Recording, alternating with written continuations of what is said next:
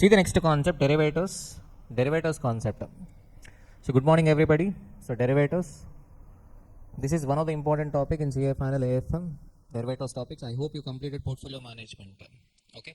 So without wasting time, let us see the content in derivatives chapter. In derivatives we have two parts, futures and options. Futures and options. So content, first we are going to discuss introduction to derivatives, and next types of market participants, types of positions in market, and next futures. So in futures we have three types of practical questions. One is mark to market account, fair future price and arbitrage, hedging. Introduction to options, introduction to options. In options, introduction to options. Nothing but basics. We are going to discuss basics. Put call parity theory, and option valuation models. Option valuation or pricing models, a binomial model, risk neutralization, 2-period binomial model, and Black-Scholes model. Greek words, and at the end we are going to conclude with differences between forward contract versus futures contract versus options contract. So we do not have option strategies in the theory, in the syllabus, but still I will be discussing basics if possible, if time permits, otherwise not required. Okay. So simple. In derivatives we have two parts, futures and options. Futures and options. In futures they might ask you, okay, three kinds of practical questions. First one, mark to market account. Second, fair future price and arbitrage. And next what? Hedging. Next concept is what? Hedging. Clear? And in options they might ask you a basic question or option valuation model. In option valuation, binomial model, risk neutralization model, 2-period binomial model, and Black-Scholes model. Black-Scholes model. Am I clear? And next, the new concept is added in new CA final study material, that is abandonment option and timing option. Already abandonment option tested in the examination. Okay. So whenever the new concept is added in CA final study material, be cautious. High chances of asking that concept. Example, asset tokenization added and asked in examination. And in this chapter, abandonment option and timing option. So these two concepts are added, and abandonment option is asked in examination, practical question. So at the end I am going to discuss abandonment option and timing option. Okay. So without wasting time, let us start derivatives. So what is the meaning of a derivative? First you should understand the meaning of a derivative.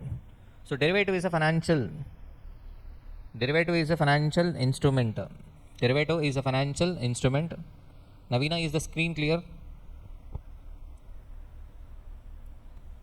So derivative, it is a financial instrument, the value of which is derived from the value of an underlying asset. First you should know the meaning of a derivative. Derivative is a financial instrument,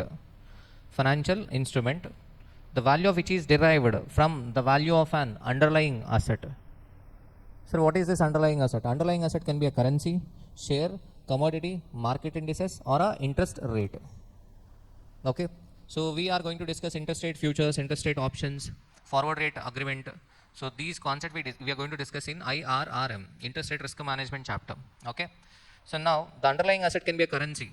So currency options, currency futures we are going to discuss in forex chapter, foreign exchange exposure and risk management. So here we are going to discuss what? The call option and put option for a share. Okay. Underlying asset can be a share, commodity, currency, market indices, or a interest rate. Okay. So let me give an example to understand the word derivative. So before moving on to the example, you have to be clear. Derivative is an agreement entered today for the future. It is an agreement entered today to buy or sell an underlying asset at a future date for a pre-agreed price. For example, Dhurandhar 2 movie already got released, right? So after the release of Dhurandhar 1, what happened? The expectation on Dhurandhar 2 has increased. Expectation has got increased. Yes or no? So being a fan, for example, if you wanted to buy a ticket, okay. So in the month of February, you wanted to buy a ticket for March 19th. Okay. The point is, your expectation is what? The price may increase. Yes or no? The price may increase. For example, you expected that on March 19th, you may not be able to buy the ticket in the counter. So the counter ticket price is, let us assume 200 rupees. Okay. Now, the option, you got a recommendation from a local MLA. Okay, local MLA recommended 5 tickets at the rate of rupees 200. At counter price. He recommended 5 tickets at counter price. Now, What is your expectation that the ticket price will increase to rupees 2000 rupees or 1000 rupees because of a huge expectation? Huge expectation. So, example on the release date, the actual ticket price in the black market is 1000 rupees. Now tell me, are you going to use the recommendation letter or not? You are going to use the recommendation letter and you will get the ticket for rupees 200. Okay, so even though in the market the price is 1000, you will get the ticket for rupees 200. What is the amount you are getting, saving? 800. Yes or no? For suppose the movie has got an average stock and the black market price is also rupees 200. So now tell me, are you going to use the recommendation letter for getting a ticket? Answer is no. Why? Simple, because you will not say that I have a MLA recommendation, give me a ticket for rupees 200, because in market it is 200. So even if you, get the recommendation, then also what? 200. Are you getting my point? So that means in first case the value of a recommendation letter is 800 rupees into 5, 4000 rupees. But in second case, what is the value of a recommendation letter? 0. So that means here in our example, recommendation letter is a derivative, underlying asset is a cinema ticket. Underlying asset is cinema ticket. So simple. So the value of a derivative depends upon the value of an underlying asset. Instead of a recommendation letter from MLA, let us assume a call option on a Tata Motors Limited. I have expected that in next 3 months, Tata Motors Limited share price will increase. So what I will do? I will enter into an agreement as on today to buy the Tata Motors Limited share in the future at a pre-agreed price. At a pre-agreed price. Are you getting my point? So simple, it is an agreement entered today to buy or sell. First, maintain a clarity. Derivative means a contract entered today for the future. So types of a derivative instruments: forward contract, future contract, options contract, and swap. Swap means exchange. So division of a stock market: cash segment, future segment. Cash segment means what? Contract is entered today and delivery will also happen today. But whereas futures means what? We enter into contract today for the futures. In future segments we have a two: futures contract and options contract. So cash market, what is the cash market? Contract entered today, payment made today, shares delivered today, a rate of today will be given today. What about futures market? Contract entered today, payment made on expiry, shares delivered on expiry, and rate of future will be given today. So first, are you able to understand the difference between cash segment and futures market? Done. Now spot market, a market where assets are bought and sold for immediate delivery. What about derivative markets? A market where contracts are made to buy and sell assets at a future date for a predetermined price. So we enter into a contract as on today to buy and sell assets at a future date at a pre-agreed price. Okay. So types of a market participants. Types of a market participants. So in market there are 3 types of a player. There will be 3 types of a players. Actually these are 3 types of a intentions or a perceptions. So first concept: hedger, speculator, arbitrator. So your friends who are investing in stock market all are speculators. Whoever trading in futures and options, they are all speculators. Majority of the investors are speculators. Speculator means a person who takes a risk and he tries to earn a profit. He makes a profit by taking risk. Speculator means a person who aims to earn a profit by taking risk. He may or may not make a profit. Okay, example, gambling is a speculation. So they take risk, they may or may not earn a profit. And the surveys are saying only 90%. Some surveys says 90%, some surveys 97%. 97% of the retail investors are ending up with losses. Hardly 3% are making profits in stock market. Only 3%. Okay, some survey says that 10% are making profit in stock market, 90% are ending up with losses. Because simple, stock market will run by algorithm and mostly it is influenced by the financial institutions which have a huge money. Okay, likewise high net worth individuals who have a huge money, they will be influencing the stock market. A person like you or me cannot influence the stock market. Simple, it run by an algorithm. Okay. So clear. So there can be 3 types of players in the market. First one, hedger. Hedger objective is always to reduce the risk. A person who tries to reduce the risk. So risk reduction, that's it. So risk reduction. Hedger objective is to reduce the risk.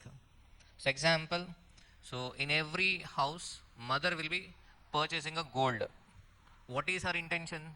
For her daughter's marriage, she will be buying a gold from what? 5 years age of a daughter, right? Or So immediately after her birth, she starts buying a gold for what? Marriage at the age of 25 years or 26 years. So what is the object? The object is not to make a profit on a gold. Her intention is to reduce the possibility of a occurrence of a loss. Are you getting my point? So hedger means a person who has an intention to reduce the risk, loss. Speculator means a person what? All these people will trade in a cash segment or a future segment, but their intentions are not the same. Intentions, we are talking about intention. A person who is having an intention to reduce the risk, he is called as a hedger. A person who is having an intention to take risk and make a profit, he is called as a speculator. And a person who has a sound knowledge like Amar or Navina or a Pavani or a Charan. So these people who has a sound knowledge, who are rational, and they will be making a profit without taking a risk. How can they make a profit without taking a risk? They will be identifying the market imperfection. They will be identifying the market imperfection and they will make a profit without taking a risk. So that we are going to discuss in this session itself. Arbitrage. Arbitrage means, arbitrator means a person who makes a profit without taking any risk. He will identify the market imperfection. If a security is, or if a derivative, if it is overpriced, sell. If it is underpriced, buy. Simple strategy. If it is overpriced, sell. If it is underpriced, buy. Okay, are you able to understand the difference between the three perceptions or intentions? Okay, so hedger, speculator, arbitrator. In this class itself, we are going to discuss what arbitrage process, that means arbitrator, and also what hedging. So types of positions in futures market. Types of positions in futures market. So first of all, you understood a derivative's meaning or not? Derivative means an instrument the value of which is derived from the value of an underlying asset. Once again, I am telling an example. So I have an expectation that Tata Motors Limited share price will increase in the future. Increase in the future. So simple, there can be two expectations to the investor. First one, he might expect that share price will increase, or second expectation, he might expect that the share price might decrease in the future. If I have an expectation that share price will increase in the future, I will be buying the share. So for example, after 3 months, I am expecting that the Tata Motors Limited share price will increase. Now I can buy the call option. I can buy the call option. What is call option and all I will be discussing in options. But right now what? It is an agreement as on today to purchase a share in the future. Example, at the rate of rupees 200. At the rate of rupees 200. So my expectation is share price will increase to 1000 rupees. So on the maturity, if share price increases to 1000, I will exercise the option and will buy it for rupees 200. So what is the value of option? 800 rupees is the value of a option. So option is a derivative. Tata Motors share is an underlying asset. Clear? So let us see the futures. Types of positions. Futures contract is an agreement entered today between two parties that commits one party to buy and one party to sell.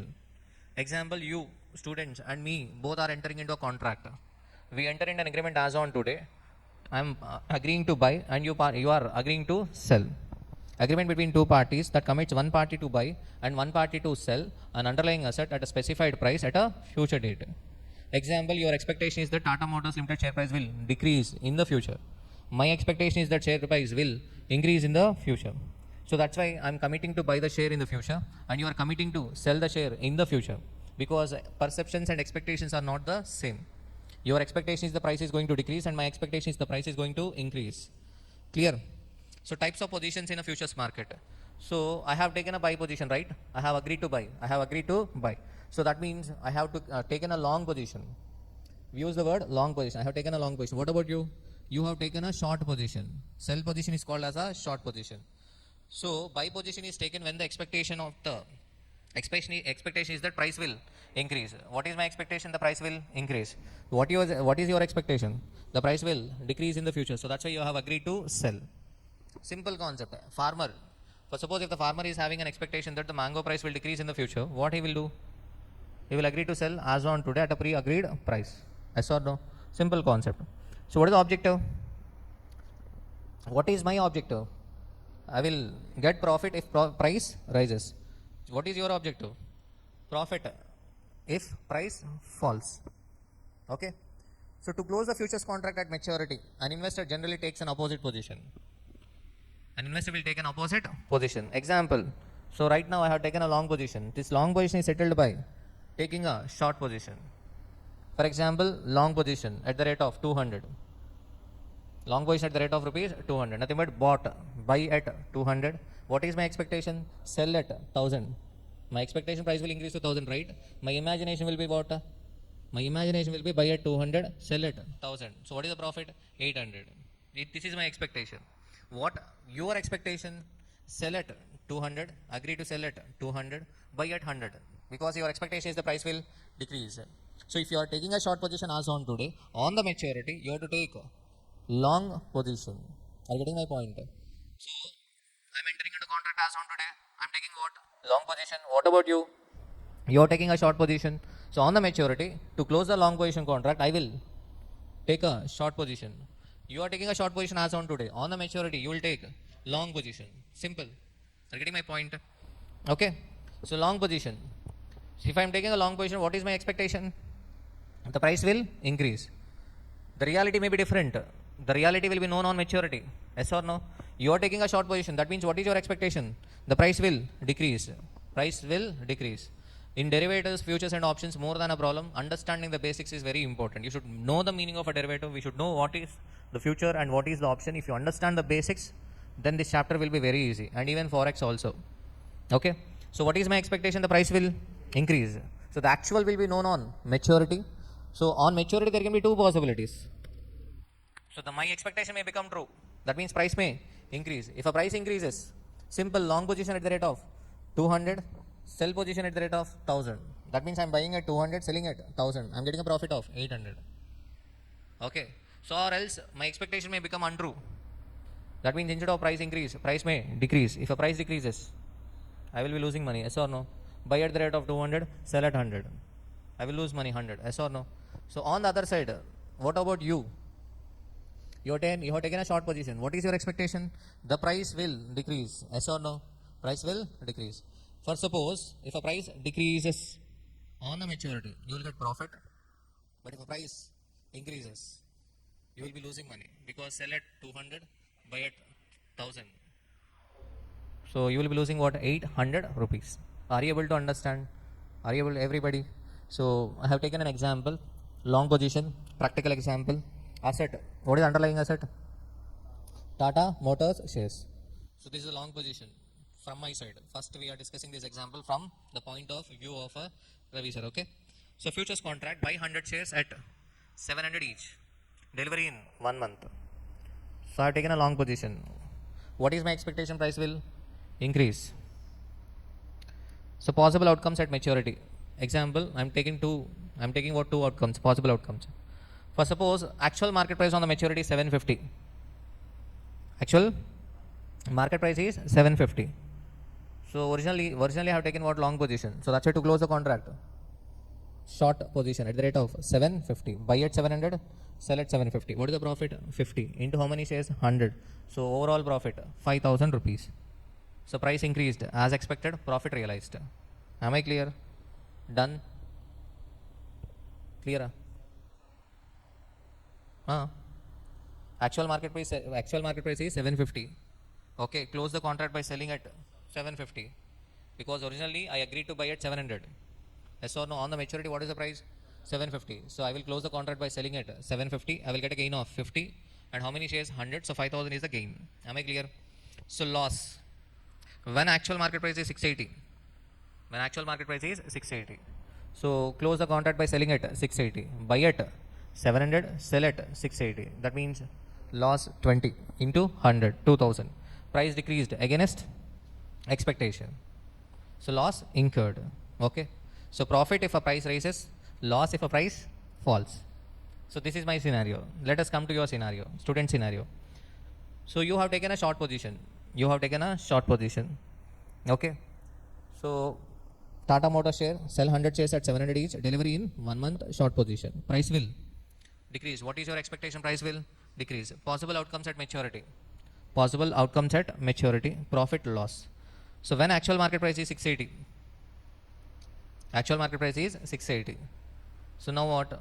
Originally sale. That means to close the contract, buy. So close the contract by buying at rupees 680. Sell at 700, buy at 680. So gain 20 rupees into 100 shares, 2000. You are happy. If I am unhappy, you will feel happy. That is the scenario. Okay. And next what profit realized. Second example, when actual market price is 750. 750. Close the contract by buying at 750. Sell at 700, buy at 750, loss 50 into 100, 5,000. Loss incurred. Clear? So I am happy, that means you are unhappy. Clear? Okay. Done. Are you able to understand this? So now come to the futures. Are you able to understand the derivative? In first case, for example, in this case, first case, what is the derivative value? 2000. Second case, derivative value minus 5000. So that means the derivative value is derived from the value of an underlying asset. What is underlying asset in our example? Tata Motors shares. Okay, what about derivative instrument? What is the derivative instrument? Futures. Futures is a derivative. Futures contract is a derivative. It is a financial instrument, the value of which is derived from the value of an underlying asset. Clear? Are you able to understand, everybody? So now futures. Mark to market account.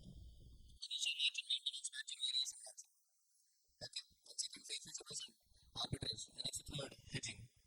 Third, hedging. In case of a hedging, we have a cross hedging, taking an appropriate position in index, selling high risk shares and buying low risk shares. So we do not have any practical questions in CA final study metal on second. Selling high risk shares and buying low risk shares. Buying risk free securities. Buying risk free securities. In buying risk free security, we have a fresh investment. So we have a question on fresh investment. Selling existing shares proportionately and buying risk free security. We have a question on this concept also. Selling the shares in the order of risk. Selling the shares in the order of risk and buying risk free security. So we do not have any questions on this concept. And next, commodity hedging. So we do not have any question on a commodity hedging in CA final study material, but they have asked in the past. So commodity futures question was already tested, so that we are going to discuss. Okay, clear? Done. So three parts: mark to market account, fair future price and arbitrage, and next what? Hedging. So mark to market account, sir. What is this mark to market account? So okay. So before moving on to the futures, we have a concept of a forward contract. We have a concept of what? Forward contract. So forward contract means, example, simple. Forward contract is a contract entered today to buy or sell an underlying asset at a future date at a pre-agreed price. Same as a future. Same as a futures. Contract is entered today for the future. Example, I agree to buy Tata Motors Limited share. You agree to sell. I agree to buy. You agree to sell. As on today. As on today. I agree to buy at in 1 month. You agree to sell in 1 month at rupees 700. At rupees 700. Okay. See, if we both are directly entering into a contract as on today. Are you getting my point? So I agree to buy. You agree to sell at the rate of rupees 700. Okay. On the maturity, what can happen? The price may increase or price may decrease. For suppose if the price increases, I will get a benefit, and you have to settle the difference. You have to settle the difference. Okay, are you getting my point? For suppose if the price decreases, so then what? Okay, so then I have to settle you. For suppose price decreased, and on the maturity, I am not interested in settling the difference in price. I am not interested. So that means I have made a default.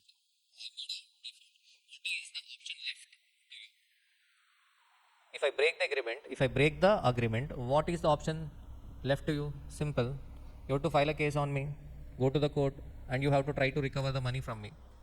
Okay. So is it a feasible option or not? Answer is no. That means in case of a forward contract, there is a risk of a default. We have a risk of a default, and forward contracts are not traded on a stock exchange. They are not traded on a stock exchange, and we know the counterparty. We know with whom we are entering into a contract. I know that I am entering into a contract with Amar. I know that I am entering into a contract with Charan, Pavani, or Navina. This happens in forward contract. If you are making a default, I cannot do anything because I do not have any security deposit. Okay. So that's why. So to overcome this risk of a default, we have a concept of a futures. Futures are traded on an exchange. What is this futures? Simple. Future is also same. Contract entered today to buy or sell at a future date at a pre-agreed price. The only difference is we have a concept of mark to market account. Due to this, so the parties will not default. There is no chance to default. Or break the contract. Why? My expectation is price will increase. Your expectation is price will decrease. So in 1 month, yes or no? So here we have a concept of initial margin. Sir, what is this initial margin? What is this initial margin? It is a security deposit. I have to deposit money and you have to deposit money. We both the parties. Okay. So counterparty will not be known to each other because futures are traded on exchange. So we deposit the money with the exchange. Whoever wanted to enter into futures contract, they have to deposit initial margin. They have to deposit what? Initial margin. Okay. Example, I have deposited 1000 rupees and you have deposited 1000 rupees. Let us assume. Okay. So what happens is, so we will not be waiting till 1 month to settle. On daily basis, profit or a loss is calculated. On daily basis, profit or a loss is calculated. For example, first day itself, the price increased as I expected. That means I will get profit and my balance in margin account will increase. What about your balance in margin account will decrease? Are you getting my point? So that 1000 rupees is called as initial margin. For example, 800 rupees is a maintenance margin. 800 rupees is a maintenance margin. We have a concept of a maintenance margin. Second day, again, the loss 150. Again price increased. Again price increased. And I got a profit of 150 and you got a loss of 150. So what is my balance? 1000 plus first day 100 plus second day 150. Overall my balance 1250. What about your balance? What about your balance? 1000 minus 100 minus 150. The balance is 750. Are you getting my point? So in this example, what is the maintenance margin? 800. Right? Now you have to bring back the balance to initial margin. Because your balance has fallen below the maintenance margin. That is the minimum balance you have to maintain. But your balance has fallen below the maintenance margin. So that's why you should bring back the balance to initial margin. That means you have to deposit 250. Sir, why we have a concept of maintenance margin? Okay. For suppose third day again loss 450. What is your balance? 300. Okay. Fourth day 500 loss. What is your balance? Minus 200. That means you have to bring 200 rupees. You have to pay 200 rupees. Yes or no? So what for suppose you are not willing to pay 200. Is there an option? Again the same thing what is happening in forward contract, right? So investor will give up. So do whatever you want. Yes or no? So that's why we have a concept of what? Maintenance margin. So example, maintenance margin 800. That means what? If balance falls below the maintenance margin, you have to bring back the balance to initial margin. That means here in this case 750 is the balance. You should again deposit 250. The amount deposit is called as a variation margin. The amount deposit is called as a variation margin. So are you able to understand? Initial margin, maintenance margin and what? Variation margin. So that's why here there is no chance of a risk of a default. But whereas in forward contract we have a risk of default. There is no concept of initial margin, maintenance margin and next what? Okay, variation margin. So mark to market account is a daily settlement system in futures trading where a profit or loss is calculated at the end of each trading day. At the end of each trading day. It ensures that gains or losses are credited or debited daily, reducing the default risk. If you are getting a gain, credited to your account. If you are getting a loss, debited to your account. Clear? So what is the logic? Future price fluctuates daily. Instead of waiting for contract expiry, so mark to market account ensures that the trader's account reflect current market value. So the only way is to reduce the risk. So long 100 Tata Motor futures at 700. Price today 710. What is the price today? 710. Example price. So what is the gain? 10 into 100. 1000 credit to what? MTM account. So this is 1000 credit to account of a person who has taken a long position. For suppose if a person has taken a short position, he will get a loss of 10 into 100, 1000. So 1000 debited to the person who has taken a short position. Clear? Next, initial margin. Initial margin means upfront amount deposited by a trader to enter a futures contract. It acts as a security deposit. It is not an expense. It is a security deposit. It is a security deposit. For potential losses, it is neither a profit nor a loss or any other expense.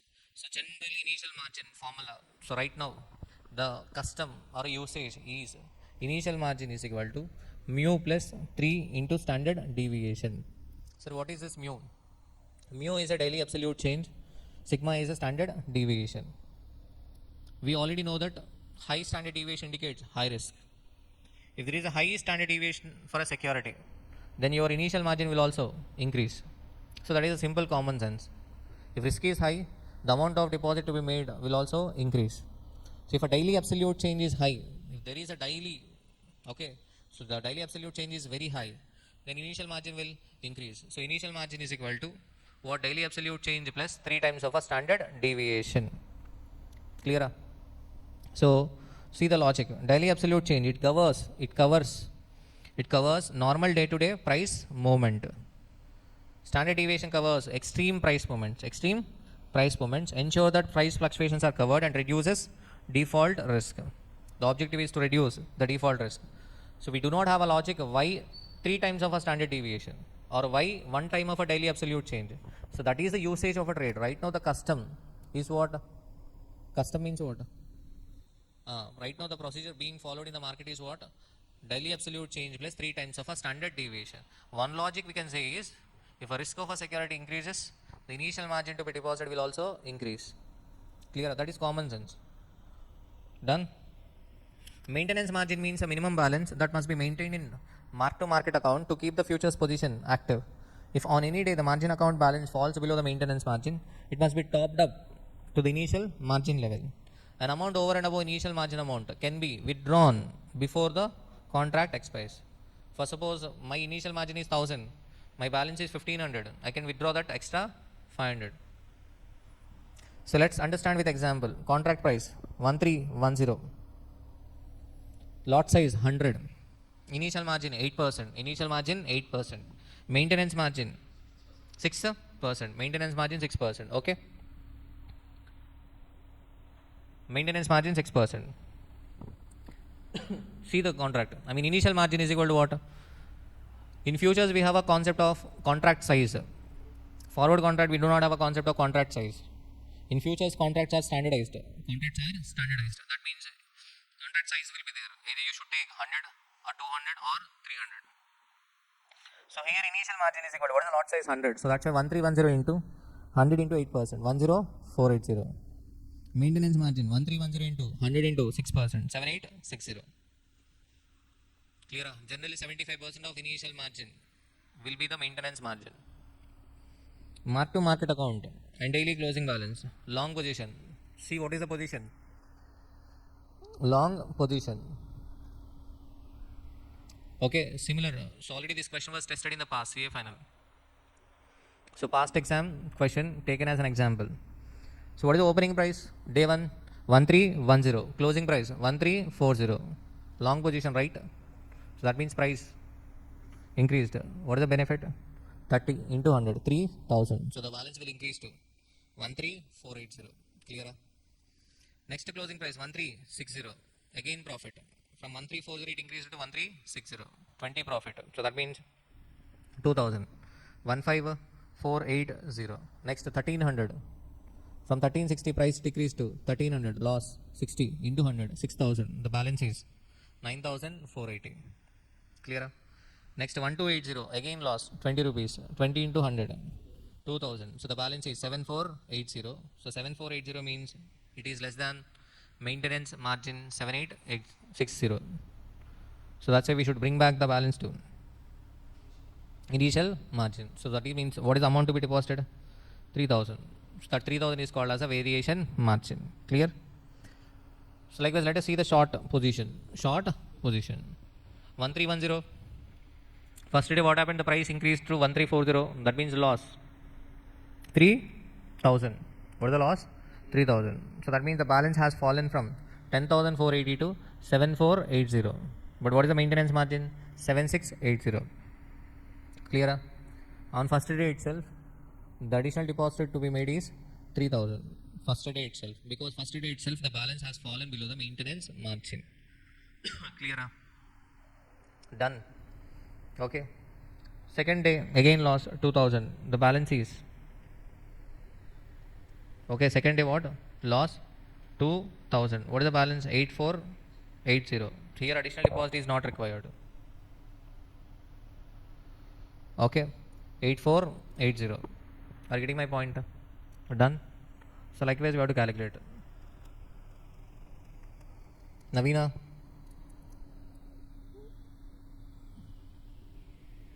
can I go to the next point? Okay. So the person, for example, the profit to the long position is equal to what? Loss to the short position. That to a same amount. That to what? Same amount. So 3000, 2000 profit, first case. Second case, loss. 6000, 2000 loss. Here, profit. Last case, 2500 profit. Here, 2500 loss. Clear? So variation margin means what? Additional funds deposited to bring MTM, mark to market account, back to initial margin level after loss. Clear? So first concept we completed. So first question, simple. So first question, smart one. You need not practice this question, smart one. Sensex futures are traded at a multiple of 50. Consider the following quotations of a Sensex futures in the 10 trading days during February 2009. Multiples of 50. That means contract size 50. Abhishek bought one Sensex futures contract on February 4. The average daily absolute change in the value of a contract is rupees 10,000 and the standard deviation of these changes is rupees 2,000. The maintenance margin is 75% of initial margin. You are required to determine the daily balances in margin account and payment on margin calls, if any. Payment on margin call means what? Whenever the balance falls below the maintenance margin, you will get a margin call. Okay, if you are not depositing the amount, if you are not bringing back the maintenance margin to initial margin, the futures contract will get automatically closed. Futures contract will get automatically closed. You will end up with losing money, right? If you have an expectation that your expectation will become true, you have to deposit money and you should keep the futures contract alive. Clear? So simple. So he entered into a futures contract on what? 4th Feb. On 4th Feb, what is the price? 3296.5. High and low are not relevant. Not relevant for answer. Only closing. 3296.5. Abhishek, he entered into a long position. Abhishek, he entered into a long position. Yes or no? He entered into a long position. So what happened the next day? What is the next closing price? 3294.4. The price increased or decreased? The price decreased. That means he will get a loss. What is the loss? 2.1 into 50. Yes or no? Clear? So 105 rupees loss. 105 rupees loss. Clear? So what is the initial margin amount? Initial margin is equal to daily absolute change 10,000 plus 3 times of a standard deviation 3 into 2,000, total 16,000. 75% of initial margin 12,000 is the maintenance margin. Am I clear? Done. Clear? So next day what happened again? From 3 to 96.5, so 94.4, the price decreased further. By how many rupees? 3294.4 minus 3230.40 into 50. Loss 3200. So 12,695. Clear? What about next day? Again loss 3212.3. So 3230.40 minus 3212.3. Again loss. What is the loss amount? 905. What is the balance? 12695 minus 905. 12,695 minus 905. What is the balance? 11,790. But what is the maintenance margin? Maintenance margin 12,000. Maintenance margin 12,000. But your balance right now in marking to mark to market account is 11,790. So that means you should bring back the balance to initial margin. So what is the amount to be deposited?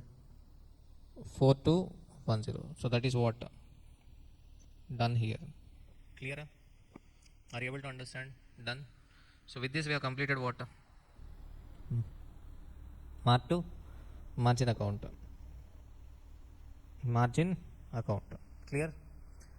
Everybody clear? Are you able to understand the future basic? If you are clear, then I will move on to the next concept.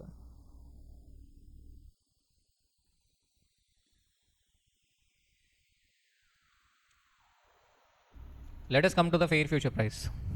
Fair future price. So before moving on to the fair future price, let us recap the basics of the future value. You know the concept of principal, rate of interest, and how do we calculate future value? By compounding the present value. By compounding what?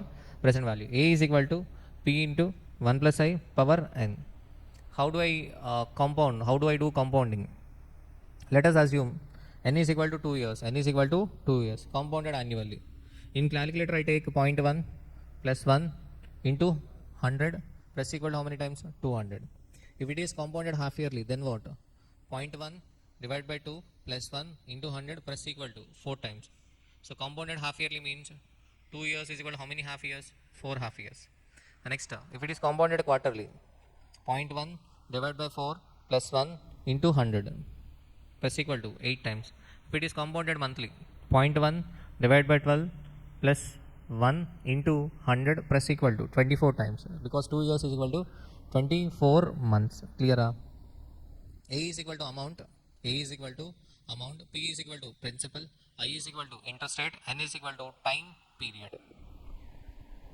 A is equal to amount, P is equal to principal, I is equal to interest rate, N is equal to what? Time period. Clear? But in derivatives, we use a continuous compounding. Sir, why we use a continuous compounding? Simple. Derivatives are traded what? Continuously. Derivatives are traded continuously and the price changes frequently.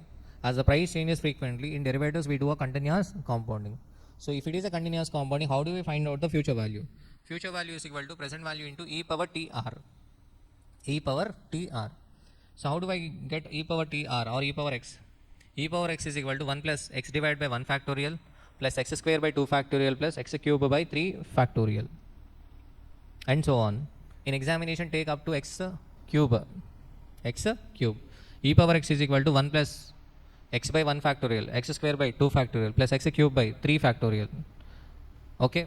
So 3 factorial can be written as 3 into 2 into 1. 2 factorial can be written as 2 into 1.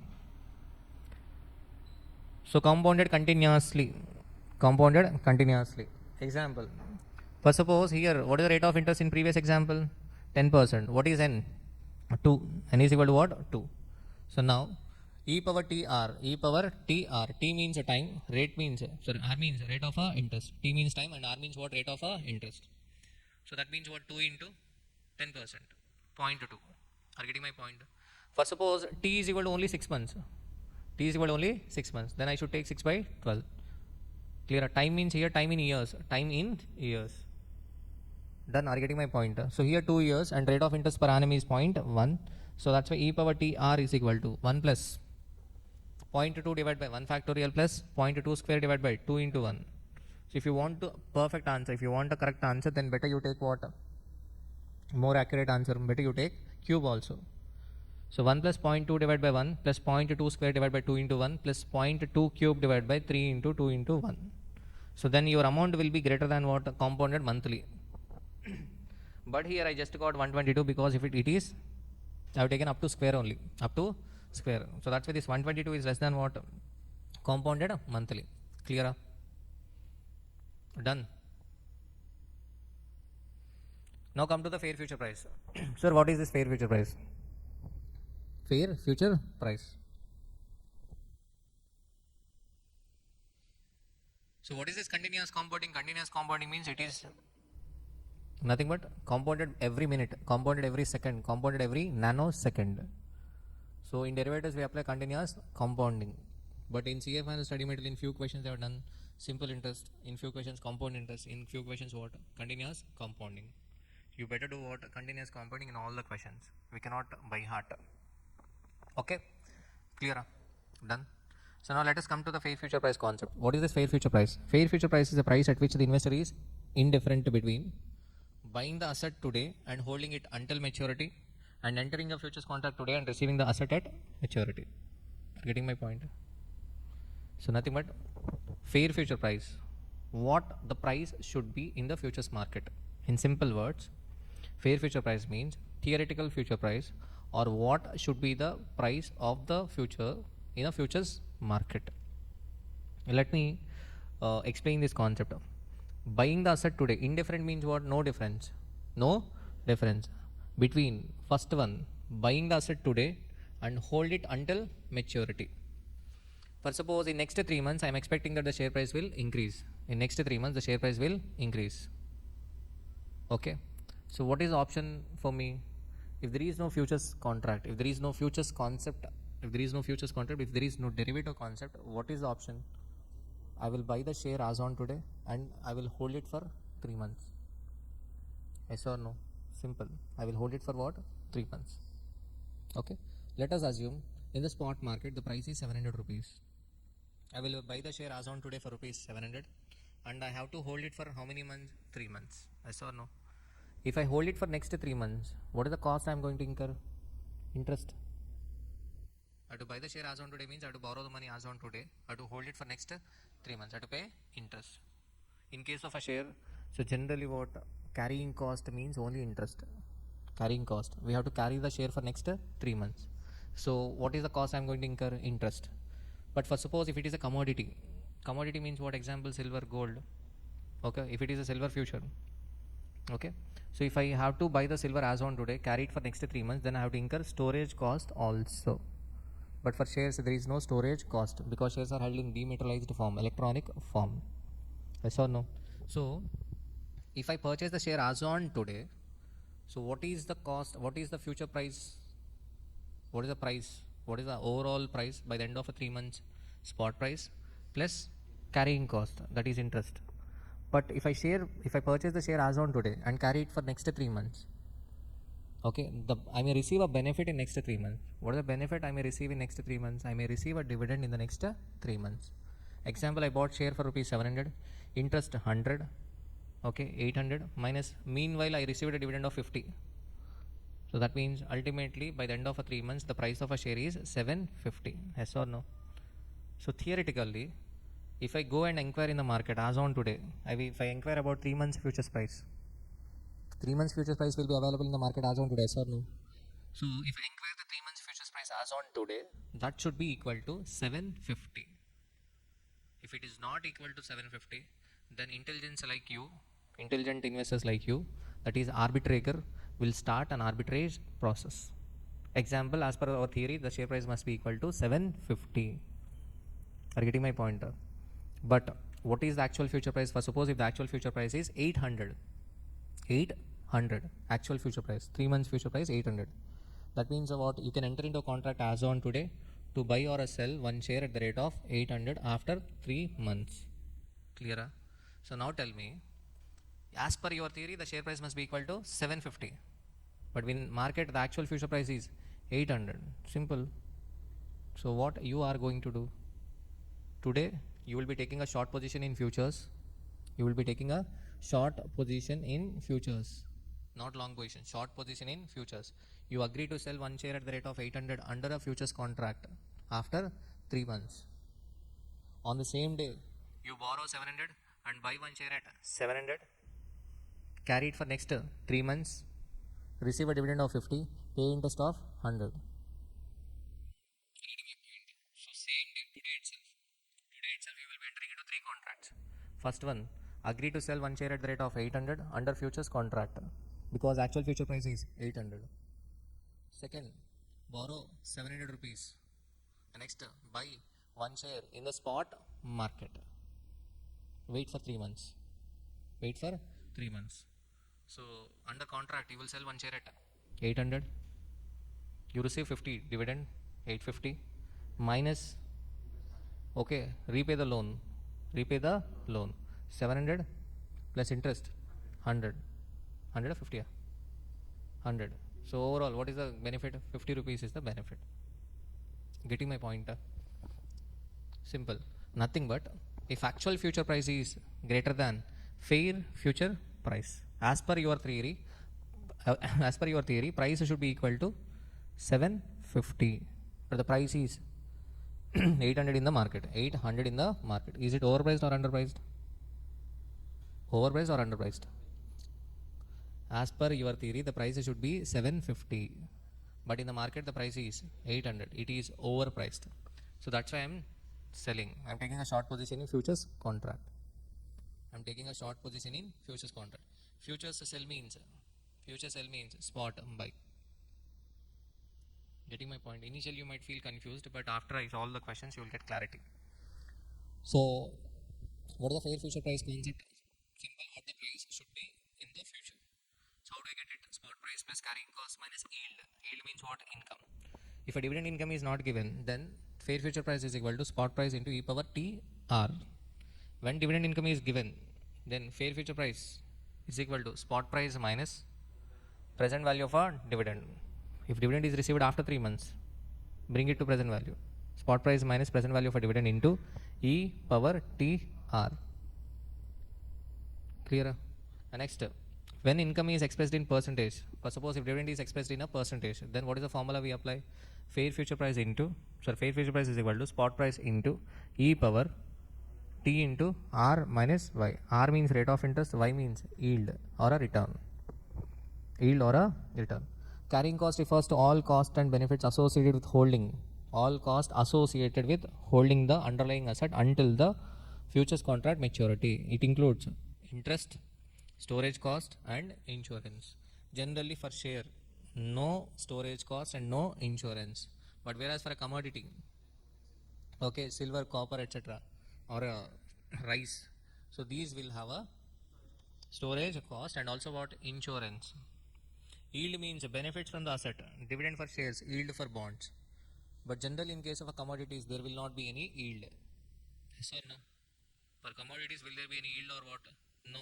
If I hold the rice for next 3 months, will I get any yield? No. If I hold the silver for the next 3 months, will I get any return? No. But if I hold the share for next 3 months, I may receive dividend. Clear? Done? So arbitrage. Simple. Actual future price and fair future price both are same. Example, 750 actual future price and fair future price is also 750. There is no scope for arbitrage because it is correctly valued.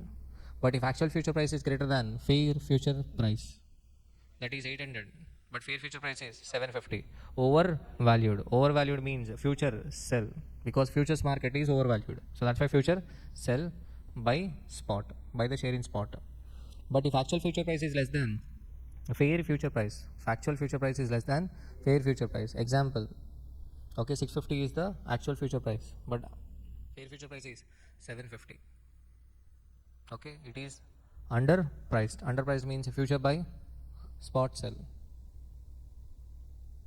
Clear? Spot sell. Simple. Spot sell. I receive 700, deposit 700, then I will receive 100 interest, yes or no? But I sold the share, that means I lose dividend 50 rupees. Ultimately my benefit is 700 plus 100 minus 50. 700 plus 100 minus 50, 750. Clear? But what is the actual future price? 650. I will buy one share at 650 and give back the share to broker. You know the concept of short selling. Short selling means what? Selling the share without owning it. How do I sell the share without owning it? I will borrow the share from the broker and sell it. Clear? I sell the share for rupees 700, deposit 700 and receive interest of 100 minus dividend. Because I sold the share, I lost the dividend, minus 50. 700 plus interest minus 50. So I will receive 750. Okay, but to return the share to the broker, I have to buy. I will buy at 650, which is actual future price. So what is the benefit I am getting? 100. Simple. So arbitrage, it is a process of buying and selling in different markets for the purpose of making profit. It is possible when actual future price is not equal to fair future price. Arbitrator means a person having the following features: identifies market imperfection and exploit them, always earns profit, never takes risk, generally use borrowed money rather than his own money. So takes two positions: buy what is cheap and sell what is expensive. Example, gold futures. I have taken a commodity future example. Gold futures, spot price 6,000 rupees per 10 grams. Carrying cost, storage cost for 1 month 500. Yield or a benefit nil. What is the fair future price? 60,500. Simple. If I buy the gold for gold now, and if I carry it for next 1 month, what is the price? 60,500. If the actual futures contract is above rupees 6,500, 60,500, if actual future price is greater than 60,500, then what? Overpriced. Sell future, buy spot. If the actual future price is below 60,500, buy future, spot, sell. Clear? Let us come to the questions. Smart 2. On 31st August 2011, the value of a stock index was rupees 2,200. The risk-free rate of a return has been 8% per annum. The dividend yield on this stock index is as under. So we have a concept of index futures also in the market. Index futures, Nifty futures, Sensex futures. Okay, so that means underlying asset is what? Index, not the share. Nifty and Sensex are the underlying asset. So what is the current value of a stock index? 2,200. Dividend yield is given. Dividend yield percentage is given. Okay, so on 31st August, what is the question? Assuming that interest is continuously compounded daily, find out the futures price of a contract deliverable on 31st December 2011. Clear? 31st December 2011. Okay. So what is the risk-free rate of a return given? 8%. Risk-free rate is given. Rate of interest. Okay. Simple question. How do I get? Dividend yield is given, right? Dividend yield percentage is given. Then how can I find out the value? Fair future price is equal to, what is the formula I will apply? E power T into R minus Y. Ultimately the formula is simple. Fair future price, add carrying cost minus yield. Clear? Okay. So what is the yield? I cannot take from January. From January I cannot take, because the information is given as on 31st August 2011 and asking you to find out the futures price which is deliverable on 31st December 2011. That means I should consider September, October, November, December. So here per annum yield is given. Per annum yield. So 3 plus 4 plus 3 divided by what? 4. 3.25% is the average yield. Yes or no? 3.25% is the average yield per annum. But what is the time? How many months? 4 months. So we are on 31st August and we want a future price on 31st December. That means how many months? 4 months. Simple. What is the calculation? 2200 into e power t. How many months? 4 by 12 into, what is the rate of interest? 0.08 minus 0.0325. So nothing but 2200 into e power 0.01583. Already e power 0.01583 value is already given. So just multiply with 2200. Clear? So what is the answer? 2235.05. Clear? Done. Next is super 1. So this question I have taken from CMA final past examination to make you understand this concept better. The following information pertaining to two securities is given. Security A limited, B limited. Spot price. Dividend expected. Dividend receivable in how many months? 2 months and 3 months. Recommended action is given. What is the recommended action? Sell spot, buy future. Buy spot, sell future. Already course of action is given. Generally we find out the fair future price and we compare the fair future price with actual future price, and then we decide the course of action, what to do. But here the action is recommended. Course of action is already recommended. Risk-free rate of interest may be taken as 9% per annum. What is the risk-free rate of interest? 9% per annum. First part of the question, see the first part of the question. Determine the 6 months theoretical forward prices of a securities of A limited and B limited. 6 months theoretical forward price. 6 months theoretical forward price. Theoretical forward price means nothing but what? Fair future price. Theoretical forward price means nothing but what? Fair future price. Clear?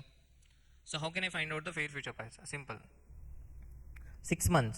Here it is 6 months. I'm writing the solution for A limited.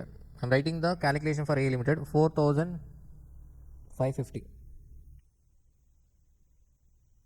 4,550. I have to add the carrying cost. The carrying cost means here nothing but interest, right? Into e power. How many months? 6 by 12. Into what is the rate of interest? 0.09. Here I am not applying the formula e power r into t minus, sorry, r, e power t into r minus y. I am not applying that formula. Why I am not applying that formula? Because dividend is not given as a percentage. Dividend yield is not given as a percentage. So that's why I am not applying that formula. I am taking what? Spot price into e power t r minus yield. Minus what? Yield. So wait for the conclusion. Spot price into e power t r minus yield. What is the yield? Dividend. What is the yield? Dividend. So dividend is receivable in how many months? Dividend is receivable in how many months? 2 months, right? But this 4,550 into e power 6 by 12 into 0.09 is the value at the end of 6 months. Dividend is receivable in 2 months. Can I directly reduce the dividend? I cannot reduce the dividend directly. Why? Why I cannot reduce the dividend directly? Because dividend is receivable in 2 months. But whereas this 4,550 into e power 6 by 12 into 0.09 is the value at the end of 6 months. So that's why minus what? 50 into e power 4 by 12 into 0.09. Sir, why 50 into e power 4 by 12 into e power 4 by 12 into 0.09? Dividend is receivable after 2 months. I have to take it to the end of 6 months. That means how many months I have to do a compounding? 4 months. Clear? You know how to find out e power x value, right? So there is an alternative. Understand it conceptually. Forget about the calculation. Calculation you can do later on. Are you able to understand this? Okay, I can write the another one. What is the other one? 4,550. What is this 4,550? Spot price. Yes or no? So from this, reduce the dividend. 50. Can I reduce 50 directly from 4,550? Answer is no, because 4,550 is the spot price and 50 rupees is the dividend receivable in 2 months. So bring it to the present value. Bring it to what? Present value. So 50 into e power minus 2 by 12 into 0.09. Now multiply with what? E power 6 by 12 into 0.09. In both the cases you will get the same answer. Understand the solution, apply your mind. Okay, 4,550 is the spot price. See the first calculation. So simple concept, fair future price is equal to spot price plus carrying cost minus yield. Yes or no? Carrying cost means interest. What is the price as on today? 4,550. Yes or no? Into e power 6 by 12 into 0.09. Am I clear? 6 months. So that's why 6 by 12 into rate of interest 0.09. Clear? Done? So next 50 rupees. We have to reduce the dividend, right? Because I am getting a benefit of 50. But 50 is receivable at the end of 6 months or what? If the 50 is receivable at the end of 6 months, then I will reduce 50 rupees directly. But 50 is receivable in how many months? 2 months. 50 is receivable in how many months? 2 months. But this first part 4,550 into e power 6.12 into 0.09 is the value at the end of 6 months. Dividend is receivable in 2 months. So I cannot directly reduce the 50. I should compound the 50 for next 4 months. 2 months కాదు బుర్ర apply చేయండి ఏముంది దీనిలో dividend ఎన్ని మంత్స్లో వస్తుంది 2 మంత్స్లో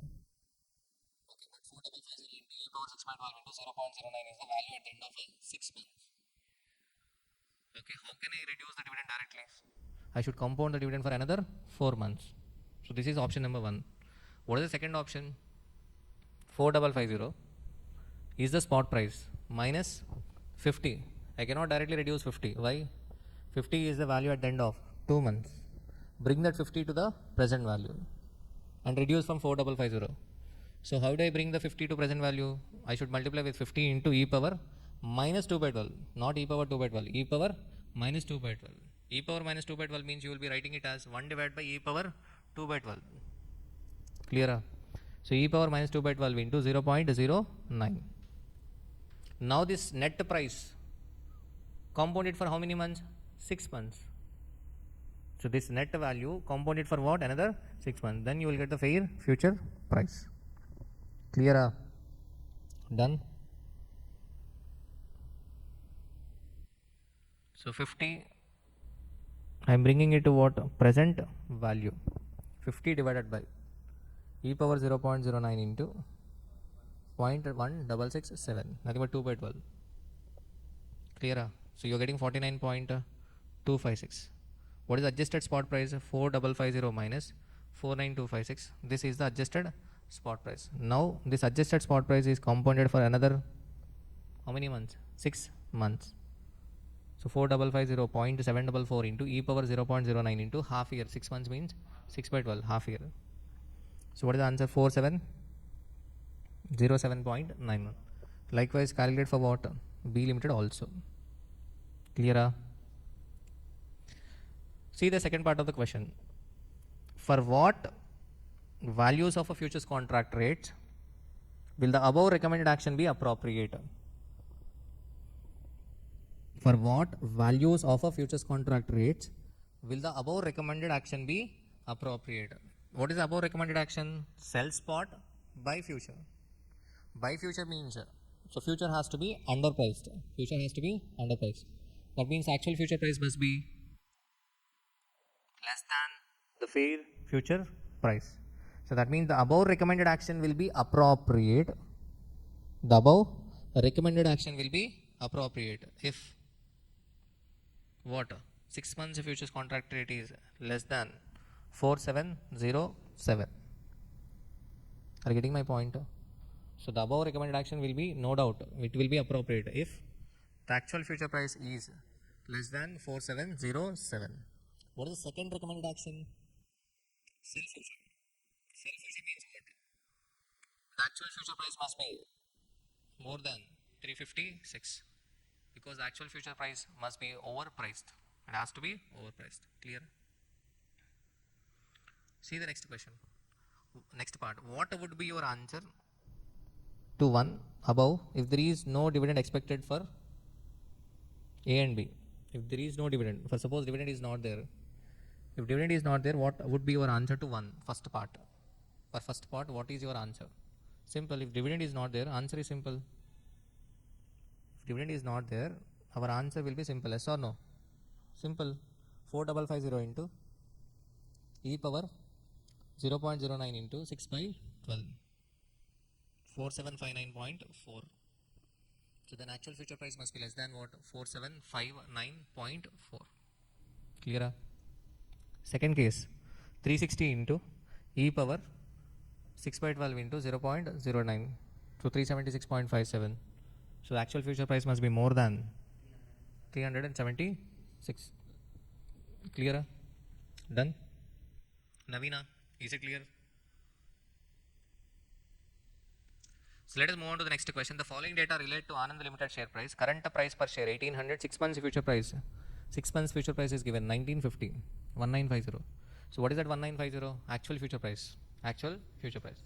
Assuming it is possible to borrow money in the market for transactions in security at 12% per annum, you are required to calculate the minimum price. Theoretical minimum price of a 6 months forward purchase. Theoretical minimum price of a 6 months forward purchase means they are asking you to find out the fair future price. How do I get fair future price? Simple. Spot price into e power t r. Dividend is not given.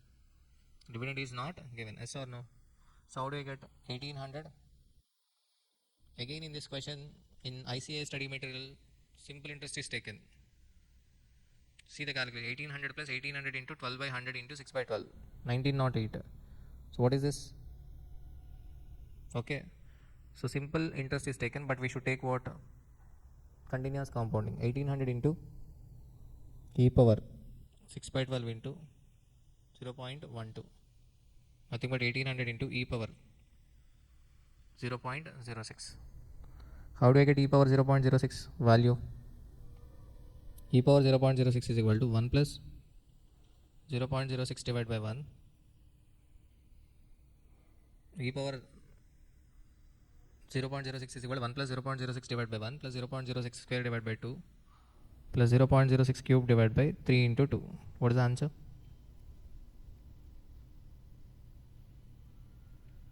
Find out the value.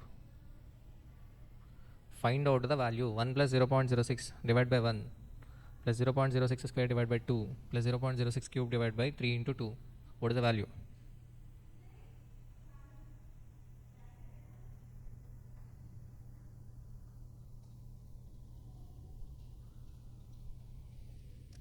What is the value?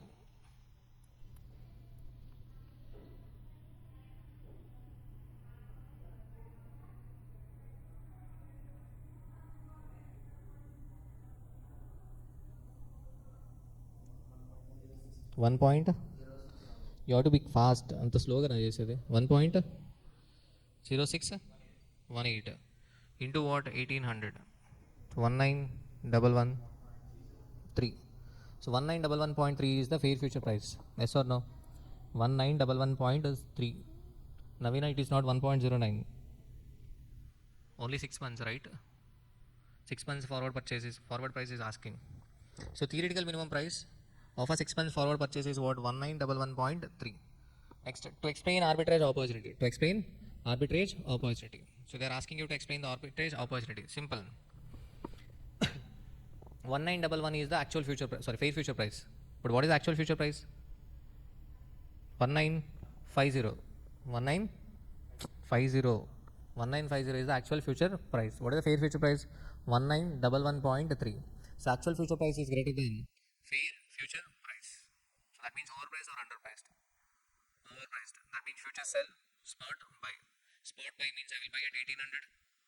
I will borrow under 1800. So write down the answer. What is the first step? I am writing the rough answer. Borrow what? 1800 at the rate of 9%. For how many months? 6 months. Second, buy share at the rate of 1800. Enter into same day. Enter into futures contract to sell share at 1950. So on the same day, I will enter into 3 contracts. First, borrow 1800 at the rate of 9% for 6 months. Buy share at the rate of 1800. So enter into a futures contract to sell share at rupees 1950. I will wait for another 6 months. After 6 months, sell share and receive 1950. Next, pay loan 1911. So what is the gain? Gain 39 rupees. So this is how the arbitrage process is carried on. Clear? Done? Now, Smart 4, Smart 5 and Smart 6. This you can try on your own. Okay. You may get a doubt in first case. They have clearly given that risk-free interest rate is what? 0.8% per month. That means compounded monthly. They are asking you to find out develop an arbitrage strategy and show that your riskless profit will be 3 months. If you see the solution, so how the calculation is done? 300 into 1.0008 power 3. Nothing but what? We are applying the formula P into 1 plus I power n. Here n is equal to what? 3 months. We are not applying the formula P into e power tr. Why? Specifically mentioned interest rate is 0.8% per 0.8 per month. Clear? So what is the price we got? 307.12. But actual future price is 312. Actual future price is 312. Actual future price 312 means overpriced. So future sell, spot buy. Spot I will buy for rupees. Spot I will buy 1 share for rupees 300. With interest that will become 307.26. And on the maturity I will sell 1 share for rupees 312 and pay the loan 307. What is the gain? 4.74. Clear? Next.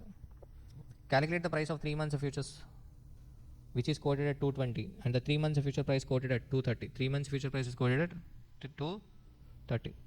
1 month borrowing rate is given at 15% per annum. 1 month borrowing rate is given as 15% per annum. If you are borrowing money only for 1 month, then the rate applicable is 15% per annum. The expected annual dividend is 25% payable before expiry. You might get a doubt, sir, expected annual dividend is 25%, percentage is given. So can I apply the formula e power t into r minus y? Answer is no. Why? Because simple, rate of interest is 15%, but annual dividend yield is 25%. So that cannot happen. So that is nothing but, even though they mentioned it as an yield, even if they mention it as an yield, we should consider this as a dividend rate, which has to be applied on face value. Which has to be applied on face value. What is the face value? 10. Face value 10 into 25%. That means 2.5 rupees is the dividend which is payable before expiry. On the expiry. On the expiry means what? Directly we reduce 2.5. Directly we reduce what? 2.5. So 220 plus 220 into 0.15 into 0.25. Nothing but they are doing a simple interest. What is this 0.25? 3 months means 3 by 12. 0.25. So 220 plus 220 into 0.15 into 0.25. But instead of doing this, what we do is 220 into e power 3 by 12 into 0.15 minus what? Direct dividend 2.5. Why we are directly reducing 2.5? Simple, dividend is payable before expiry. For suppose if in this question dividend is payable in 1 month, dividend is payable in 1 month, then I will write 2.5 into e power 2 by 12 into 0.15. I will do a compounding for 2 months. Or else, what is the alternative? I will discount the dividend for 1 month and reduce from 220, and then again I will do a compounding for 3 months. Advaina. So what is the amount here? 225.75. What is the actual? What is the actual price? 230. Again it is overpriced. Overpriced means sell future, spot buy, borrow money 220. Clear? Done. Next, smart 6. 6 months forward price is given. What is 6 months forward price? 208.18. The borrowing rate is 8% per annum, payable with monthly rest, and that means compounded monthly. What should be the spot price? What should be the spot price? Simple, they are asking you to find out the spot price, not the future price. Future price is given, asking you to find out the spot price. Simple, 208.18 divided by, I should bring the future value to the present value. Nothing but I have to find out the P, principal. Principal is equal to amount divided by 1 plus I power n. So 208.18 divided by 1 plus 0.08 divided by 12 power 6. Clear? 208.18 divided by 1 plus 0.08 divided by 12 power 6. Yes or no? Is it clear? So what is the answer?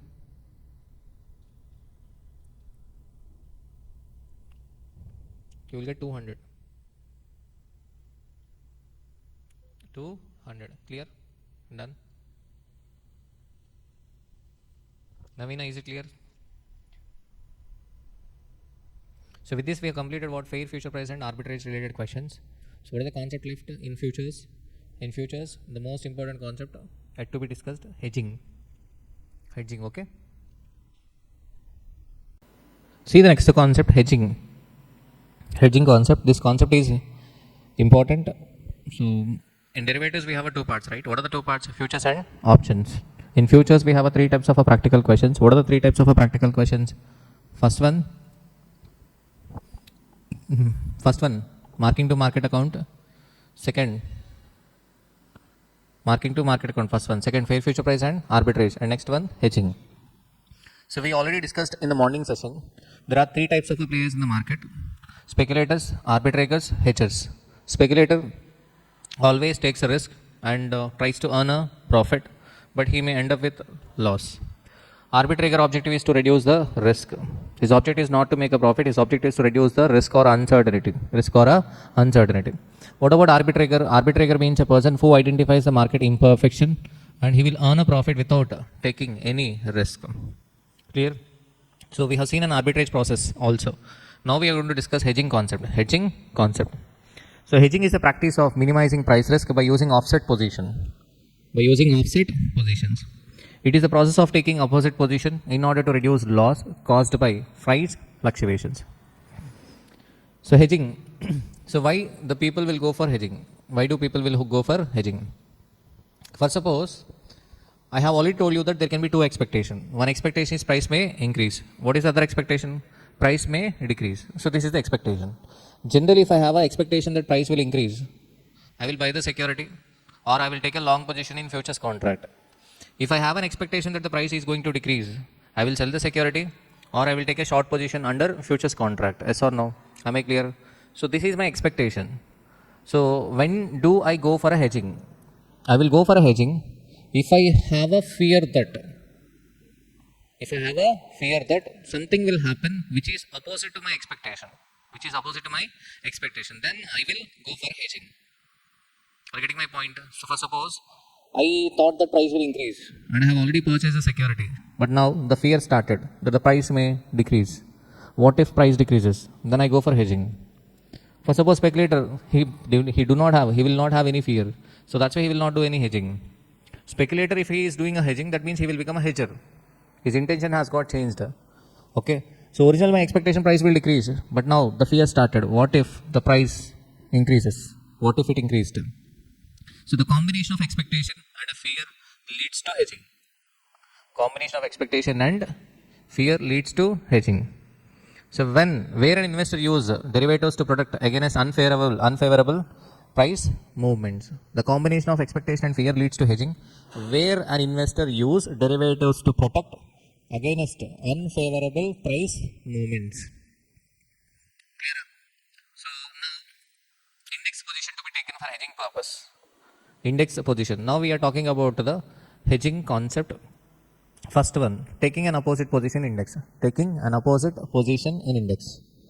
So if you have already taken a long position in stock market, so take a short position, index position. Take short index position.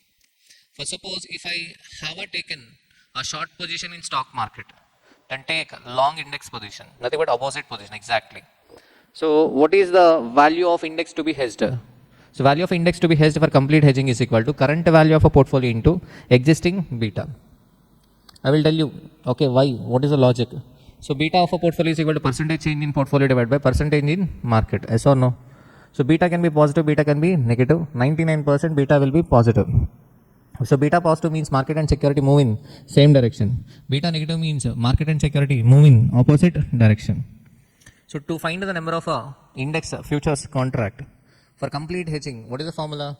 Portfolio value into beta divided by value of one index of futures contract. Clear? Partial hedging, then portfolio value into existing beta minus target beta divided by value of a futures contract.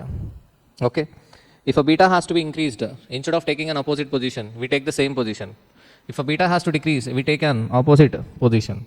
So let me give an example. Sir, what is the logic? For suppose example, Infosys shares with Nifty futures. I have taken an example. You own 1000 Infosys shares. For suppose you already purchased 1000 Infosys shares. What is the price per share? 3,200 rupees. Why you purchased 1000 Infosys shares? Because you expected that the price of an Infosys share will increase. This is your expectation. But now you are considering hedging means the fear started. What is the fear? What if the price decreases? Okay. So portfolio beta is equal to 1.2. Nothing but Infosys beta is equal to 1.2. Infosys beta 1.2 means what? If a market increases by 1%, Infosys share price increases by 1.25%. Okay. If it decreases by 1%, Infosys share price decreases by 1.25. It denotes for every 1% change in market, share price changes by 1.25%. So Infosys moves 1.25 times of a market. So that's why.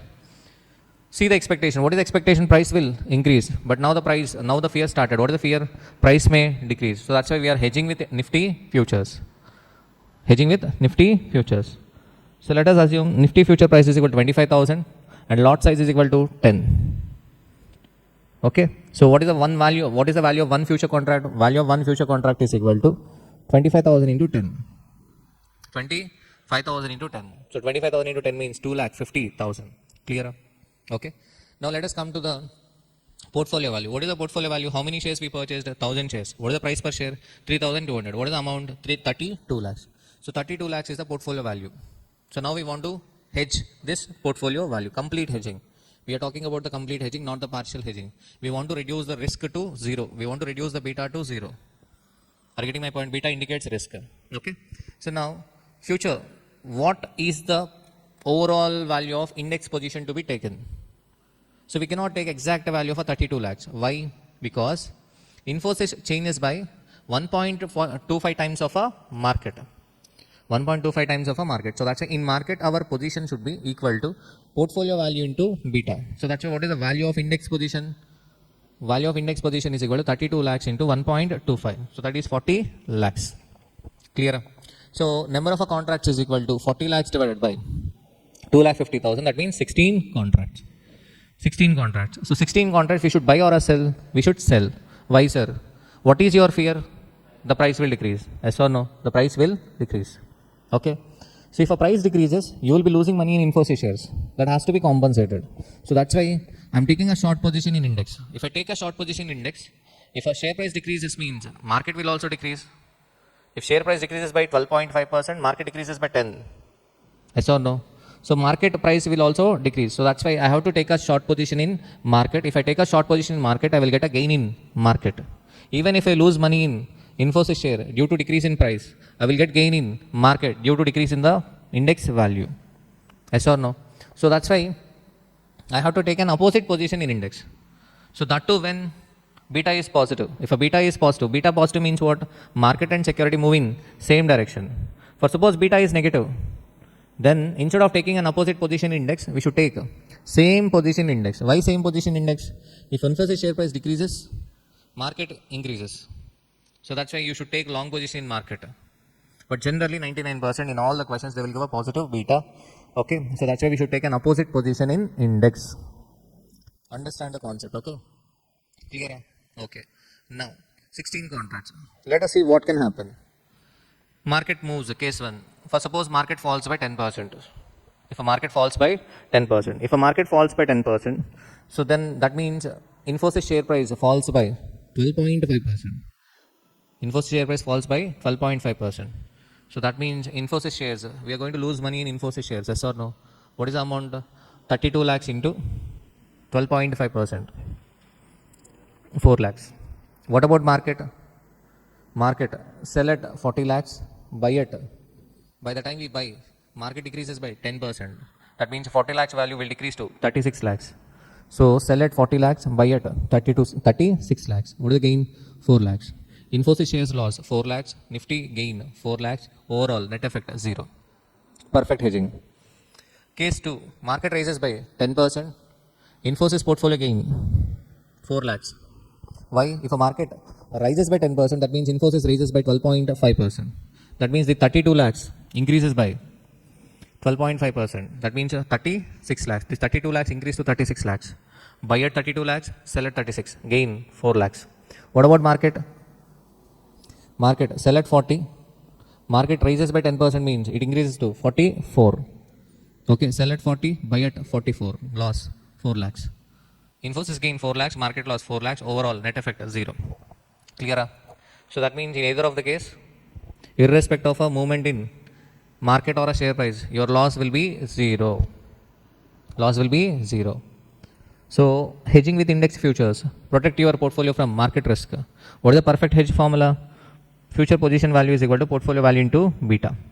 So any gain or a loss in stock is exactly offset by loss or a gain in futures. Okay, this is the last concept we are going to discuss in futures. Am I clear? Are you able to understand this example? Okay. So you may get doubt, sir, why portfolio value into beta? Why we should not take an opposite position for the same value?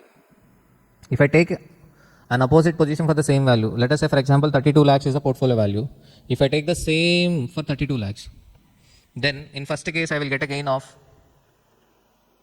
in Nifty I will get a gain of 3,20,000. If I take a short position for rupees 32 lakhs in index, then I will get a gain of 3,20,000, but my loss is 4 lakhs. my net effect will be overall 80,000 loss. So that is not a perfect hedging. Because here beta of interest is 1.25 times of the market. So that's why to get exact offsetting. So the value of index position must be equal to portfolio value into beta. Am I clear? Done. Are you able to understand this concept? Okay. Done. So what is this concept? Hedging. Okay, hedging starts when the fear starts. When the fear starts. Am I clear? So now let us come to the questions. But here understand the another concept also. How this value of index position is decided? Based on beta, right? Portfolio value into beta. Value of index position. We are saying same position, opposite position. Why I am taking opposite position? Because beta is positive. Security and market are moving in opposite direction. So that's why if I take the same position in index, I will lose money in both security and market. Or else I will get gain both in security and market. Instead of reducing the risk, I am increasing my risk. So I have to reduce the risk. So that's why to offset, I have to take an opposite position in index. Am I clear? Done. But you have done hedging. In our example, net effect is equal to 0. But so that is based on the theory. How the beta is calculated? Imagine how the beta was calculated. Beta is equal to covariance of s comma m divided by sigma m square. How the sigma m square was calculated? M bar, m minus m bar, m minus m bar whole square. How the m bar was calculated? By doing a simple average. How the m was calculated? P1 minus P naught plus D1 divided by P naught. Yes or no? So based on the past data, we calculated a beta 1.25. What does the past trend indicates? Past trend indicates that for every 1% change in market, security changes by 1.25%. But in next 3 months or 6 months, this may not happen. In next 3 months, what may happen? Market and security may move in opposite direction. Less chances. Less chance, but there is a chance. History may not repeat. If history does not repeat, okay, history does not repeat, what may happen? Example, instead of 1.25 times, security may changes by 2 times. Okay, or else security and market may move in opposite direction. If security and market both move in opposite direction, okay, and if history is not repeating, then what? My loss will get doubled. Okay, based on the theory which we are learning in classroom, we are suggesting or we are giving a client an advice, go for hedging. But it is not 100% sure that he will be protected from the loss. There is a chance that loss may increase. Are you getting my point? Okay. Now let us see the smart 7 question. Which position on the index of future gives a speculator a complete hedge against the following transactions? Against the following transaction. The share of a right limit is going to rise. He has a long position on the cash market of rupees 50 lakhs on the right limited. He has a long position on the cash market of rupees 50 lakhs on the right limited. 50 lakhs. Long position. The beta of the right limited is 1.25. What is the beta of right limited? 1.25. Clear? Now, already we have a long position. And what is the beta? 1.25. The question is, which position on the index of future gives a speculator a complete hedge? Simple question. Long position in shares. That means short position in index. What is the value? Portfolio value into beta. That is 50 lakhs into 1.25. So that is 62.5 lakhs. 62.5 lakhs. Clear? Next, the share of a wrong limited. The share of a wrong limited. The share of a wrong limited.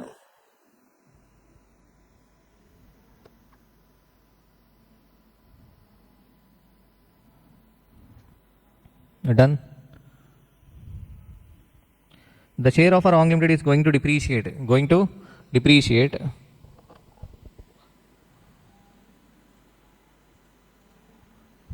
It is going to depreciate. The share of a wrong limited is going to depreciate. He has a short position on cash market of rupees 25 lakhs. The beta of the wrong limited is 0.9. Okay. Already we have a short position. That means in index we should take a long position. What is the value? Simple, 25 lakhs into 0.9. So 22.5 lakhs. So 22.5 lakhs. What is the position? Long position. Clear? Okay. So come to the fair. The share of a fair limited. The share of a fair limited is going to stagnant. He has a short position on cash market of rupees 20 lakhs. Beta is 0.75. Already he has a short position. That means in stock, index market. In index market, he should take long position. So what is the value? 15 lakhs. Clear? What is the overall position?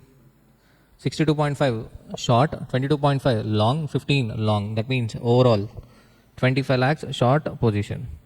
If he takes a 25 lakhs a short position, then the loss, the chances of getting loss, 0. So this is based on our past theory, but history may not repeat. So that we can understand with the next question, Super 2. So this is the past examination question. It was asked 2 times in past 5 attempts. Ram buys 10,000 shares of X Limited. Ram buys 10,000 shares of X Limited at a price of rupees 22 per share, whose beta value is 1.5, and sells 5,000 shares of A Limited at a price of rupees 40 per share, having a beta value of 2. Ram buys 10,000 shares of X Limited of rupees at a price of rupees 22 per share, beta value 1.5, sells 5,000 shares of A Limited at a price of rupees 40 per share, having a beta value of 2. He obtains a complete hedge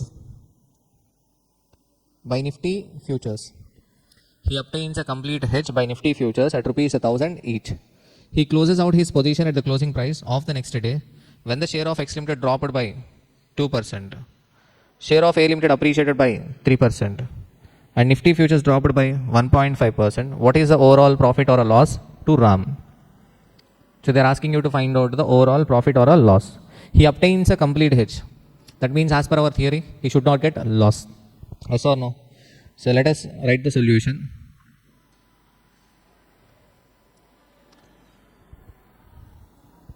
Let us start the solution. Super 2.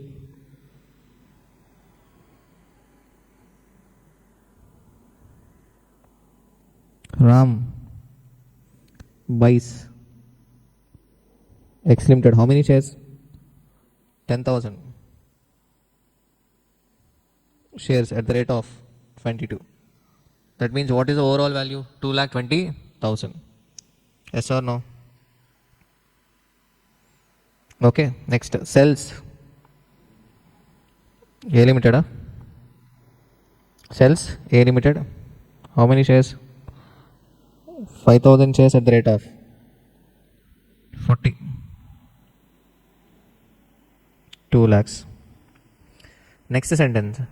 He obtains a complete hedge by Nifty futures at rupees 1,000 each. He obtains a complete hedge. Okay. So that means to hedge X Limited shares. To hedge X Limited shares, take short index at the rate of 2,20,000 into what is the beta value? We take an opposite position index for a value, portfolio value into beta. What is the beta? Beta is equal to 1.5. That means 3,30,000 short. Next, to hedge A Limited shares, take long position index. Take long position index at the rate of 2 lakhs into what is the beta? 2 lakhs into 2. That is equal to 4 lakhs. What is the overall position after netting off? Overall position is equal to long 70,000. Overall position long 70,000. Obtains a complete hedge. Now, okay, he might have taken a advice from a portfolio manager like you or a Navina or a Sirisha or me. Okay, now investor is confident that he is not going to get a loss. So how we gave advice? Based on the past. How the beta was calculated? Based on past data. So okay, so generally we expect that the past will repeat in the future. Yes or no? So let us find out what happened. He closes out his position at the closing price of the next day. At the closing price of the next day, when the share of X Limited dropped by, share of X Limited dropped by what? 2%. Share of X Limited dropped by 2%. Okay. So A limited, we took what? So share of X limited dropped by 2%. Share of X limited dropped by 2%. So X limited we have taken a long position, but share price dropped by 2%. That means what?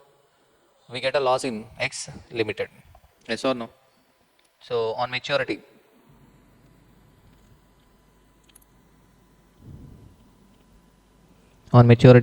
first let us start with X limited.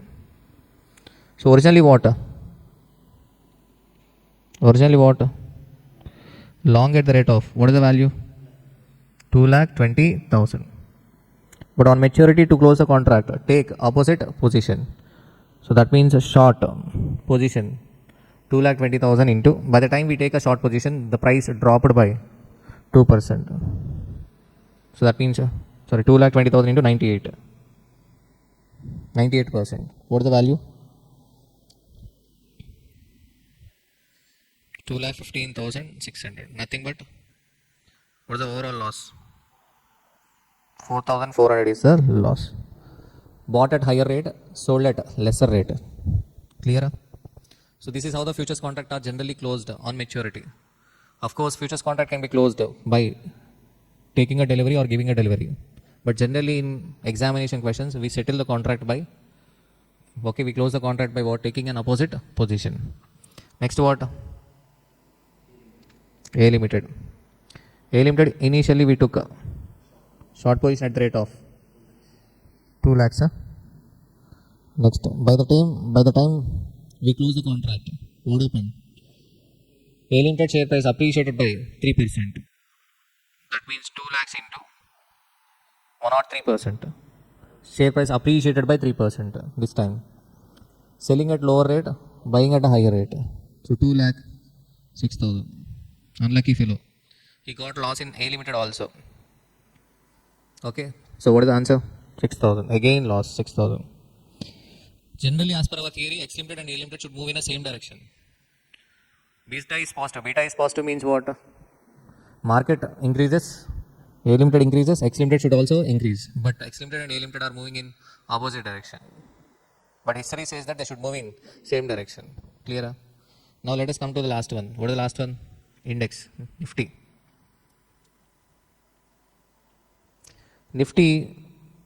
So Nifty, at least Nifty has to protect us, or no?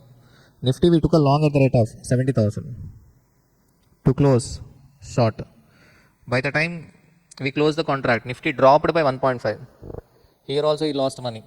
Bought at higher rate, sold at lesser rate. So what is the amount he is losing? 70,000 into. So directly we can calculate 70,000 into 1.5%. So what is this amount? 68,950. 1050 loss. In all the three cases, he lost money. Sir, why you told that hedging means you can protect from loss, you can reduce the risk? Yes, I told. Hedging is a concept of reducing the risk, reducing uncertainty. But what can I do if history does not repeat? How the beta is calculated? Understand the concept. How the beta was calculated? How this index position is calculated? Value of index position is calculated. Value of index position is equal to portfolio value into beta. Why? Simple. So if a beta is equal to 2, what is the meaning of the 2? If a market changes by 1%, security changes by 2%. For example, beta 2. If Nifty drops by 1.5, that means A limited should drop by 3%. But unfortunately, what happened? A limited increased. Then what I can do? Based on past, I gave a suggestion. But he's unlucky fellow, so that's why he got a loss, overall loss. Overall loss is equal to 4,400 plus 6,000 plus 1040. 11,450. Clear? Everybody, are you able to understand this question? Can you move on to the next question? Super 3. BSC 5,000. Value of index. So value of a portfolio 10 lakh, 10,000. Risk-free interest rate 9% per annum. Dividend yield on index 6% per annum. Beta of a portfolio 1.5. In this question, the special point is We assume that a future contract on the BSE index with 4 months maturity is used to hedge the value of a portfolio over next 3 months. 4 months maturity index is used to hedge the value of a portfolio over next 3 months. For hedging 3 months portfolio, we are using 4 months maturity index. So this is the special point in this question.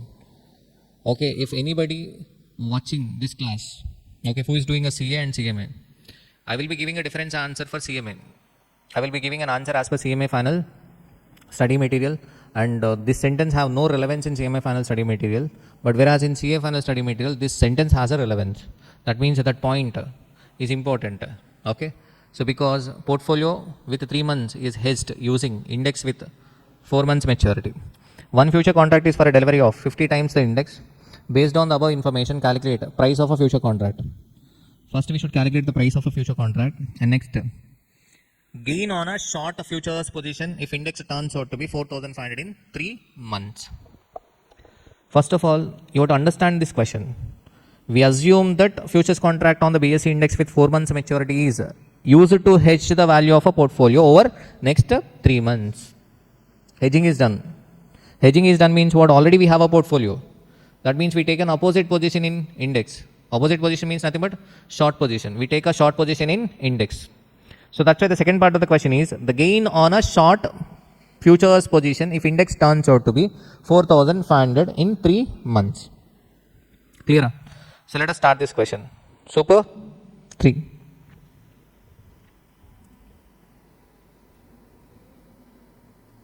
Super 3 means this question is for practice. Super 3.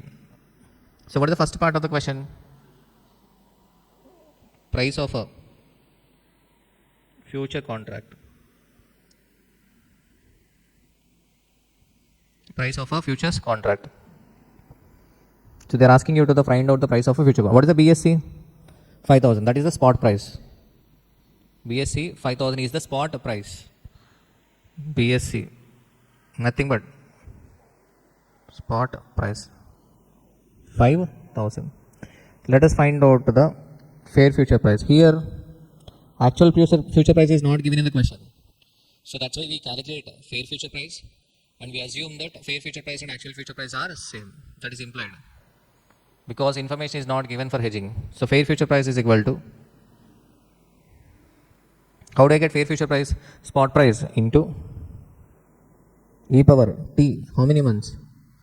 Index with 4 months maturity. Index with 4 months maturity. That means e power 4 by 12 into r minus y. What is r? 9%. That means 0.09 minus 0.06. So 5,000 into e power 0.01. So now e power 0.01 is equal to 1 plus 0.01 divided by 1, 0.01 square divided by 2, 0.01 cube divided by 3 into 2. 1.01. 1.01. What is the next one? Okay, if you calculate, you might get 1.0 something, 1.010 something. Okay, so I'm taking 1.01 because in CA study material they have taken just 1.01. That means no, simple interest is considered. But if you want accuracy, calculate this, you will get 1.01 something. So what is the value? 5050. This is the fair future price. Fair future price. Contract value. Price of future contract is equal to, what is the contract size? 50. So 50 into 5050. 2 lakh 52,000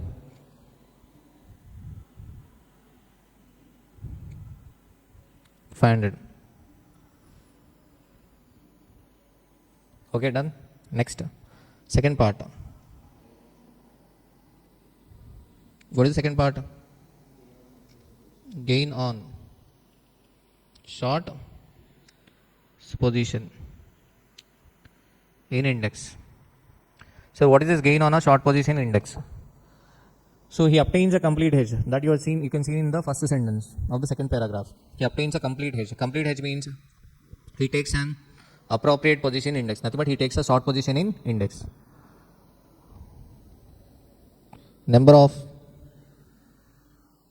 index contracts sold. Number of index contracts sold is equal to number of index contracts sold for perfect hedging. For perfect hedging is equal to, what is the portfolio value? 10,10,000 into beta 1.5 divided by 2 lakh 50 to 500. How many contracts?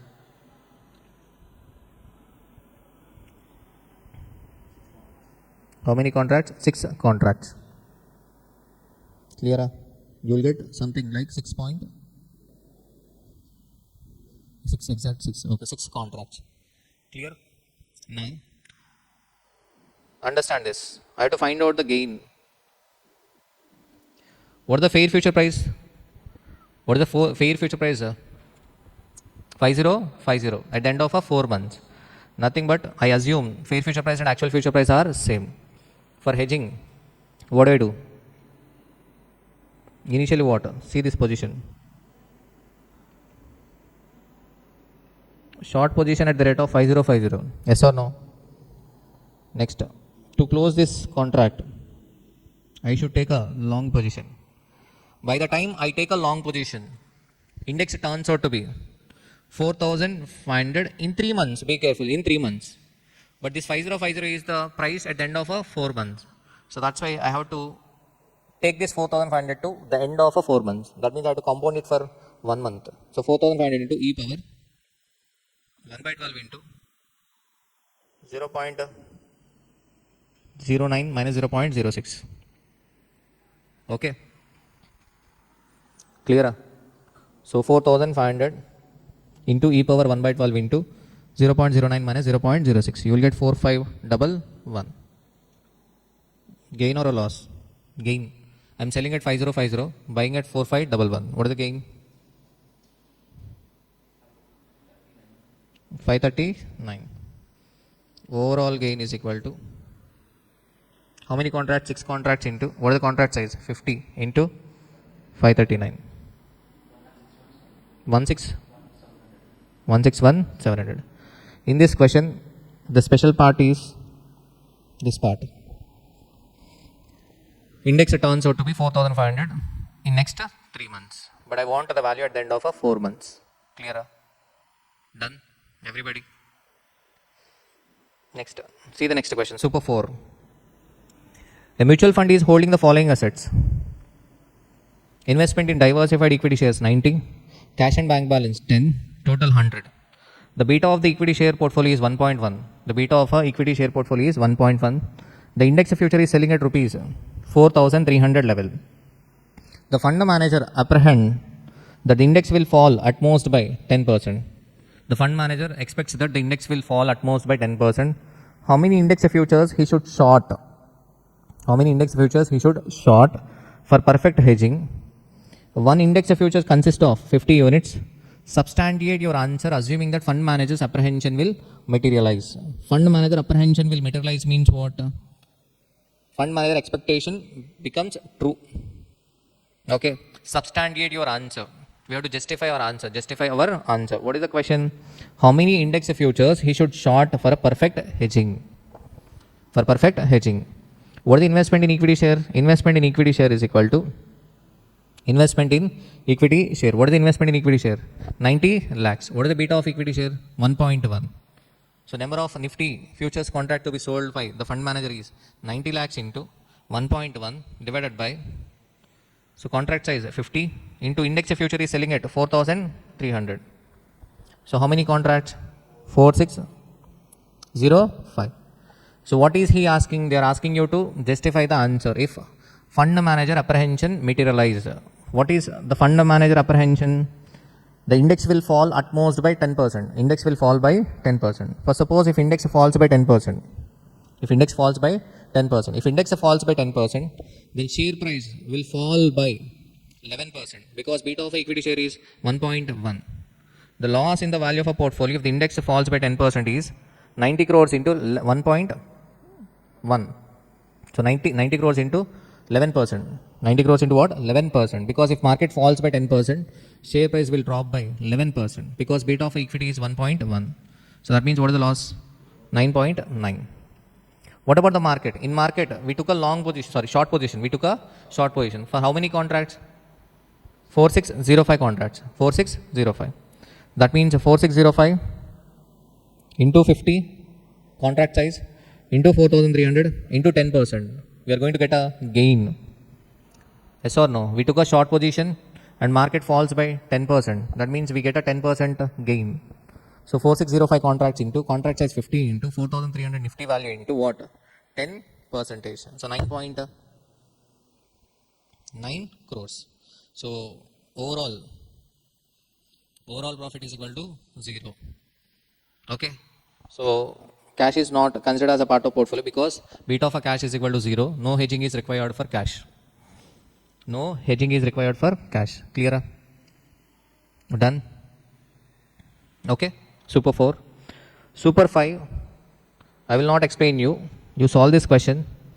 After I explain Super 7. Okay, you have to do on your own. Now see this one, Smart 8. On January 1, 2013, an investor has a portfolio of 5 shares as given below. A, B, C, D, E, price, number of shares, beta. The cost of a capital to the investor is 10.5% per annum. You are required to calculate the beta of the portfolio, the theoretical value of a Nifty futures for February 2013. We should find out the theoretical value of a Nifty futures. We are in January. So we have to find out the Nifty future value for February 2013. So that means January, February, 2 months. The number of contracts of Nifty the investor needs to sell to get the full hedge until February for his portfolio. If the current value of Nifty is 5,900 and Nifty futures have a minimum trade lot requirement of 200 units. Assume that the futures are trading at their fair value. The number of Nifty contracts to be sold to get a full hedge. If the current value of Nifty is, for his portfolio, if the current value of Nifty is 5,900, Nifty futures have a minimum trade lot requirement of 200 units. Assume that the futures are trading at their fair value. That means in this question clearly told the future value, fair future value and the actual future value are same. Assume that the futures are trading at their fair value. The number of futures contract the investor should trade if he decides to reduce the beta of his portfolio to 0.6, number of days in a year be treated as 365. Okay. So E power values are given. Simple question. You need not practice this question, just to refer. We have a similar kind of a question, next question. That question you have to practice. Okay. So this is a past examination. First we have to find out beta. How can we find out beta? Weighted average of a security beta. How can we find out the weight? Price into number of shares. You will get market value. Find out the proportion. Take the column security, market value, proportion, beta, proportion into beta. You can find out beta. I am not solving this portfolio beta. Let us take the portfolio beta value from the solution. From the solution, let us take the portfolio beta value. So what is the portfolio beta value? 0.849. Let me note down the answer, so that we need not calculate, yes or no? Smart 8.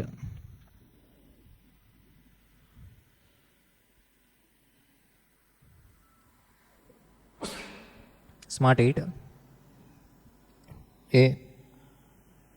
Beta of a portfolio is equal to 0.849. Clear? Next, theoretical value of a Nifty futures for February 2013. Theoretical value of the Nifty futures. Theoretical value of the Nifty futures. In this question, the special point is, how do I get theoretical value? Spot price into e power t into r minus y. Here yield is not given. Yield is not given. Spot price is given in the third part. But in second part, they are asking you to find out the theoretical value of a Nifty. So this is a special point. What is the current value of Nifty? 5,900. So B part. I am just writing the answer. Fair future price is equal to, what is the current value of Nifty? 5,900 into e power. What is the cost of capital? 10.5%. So that means 0.105 into how many months? 2 months. We are in the month of January. We have to find out the future value at the end of February. So that means 5,900 into e power 0.105 e power 0.015858. Yes or no?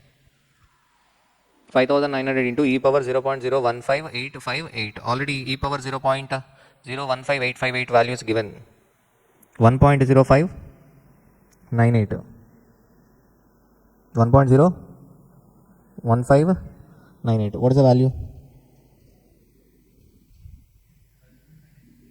599,994 is the fair future price. Second part is closed. Now see the third part. What is the third part? The number of contracts of Nifty the investor needs to sell to get a full hedge. Simple. Number of already invested in portfolio. Number of Nifty contracts to be sold. Number of Nifty contracts to be sold is equal to what is the portfolio value?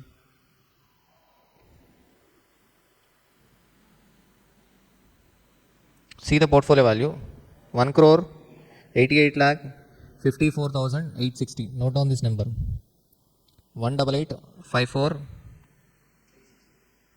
18854,860 into beta 0.849 divided by what is the fair future price? 5994. It is assumed that fair future price and actual future price are same. 5994 into contract size 200. So clear? So how many contracts? 13.35. So we can say 13 or 14 contracts. We can write 13 contracts or 14 contracts. So I am writing 13 contracts. Clear? Next, D part. What is this D part? The number of futures contract the investor should trade if he desires to reduce the beta of his portfolio to 0.6. He don't want full hedging. He do not want to reduce the beta to 0. In third part, we are going for a complete hedge. Complete hedging means target beta is equal to 0. Generally, we should apply the formula portfolio value into existing beta minus target beta divided by value of a future contract.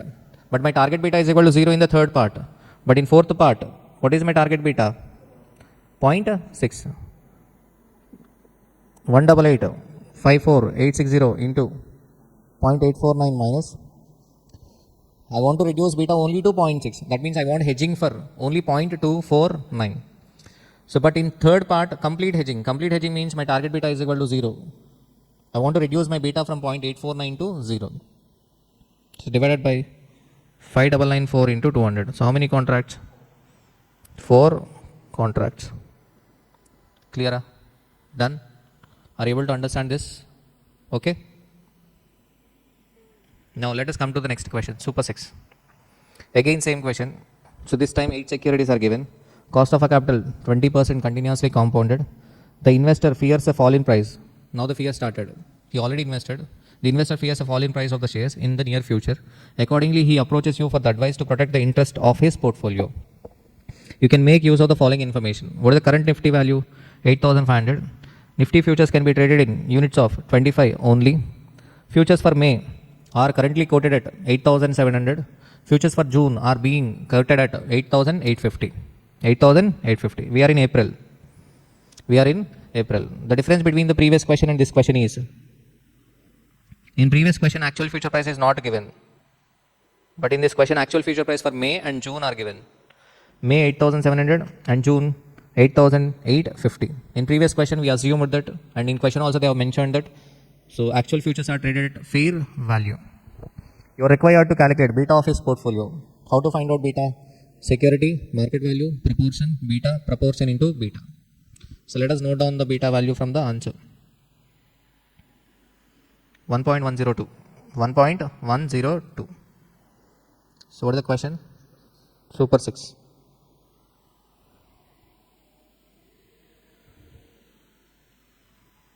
Super 6. Super 6. So Super 6. What is the beta of a portfolio?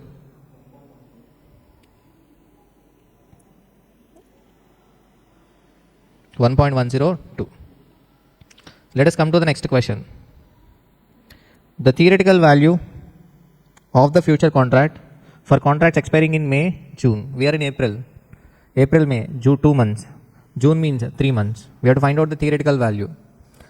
E power 0.03 is given, e power 0.04, e power 0.05 is given. Be careful with e power 0.03. High chances of doing a clerical mistake. So we have to find out what? Theoretical value. B part. B part. Theoretical value means what? Fair future price. I'm not focusing on presentation. I'm just explaining the concept. Fair future price. May is equal to. What is the current Nifty? 8,500 into e power 0.2, 20%, 0.2 into May means 2 months. 8,500 into e power 0.033 or 333. Students might take directly the value e power 0.03, which is not at all correct. E power 0.03 is different from e power 0.0333.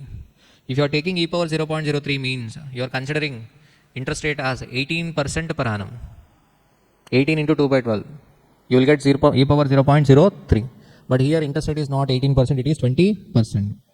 So e power 0.03 value is given in the question or not? Answer is no. You have to find out. How can I find out? E power 0.0333 is equal to 1 plus 0.0333 divided by 1 plus 0.0333 square divided by 2 plus 0.0333 cube divided by 3 into 2. Answer? What is the number?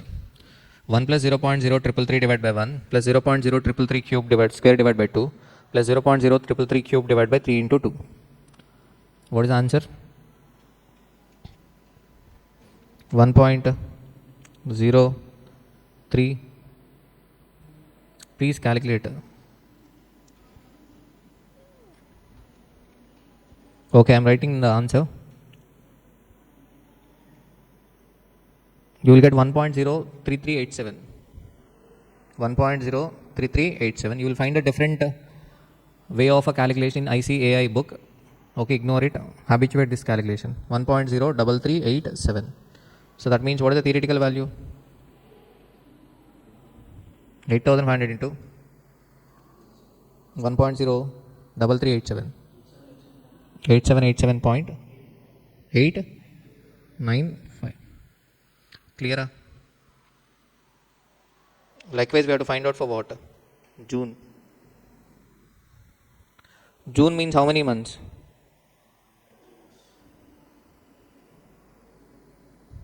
June 8,500 into e power 3 by 12 into 0.2. So that means 8,500 into e power 0.05. E power 0.05 value is given 1.05127. 1.05127. Clear? So 8,500 into 1.05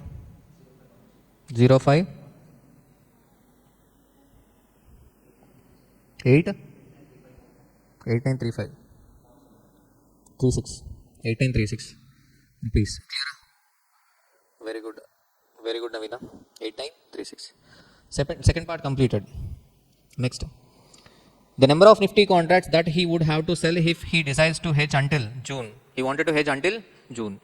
For hedging, we use actual future price. Fair future price is calculated just to check whether there is a scope for arbitrage or not. But if in the question actual future price is not given, then we assume fair future price as actual future price. But in this question, actual future price is given. So he want to hedge until June. Until June means what is the value relevant? 8850. In each of the following cases, what is the first case?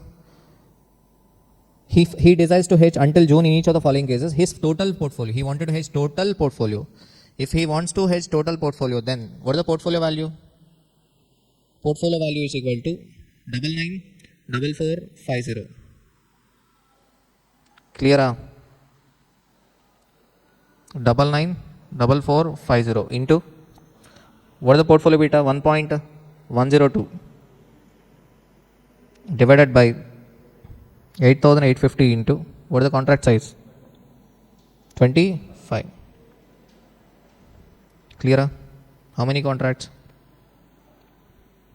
5 contracts, 4.953. That means how many contracts? 5 contracts. Clear? Second one. What is the second calculation? 994450 into 1.102 divided by 8850 into 25 into what? 50%. Only 50% of portfolio. So the answer is 2 point something. That means we can write 3 contracts or 2 contracts also. Next, the third one. What is the third one? 120%. Third one, 120%. So 994450 into 1.102 into 120% divided by 8850 into 25. 6 contracts. Clear? Any complication in this question? No, right? Are you able to understand the futures concept? Done. 6 contracts. Let us come to the last question in futures. The last question. So with this question we are going to wind up the session. Super 7. So this is important question and this question is for practice. This question is for practice. Details about the portfolio of shares of an investor is as below. Shares A limited, B limited and C limited. Number of shares, price per share and beta is given. The investor thinks that risk of a portfolio is very high. Risk of a portfolio is very high and wants to reduce the portfolio beta to 0.91. He is considering 2 below mentioned alternative strategies. He is considering 2 below mentioned strategies. He wanted to reduce the beta to 0.91. Clear? What is the alternative strategy? First one, dispose of part of his existing portfolio to acquire risk-free security. Dispose a part of the existing portfolio to acquire risk-free security. Why? Simple reason. Simple reason. Why? Because beta of a risk-free security is equal to 0. If I sell A limited share, which is having a beta 1.4, and if I include risk-free security, then what happens? Overall beta will decrease. Okay. Next, second, take appropriate position on Nifty futures, which are currently trading at 8125 and Nifty point is worth 200. That means contract size 200. What is the current, Nifty future is traded at 8125. You are required to determine portfolio beta. Simple portfolio beta. How can we find out the portfolio beta? Weighted average. The value of risk-free securities to be acquired. We should find out the value of risk-free securities to be acquired. The number of shares of each company to be disposed of. The number of Nifty contracts to be bought or sold. And the value of portfolio beta for a 2% rise in Nifty. For a 2% rise in Nifty. The value of portfolio beta. Value of a portfolio beta if there is a 2% rise in Nifty. So this question is for practice. And after this question, I'm going to discuss another question. So from portfolio management, CA study material. So I missed that question. So that question I am going to discuss, okay? First, portfolio beta. Let me note down the portfolio beta from the answer itself. What is the portfolio beta? 1.3. 1.3. I'm writing the portfolio beta. What is the question number? Super 7.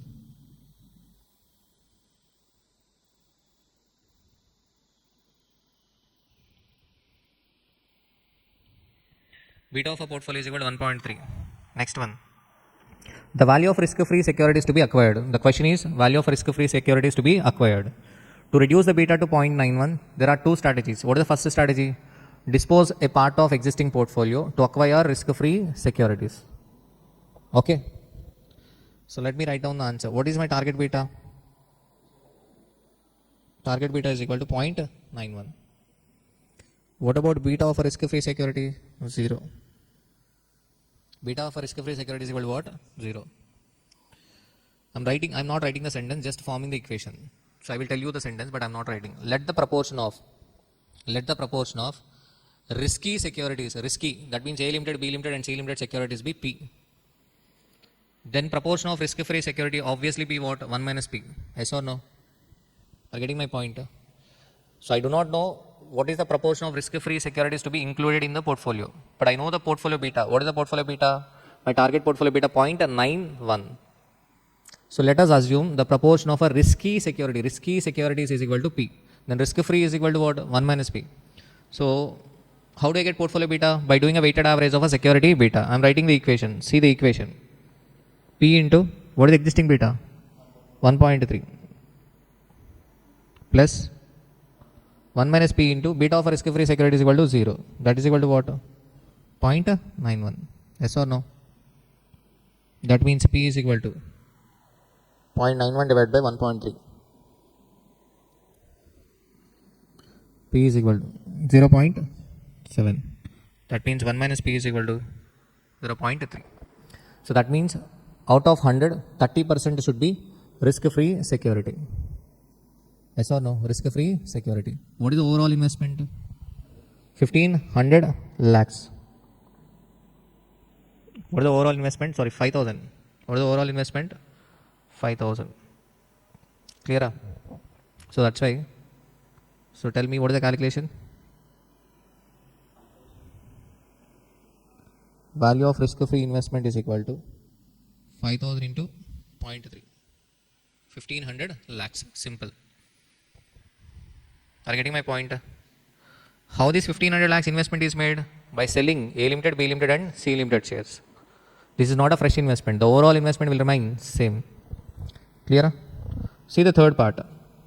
Number of shares of each company. This is the special point in this question. Number of shares of each company to be disposed of. Number of shares of each company to be disposed of. Simple. Question is silent. The question has not mentioned how the securities are disposed of. Since the question is silent, we assume that the shares are disposed proportionately. The shares are disposed of proportionately. Okay. So number of shares to be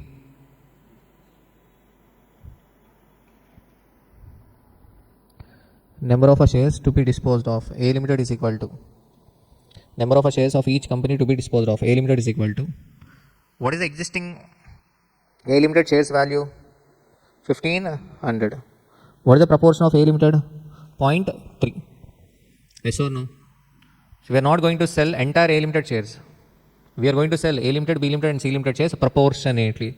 What are the proportions? 0.3, 0.6 and 0.1. These are the existing proportions. So clear?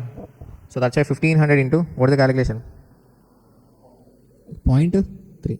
Then you will get value of A limited shares to be sold. Value. But the question is number of shares to be sold. Number of shares to be sold. What is the price per share? 500. So divide by 500. So this 500 is important. 1500 lakhs into 0.3 divided by what? 500. Answer? Point. So that means 90,000 shares. 90,000 shares. What about B limited calculation? What is B limited? 3,000 into 0.6 divided by what is the market price per share? 750. So 3,000 into 0.6 divided by 750. 2,40,000 shares. What about C limited calculation? C limited calculation is 500 into what? 0.1 divided by market price. 150 or 250? 250. 500 into 0.1 divided by 250. How many shares? 20,000 shares. Clear? This part is a special part. Done? 20,000 or 60,000? 500 into 0.1.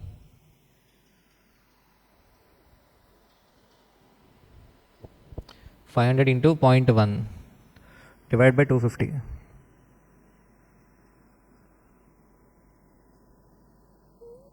20,000.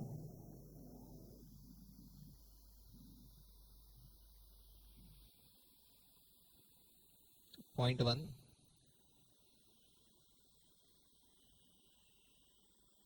500 into 0.1. Here it is, the answer is given wrong, I think. 500 into 0.1, right? So 500 is the amount into 0.1 divided by what is the market price? 250. 20,000 shares. Clear? Done? So 20,000 shares. Clear? 500 into 0.1 divided by what? 250. Clear? Here 500 into 0.1 it is 50, but they have taken what? 150. That's why they got wrong answer. See the next part. What is the next part of the question? The number of Nifty contracts to be sold. Number of a Nifty contracts to be bought or a sold. To be bought or a sold. Beta is positive. That means we take an opposite position in index. Yes or no? So that means sell or buy? Sell. Number of a Nifty contracts. Simple. D part. Number of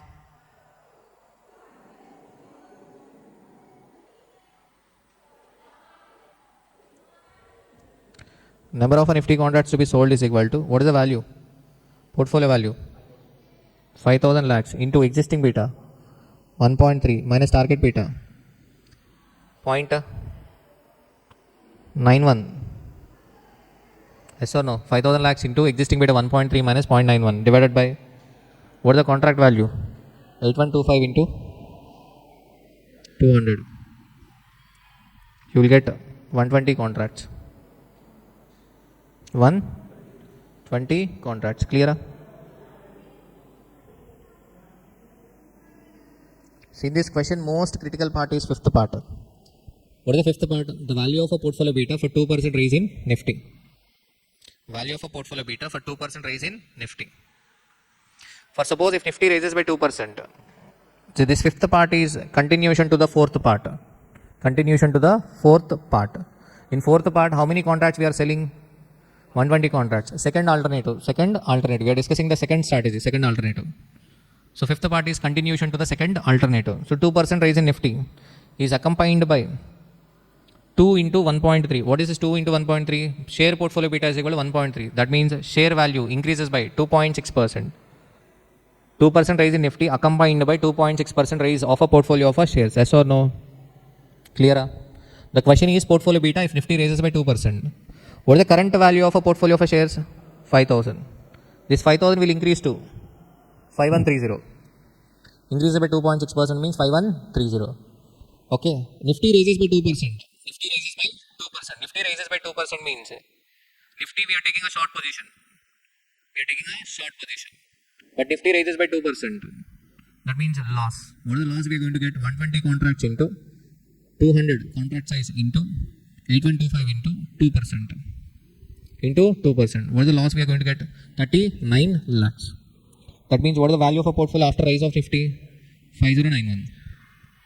The Nifty value, portfolio value after Nifty raise is equal to 5091. Are you getting my point? Because 5,000 value increases to 5130. Okay. We pay cash of rupees 39 due to the loss in Nifty. The ultimate portfolio value is equal to 5091. So that means the percentage change in portfolio is equal to 5091 minus 5,000 divided by 5,000. So 1.82%. What is the rise in Nifty? 2%. How do I get beta? Beta is equal to percentage change in portfolio divided by percentage change in market. Percentage change in security divided by percentage change in market. What is the percentage change in security here? 1.82 divided by what? Market change 2%. So beta portfolio is equal to 0.91. It will remain same. 0.91. So this is the critical part. So go through this part, and after learning this part, you have to solve a super file.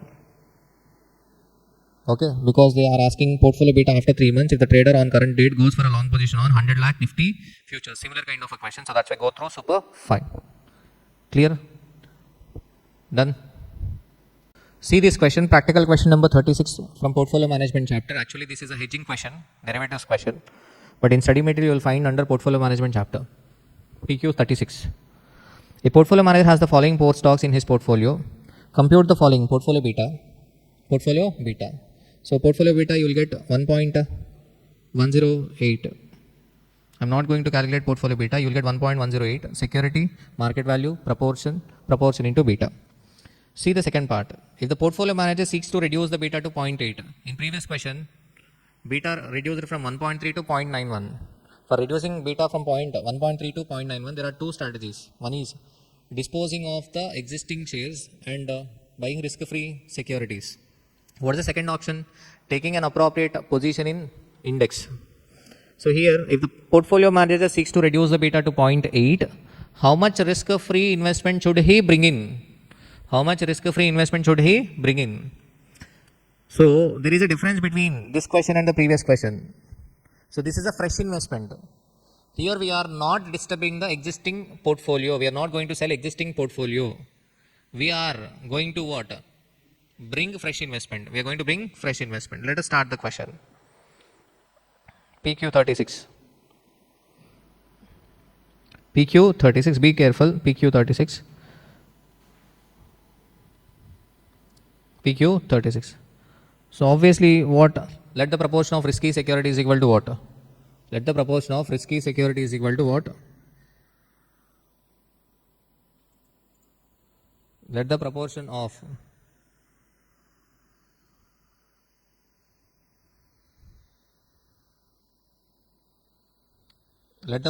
risky securities is equal to what? P. Then risk free is equal to what? 1 minus P. See the equation.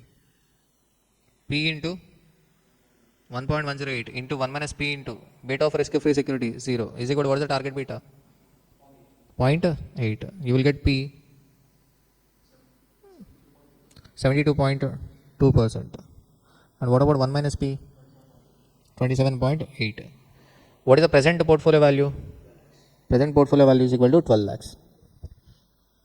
So be careful. Earlier question, this 12 lakh is equal to 100. The overall investment is remaining same. But here the overall investment is not remaining same because it is a fresh investment. We are making a fresh investment in risk-free security. So that's why this 12 lakhs is equal to 72.2%. So now the question is 27.8%. So risk-free investment is equal to 12 lakhs divided by 0.722 into 0.278. 462,050. Clear? What is the C part? C part. If the portfolio manager seeks to increase the beta to 1.2, how much risk-free investment should he bring in? Now beta has to be increased. So instead of 0.8 on right hand side take P into 1 minus P into 1.108 into 1 minus P into 0 is equal to 1.2. So P is equal to 108.3%. That means 1 minus P is equal to 8.3%. Clear? This 108.3 is equal to 12 lakhs. 8.3 question mark. So risk-free investment is equal to 12 lakhs divided by 108.3 into 8.3. 91,009. But be careful, this time we should not make a risk-free investment. We should make a risk-free borrowing. Why we should make a risk-free borrowing? Simple, we have to increase the beta.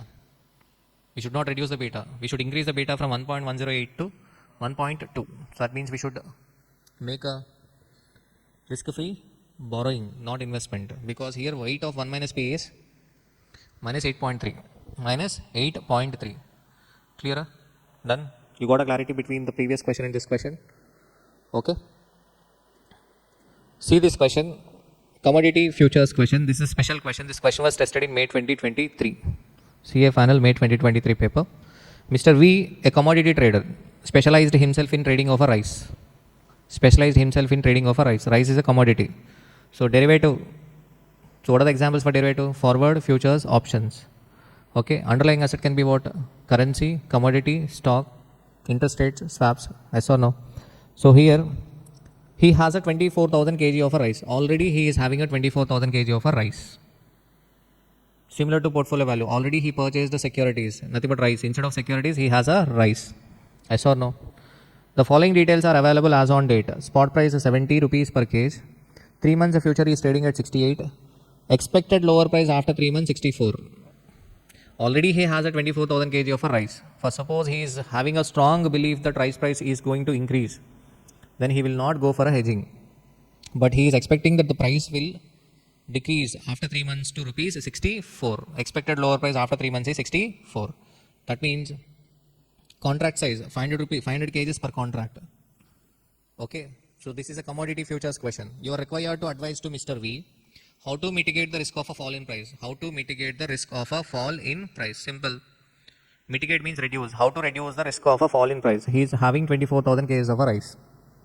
Simple. We would suggest him to enter into a futures contract. He should enter into a futures contract. To mitigate the risk of a fall in price, he should enter into a futures contract. How to use the futures market?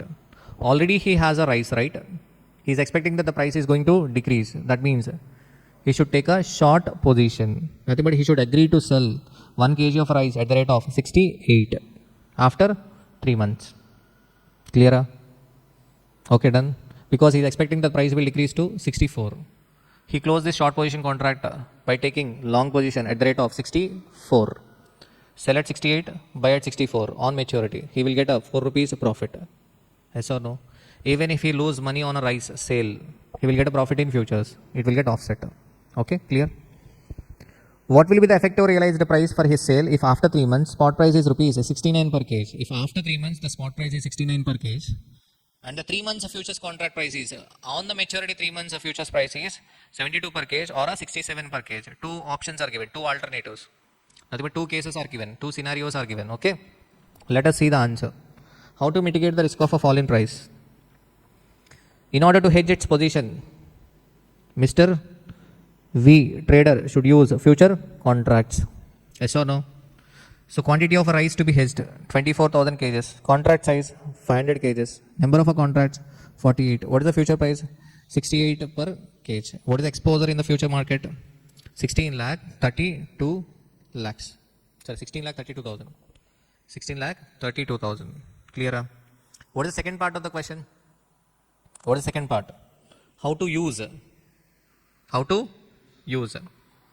How to use future contracts? He should buy or sell. Mr. V should short 48 future contracts at a price of 68 per kg and cancel its position after 3 months by buying future contract at a prevailing future price. Yes or no? Today take a short position and after 3 months what? Cancel the contract by taking an opposite position at a prevailing rate. So that is the point. Clear? Are you able to understand?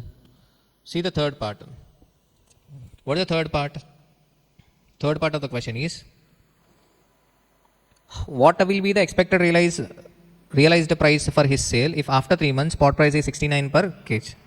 Spot price 69 per kg and future price on the maturity is 72 scenario 1, 67 scenario 2. Clear? So that 72 and 67 are used to close the contract. Clear? After 3 months, trader would cancel its position in the future by buying a future contract of a same quantity. Yes or no?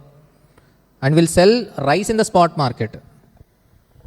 On maturity, what happens? He will sell rice in the spot market. What is the spot rate on the maturity? 69. So nothing but he will be getting 69 into how many kgs? 24,000. 16 lakh 56,000. So this is one part. So but he already entered into futures contract. Yes or no? Okay. In futures contract he took a which position? Short position. He took a short position. What is the exposure? 16 lakh 32. To close the contract, take a long position. So by the time he takes a long position, what is the value? 72. First case, 72. How many contracts? 48 contracts into 500 kgs into 72. Clear? 17 lakh 28,000. Sell at 16 lakh 32, buy at 17 lakh 28,000. So the loss is 96,000. Under futures, the loss is 96,000. Are you getting my point? Clear? Is it clear? Nothing but he is losing how many rupees per kg? 4 rupees per kg. 24,000 into 4 because he is selling at 68, buying at 72. So 4 rupees loss under futures. Clear? So the overall realization is 16 lakh 56,000 minus 96,000. So the effective selling amount is 15 lakh 60,000. So what is the effective selling price? 15 lakh 60,000 divided by 24,000 kgs. Ultimately he receives 65 rupees per kg. Simple. He is selling at 69 but losing 4 rupees in futures. Ultimately he receives only 65 rupees per kg. Clear? What is the second scenario? For suppose on the maturity the future price is 67. 7. Then he will be selling it. Sorry, he will be buying it. He will be buying it for 48 into 500 into 67. Clear? So nothing but he will get a profit of 1 rupee. Selling at 68, buying at 67, 1 rupee profit. So 24,000. Clear? 24,000 profit in futures. Overall realization 16 lakh 56 plus 24, 16 lakh 86. Effective realization 70 per case. Nothing but rice is sold at 69 plus 1 rupee profit in futures. Overall 70. Clear? So we have covered each and every concept in futures. Clear? So confidently you can go to examination. Done?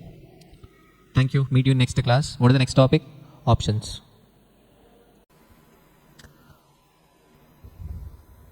So next, options.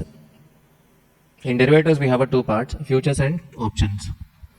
In futures we already discussed three types of concepts. I mean three types of practical questions. One is margin account, second fair future price and arbitrage, and third hedging. Okay. And next, options. In options we have two categories of questions. You will get two categories. One is option basic question. Second is option valuation models. Option valuation model. Okay. So option basics simple. In futures or options, first you should understand the basics. First of all, whether you understood the meaning of a derivative or not. I mean the concept, whether you understood a derivative concept or not. So derivative is a financial instrument, the value of which is derived from the value of an underlying asset. So what can be an underlying asset? What can be an underlying asset? Underlying asset can be a currency. Underlying asset can be a currency, commodity, stock, interest rates, or a swaps. Yes or no? So underlying asset can be anything. So here derivative value depends upon what? Derivative value depends upon the underlying asset value. Okay. So derivative value is derived from the value of an underlying asset. So that's why it is called as a derivative instrument. Derivative instrument. So what are the examples for derivative? Derivatives, currency option. In currency option we have a call option, put option. Call option and put option. Okay. In stocks we have again call option, put option. Apart from options we have futures. In futures generally we take two positions, long position, short position. Long position means buy position, short position means sell position. Yes or no? Okay, clear? So are able to understand the concept of derivatives? In derivatives we have seen futures. So what is the difference between forward contract and futures contract? The main difference, in forward contract there is a risk of a default. In futures we do not have a risk of a default. Why there is no risk of a default in futures? Because we have a concept of initial margin, maintenance margin and variance margin. Yes or no? Initial margin is a security deposit. Security deposit. A person who is taking a long position and a person who is taking a short position both have to deposit initial margin. They both have to deposit initial margin, and the profit and loss is calculated on a daily basis. So that's why there is no chance of risk of a default. Yes or no? So later on we discussed fair future price. What is the fair future price? Fair future price means what the price should be in the futures market. We compare the fair future price and actual future price, and if there is a mismatch then there is a scope for arbitrage. Yes or no?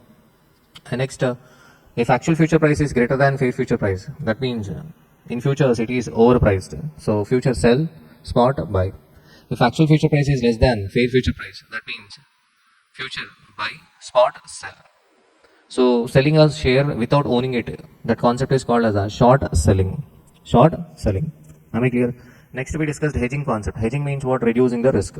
In market there can be three types of players: speculator, arbitrator, hedger. Speculator, a person who takes a risk and he may earn a profit or loss. He may earn profit or incur loss. The next what? Arbitrator.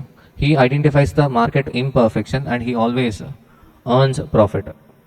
Okay. So that is what we have learned in second concept, fair future price and arbitrage.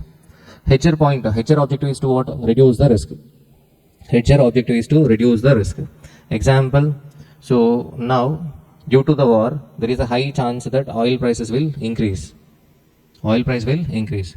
So the people, I mean the companies which are dependent on oil especially, so they will what? Hedge against the increase in oil price. If oil price increases, what happens? The companies which are mainly dependent on oil, so their input cost will increase. So in order to protect themselves from the increase in oil prices, they may use derivatives to reduce the loss. So hedging means mitigation of a risk. Hedging means what? Mitigation of a risk. So for understanding this hedging concept, first you should know the portfolio management. First understand the portfolio management chapter. In portfolio management, first we calculated the return and risk of a security. Yes or no? Return and risk of a security. See the link.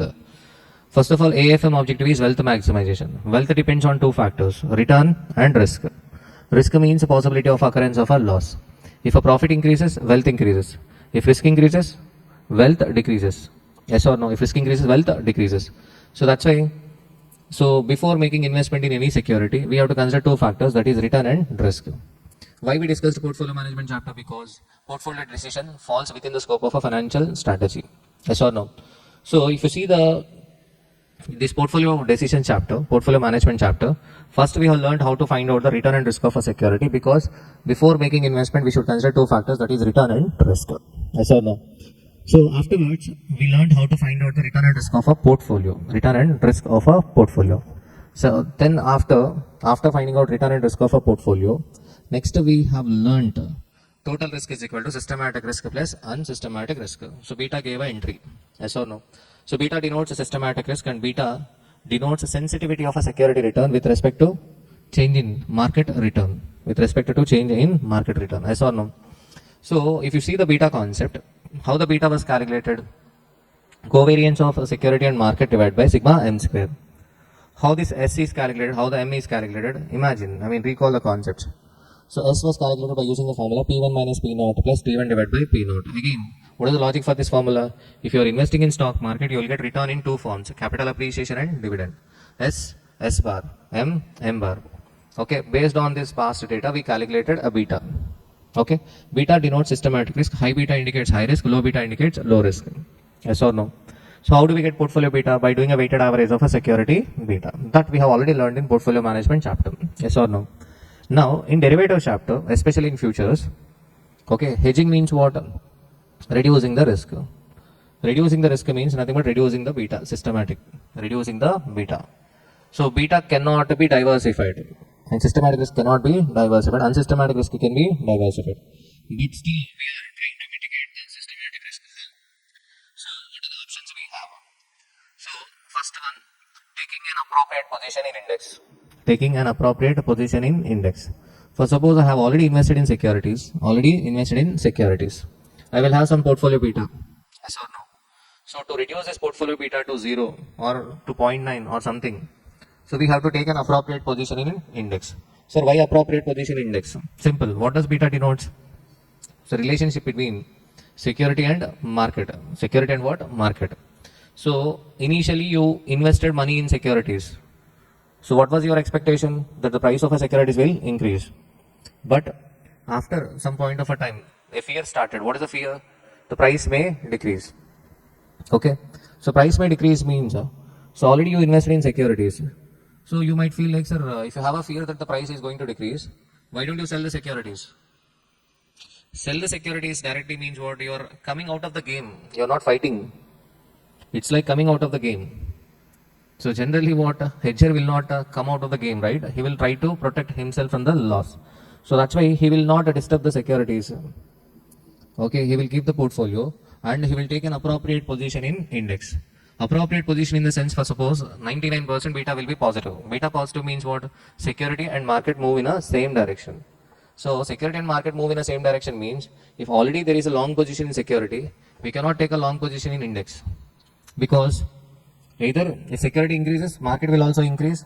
You will get profit in both the security and market, or you will get loss in both security and market. So that's why you should take opposite position. You should take opposite position. For what a value you should take an opposite position? We cannot take the same exact portfolio value because beta 2 means what? 2 times of a market. 2 times of a market. Security changes 2 times of the market. So that's why while taking an appropriate position in market, what should be the value? The value should be equal to portfolio value into beta. How do we get number of Nifty contracts to be sold or buy? Portfolio value into beta divided by value of one future contract. So the one more difference between forward contract and futures contract is, in forward contract there is no standardization, there is no contract size concept, but in futures we have a concept of contract size. Contract size. Are you getting my point? Clear? Okay, so hedging, simple. Sometimes they might ask for full hedging. If they ask you to go for full hedging, then portfolio value into beta divided by what? Value of a Nifty contract. Okay, sometimes they might ask you to what? Okay, reduce the beta to zero point 0.9 or 0.8 or 50%. So then what is the formula we apply? Portfolio value into existing beta minus target beta divided by value of one Nifty contract. Clear? Okay. So nothing but second formula we apply. Full hedging means your target beta is equal to 0. So that's a portfolio value into existing beta divided by value of a Nifty contract. Am I clear? Done. Okay. So hedging concept is simple if you can understand. So the basics very important. And in futures, if we are taking a long position as on today, okay. So on the maturity to close the contract, we take a short position. For suppose if we are taking a short position as on today, so on the maturity we take a long position. Okay. If we are taking a short position in security, we take a long position in market. Long position in market. Yes or no? Clear? So generally futures contracts can be closed. The futures contract can be closed on the maturity by delivery. By delivery, or generally what? Instead of delivery, futures contract is closed by settling the difference in price. Nothing but by taking an opposite position in index. Clear? In books. Are you getting my point, everybody? So clear futures. So we have completed futures. Now the concept we are going to start is options. Options. So option is also a financial derivative that gives the buyer a right but not an obligation. The buyer of option will get a right but not an obligation to buy or sell an underlying asset at a predetermined price on or before a specific date. So before understanding these options, generally derivatives, so I have already told, in markets there can be two segments, cash segment, future segment. Cash segment means delivery today, contract is entered today, delivery is done today, and the price is decided today. But whereas in future segment that can be a future or options or a forward contract. In forward contract, futures are an option. Futures are an option. The common point is we enter into a contract today, we decide the price today. We decide the price today for the future. For the future. Are you getting my point? Okay. We decide the price today. Okay. So the common point in forward, futures and option. So first, in order to avoid the confusion, be careful the contract is entered today. But for the future. For the future. If you maintain this clarity, you can easily solve the questions in examination. Okay. So whether it is futures, options or a forward contract, all the contracts are entered today for the future. Okay, getting my point? So generally, if I have an expectation that the dollar price is going to increase in the future, so what if I need a dollar? If I need a dollar in the future, then I will what? I will take a long position for dollar. I will take a long position for dollar. Clear? Done? Okay. So hedging. Generally, these derivatives are used for hedging, or these can be used for speculation, or these can be used for arbitrage. Arbitrage. Clear? Okay. So now let us talk about options. Option is a financial derivative that gives a buyer a right but not an obligation to buy or sell an underlying asset at a predetermined price on or before a specific date. In options, mainly you should understand the basics only. Okay. So advanced concepts and all, so you can easily understand. First the basics. So option is a right. The main difference between forward, future and option is forward is an obligation, future is also an obligation. Option is a right to the buyer but obligation to the seller. Getting my point? In futures, for suppose I have taken a long position, you have taken a short position. For both of us it is an obligation. For both of us it is an obligation. So I have I'm obliged to buy and you are obliged to sell. But whereas in option, what buyer of option will get a right to buy or a sell. Right to buy is called as a call option. Right to sell is called as a put option. Okay. At the end, if you have any confusion, at the end you will get the clarity. Okay. The entire clarity. Types of option: call option and put option. Call option and put option. Call option means right to buy an underlying asset at a strike price at a future date. At a future date. So put option, right to sell an underlying asset at a strike price at a future date. So when do we exercise the call option? Call option is exercised when FSP, future spot price, is greater than X. Future spot price is greater than X. And a break even FSP is equal to X plus P. Expectation, holder expects that price will increase. Okay. And writer expectation that price will decrease.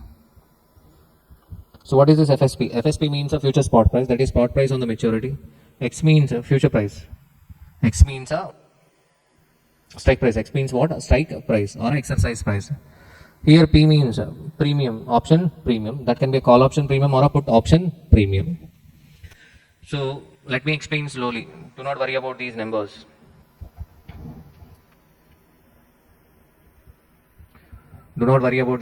Okay.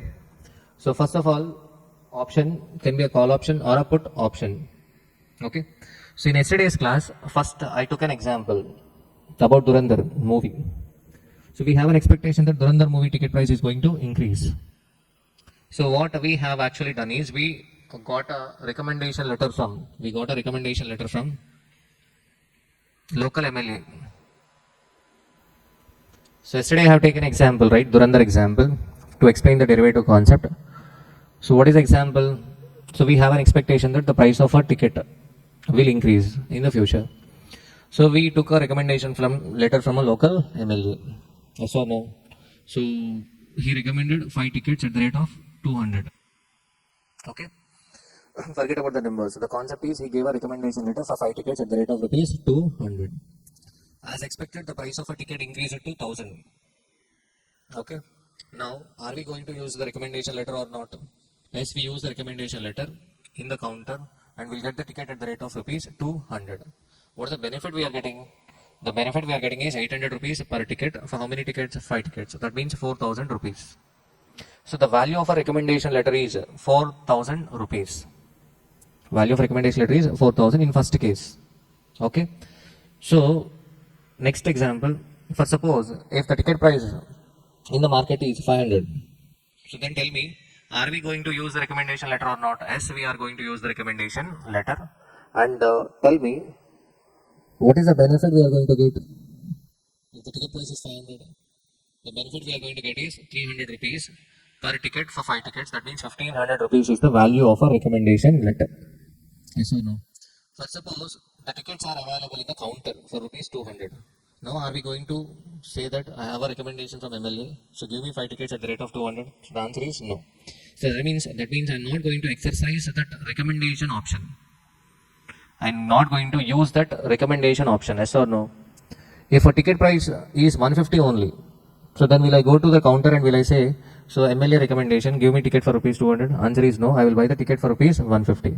So that means in last 2 cases, the value of a recommendation letter is equal to 0. So in my example, underlying asset is a cinema ticket. Okay, derivative is recommendation letter is a derivative. Recommendation letter is a derivative. So this derivative recommendation letter value is derived from the value of an underlying asset, that is ticket price. Okay. Same example, let us assume instead of Dhurandhar ticket price, cinema ticket, let us assume a call option. Call option. Call option means what? Right to buy. Call option means what? Right to buy. So in previous example also I have a right to buy Dhurandhar cinema ticket price at rupees 200. Yes or no? So Zomato call option. What is the meaning of this Zomato call option? I have a right to buy Zomato share at the rate of rupees, let us assume 200. What is this 200? 200 is called as a strike price. Exercise price. So nothing but I have a right to buy 1 share at the rate of 200. Clear? Okay. Call option means right to buy. That is only a right to buy, not an obligation. For suppose if in the counter cinema ticket is available for rupees 100, then simple, I will not use the MLA name. Yes or no? Likewise, it is a right, not an obligation. So derivative is a simple concept and option is also a simple concept. Option is a right to buy or a sell. So right to buy is called as a call option. Right to sell is called as a put option. Okay. So instead of Dhurandhar, you can imagine any company share, the same concept. Okay. So let me explain with an example which is given in the concept book. First, a call option of a HDFC bank. Call option of a HDFC bank. Strike price is 1700, expiry 3 months. So maturity 3 months. Maturity how many months? 3 months. What is the strike price? 1700. Call option of a HDFC bank. What is the underlying asset here? HDFC bank share. HDFC bank share is the underlying asset. What is the derivative? Call option. Call option is a derivative. Underlying asset is a HDFC bank share. So what is the strike price? 1700. It is also called as exercise price. Exercise price. Now the next point is so there can be a buyer and seller. I am the buyer of option. I am talking from the point of view of a buyer of the option. Buyer has a right. Seller do not have a right. Seller is under an obligation to buy or a sell. Okay. So I am talking about a buyer of an option. So after 3 months, what is the meaning of the 1700? I am the buyer of option, buyer of a call option. I have a right to buy one HDFC bank share at the rate of 1700 at the end of 3 months. On the maturity, I have a right to buy one HDFC bank share at the rate of 1700. Clear? So I have entered into a contract as on today. Maturity is after 3 months. Clear? So I will wait for 3 months. After 3 months, HDFC bank share price, for example, it increased to 1850. It increased to 1850. Now tell me, so I will exercise an option to buy at 1700 or not? I will exercise an option to buy at 1700. Buyer of option is called as a holder. I am the holder. Holder exercises the call option, buys at 1700. He will buy at 1700 and he can sell immediately in the market for rupees 1850. So that means what is the profit he is getting? 150 rupees per share. 150 rupees per share. Am I clear? Done. Now, what about the other side? For suppose if HDFC bank share price is less than 1700. For suppose HDFC bank share price decreases to 1600 rupees. 1600 rupees. I have a right to buy at 1700. Am I going to buy at 1700? No. Why? Because in market I can get it for rupees 1600. So option, the name itself indicates option. It is an option, not an obligation. It is an option. So that's why in second case, option is not exercised and the value of a call option is 0. But if it is a forward contract or a futures, then what? It is an obligation.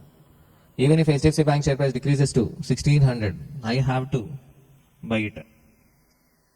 Clear? I have to buy it 1700. I have to buy it 1700. That's a long position at 1700, short position at 1600. Short position at 1600. I have to buy at 1700 and sell at 1600. So that means futures is an obligation, but option is a right. In options, two parties are involved. One is buyer of option, second is seller of a option. So for buyer it is a right and for seller it is an obligation. So now you will get a doubt. Sir, buyer of option is getting a right, but seller of a right, it is an obligation. Okay. How the buyer will get a right? Simple. Buyer has to pay premium. Buyer has to pay premium. So that premium is not a security deposit. Premium is an expense and it is non-refundable. And it is non-refundable. You will not get back the premium. Once you pay the premium, whether it is call option premium or a put option premium, you will not get the refund. But whereas in futures, initial margin is a security deposit and you will get back. You will get back the initial margin. Are you getting my point? Okay. So buyer of option is called as a holder. So let us assume throughout the class, I am the holder, you are the writer. Okay. Seller of option is called as a writer. So in this example, I am the holder. I am getting 150 rupees profit in first case. What about you? You are going to lose 150. In second case, I am getting profit 0 and you are losing 0. But I have to pay premium, right? I have to pay premium. So first case, for suppose let us assume premium is equal to 50 rupees. Premium is equal to 50 rupees. First case, so the net profit for me is 150 minus premium 50. So net profit is 100. What about you? What about you? What about you? You are going to lose 100 rupees. What about second case? Second case, I am going to lose premium, that is 50 rupees. And what about you? You are getting a gain of 50. You are getting a gain of 50. That means holder loss will be maximum premium. Holder loss will be maximum premium. Likewise, writer will get a maximum profit of premium. Maximum profit of premium. Clear? Are you able to understand? If you are not able to understand basics, please let me know.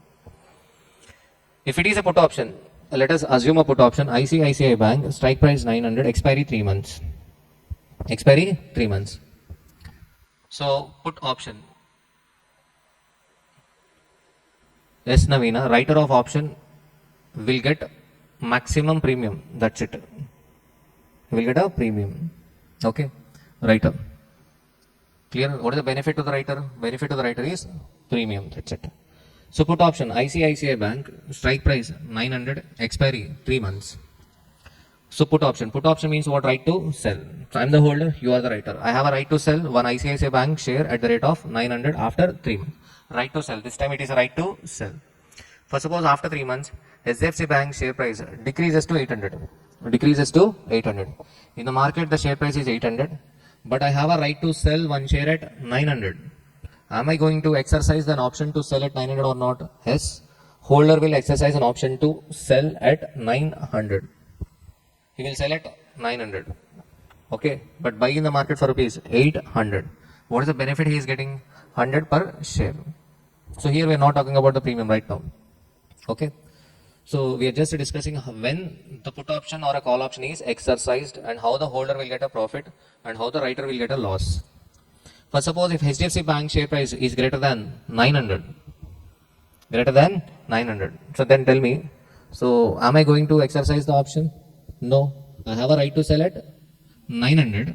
I have a right to sell at 900, and in the market if the share price is 1000 rupees, if I have a share, I will sell at 1000 in market. Why would I exercise the put option and sell it for rupees 900 only? So that means option is not exercised and the value of a put option is equal to 0. So simple.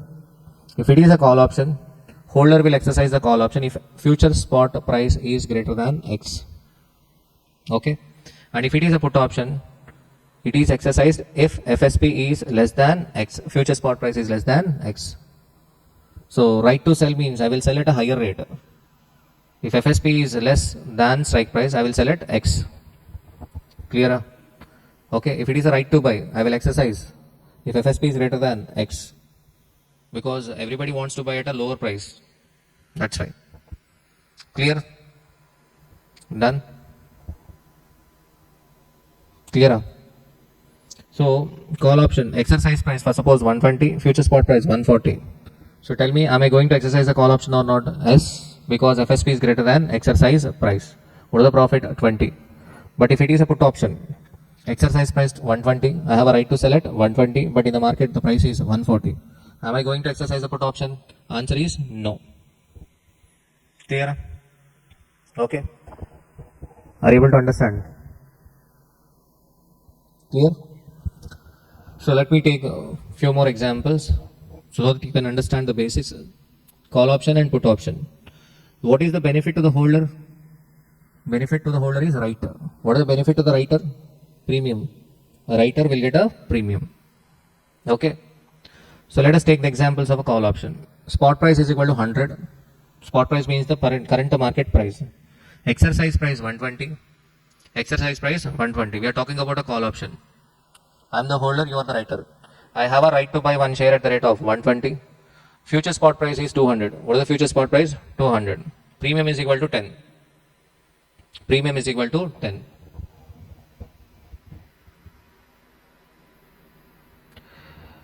I am the holder of call option. Navina, what is your doubt? If I am the holder of call option, I will exercise the option. But writer denies to sell. How can the writer denies to sell? Writer is under an obligation. Writer is under an obligation. Okay, writer do not have a right. Seller of option is under an obligation to buy or a sell.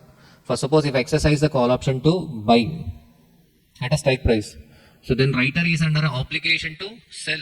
He has to sell. He has to sell. Because he received a premium in advance. At the time of entering into a contract itself, writer has taken a premium. He agreed to sell, okay, share at the exercise price. You're getting my point? So understand carefully, this is a simple concept. Okay, for me options, I feel like it is very easy concept. But some students initially might feel confused. Simple concept. Okay, I am the holder of a call option. Holder of a call option generally expect that price will increase. Price will increase. FSP will be greater than X. Greater than X. So that's why I will buy the call option. I pay premium and I will buy the call option. Okay, my expectation is what future spot price will be greater than exercise price. I can exercise the call option and I can get a benefit. This is my expectation.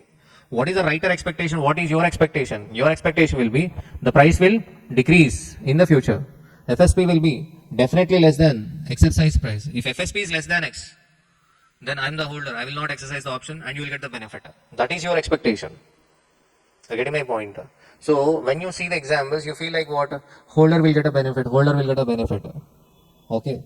So it is not in every case. If most of the times if holder gets a benefit, then what everybody buy? Everybody will buy the call option or a put option. You're getting my point. Okay. So see the examples, a few more examples. Exercise price 120, future spot price 200, premium is equal to 10. Premium is equal to 10. Understand this case 1. Today itself, we both are entering into a contract. I am the holder of call option, you are the writer of a call option. You are selling call option to me. Okay. Now, what is the premium? 10 rupees. Who will pay premium? Holder, myself, will pay premium 10 rupees to you. You are the writer, right? Done? Okay. So we enter into a contract as on today. What is the contract? I agree to. Okay. I agree to. Nothing but I have a right to buy one share at 120 on the maturity. But what about you? You are under an obligation. You are under an obligation to sell one share at the rate of 120. You are under an obligation because you are receiving premium 10 rupees as on today. So that's why on the maturity you are under an obligation to sell one share at the rate of 120. So on the maturity, what happened? On the maturity, the future spot price is 200. Future spot price means spot price on maturity. What is the spot price on maturity? 200. Okay, so even though the price is 200, you are under an obligation to sell it 120. I have a right to buy it 120. So what I am going to do? What is the action? I will exercise the call option. I will exercise the call option. What is the benefit I am getting? So I am getting 200 rupees worth share for just 120. So what is the benefit? 80. But already I have paid a premium. Forget about time value for money for the time being. So 80 rupees minus 10, 70. So that 80 rupees is called as a value of a call at maturity. Value of a call at maturity. Clear? Navina, first example, is it clear? Pavani, is it clear? First example. First example, is it clear? Rajiv, is it clear? First example. Okay, done. Let us come to the case 2. I expect answers from you. Spot price 100, exercise price 120, future spot price 140. Premium 10. Premium 10. So I have a right to buy at 120, but in the market it is 140. So tell me, I will exercise the option and will buy one share which is worth 140 for rupees 120. So that means what is the value of a call option at maturity? 20 rupees. Okay, net payoff is equal to 10 rupees. What is the net benefit I am getting? 10. What about you, writer? You will be losing 10. You will be losing 10. Why? Because you are selling one share which is worth 140 for rupees 120. You are losing 20 there, getting a premium of 10, and your net loss is equal to 10 rupees. Clear? Case 3. Case 3. Exercise price 120, future spot price 130. Okay. I will exercise the option. I will buy 130 rupees worth share for rupees 120 and will receive a benefit of 10. But I have already paid a premium of 10. So that means net payoff is equal to 0. Clear? This 130 is called as a break-even FSP. No profit, no loss. Holder is not getting any benefit, writer is not getting any benefit. So no profit, no loss. Clear? Getting my point. So here, break-even FSP is equal to strike price plus premium. 130. 130 is nothing but what? Exercise price 120 plus premium 10. So in case of a call option, break-even future spot price is equal to exercise price plus premium. Done. So case 4, exercise price 120, future spot price 120. Am I going to exercise? Answer, exercise or lapse? No difference. Even if you exercise, you will get a benefit 0. Even if you allow the option to lapse, 0. Okay. So value of a call option at maturity is 0, but you are losing premium. What is the premium paying? You are paying a premium of rupees 10. So holder loss 10, writer profit 10. Case 5. Case 5 again same. Ignore case 5, okay? Clear? Now let us come to what? That has come to put option. Spot price 100, exercise price 120, future spot price 200. Premium is equal to 10. So I have a right to sell at 120, but what is the price in the market? 200. I have a right to sell at 120. You are under obligation to buy at 120. Okay, buyer of option is different from buyer of a stock. Okay, here I am the buyer of put option. So that means I have a right to sell one share at the rate of 120. On the maturity, what is the price? 200. Okay, will I exercise an option to sell at 120? Answer is no. I will sell in the market. So that's why action lapse, value for put at maturity 0, net payoff minus 10. Holder loss 10, writer profit 10. Case 2, exercise price 120, future spot price 120. So tell me, lapse, value for put at maturity 0. Holder loss 10, writer profit 10. For suppose if future spot price is 110. Future spot price is 110. So tell me, I will exercise an option to sell at 120. If I sell in the market, I will get only 110. So, but I will exercise the option to sell at 120. So what is the benefit? I am getting 10 rupees. That is the value put at maturity, but net benefit is equal to 0. So this 110 is called as a break-even FSP under put option. How do we get break-even FSP under put option? Exercise price minus premium. What is exercise price? 120 minus premium. Clear? Case 4. If FSP is 100, I will exercise an option to sell at 120 because I can sell one share which is worth 100 rupees for 120, get a benefit of 20. Net benefit is equal to 10. Case 5. This is the worst case scenario. This is the best case scenario for holder, worst case scenario for writer. For suppose future spot price of the share is equal to 0.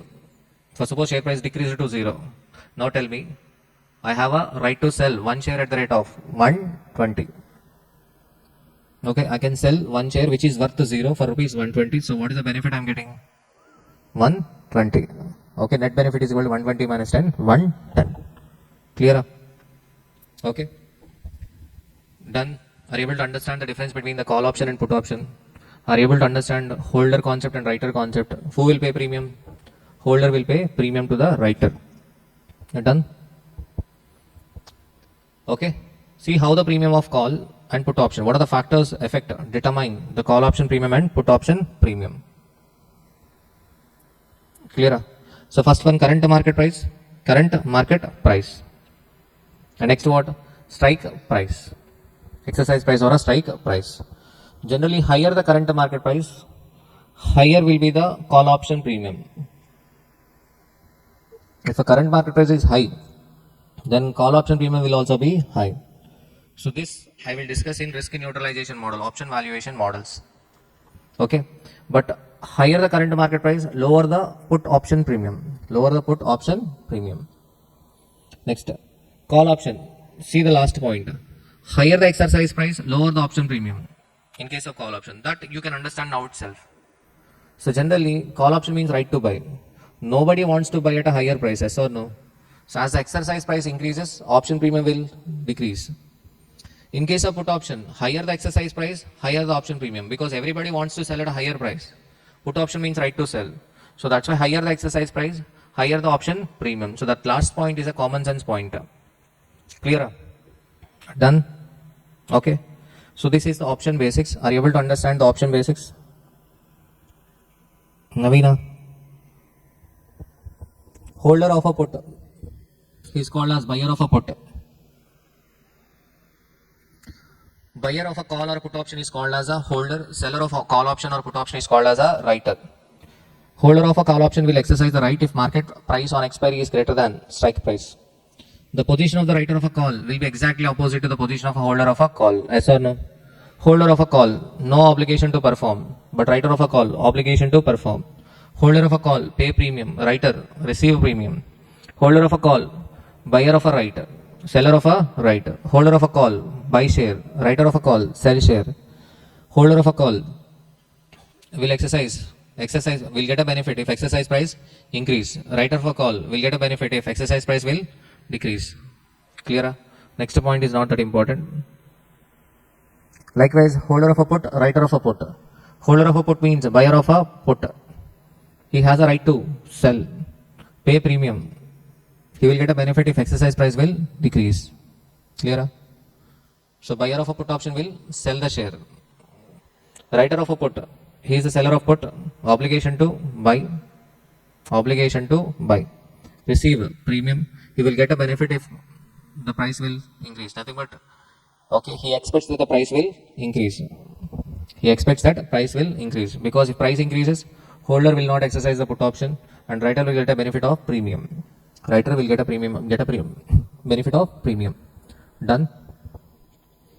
Navina, is it clear? Okay. So let us start questions. Smart 9. So I am taking too much time for option basics because to make you understand option valuation models easily. So basics are important.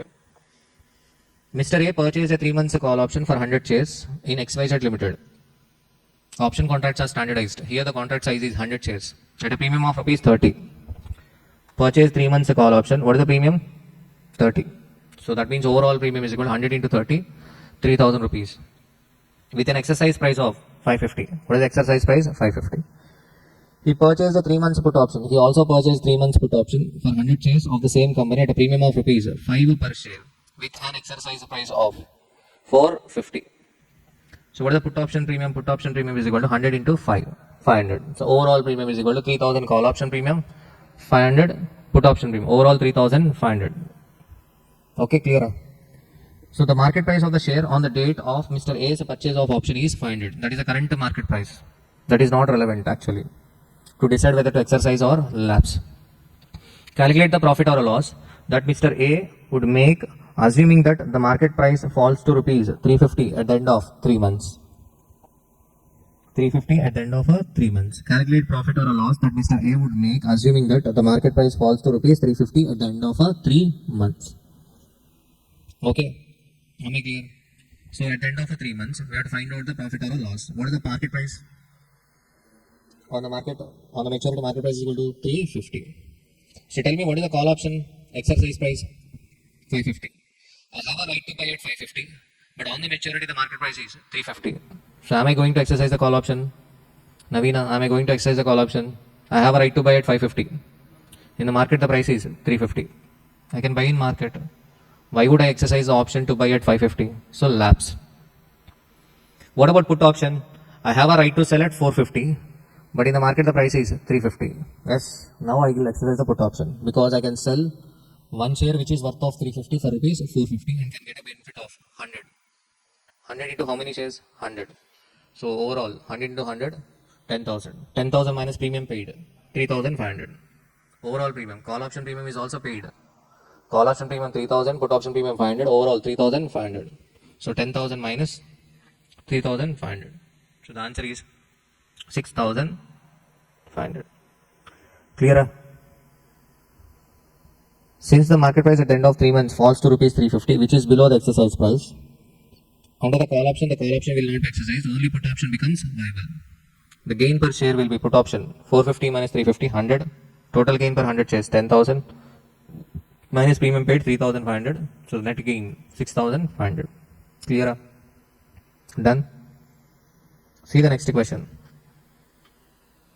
The market received a rumor about ABC Corporation tie up with a multinational company. This has induced the market price to move up.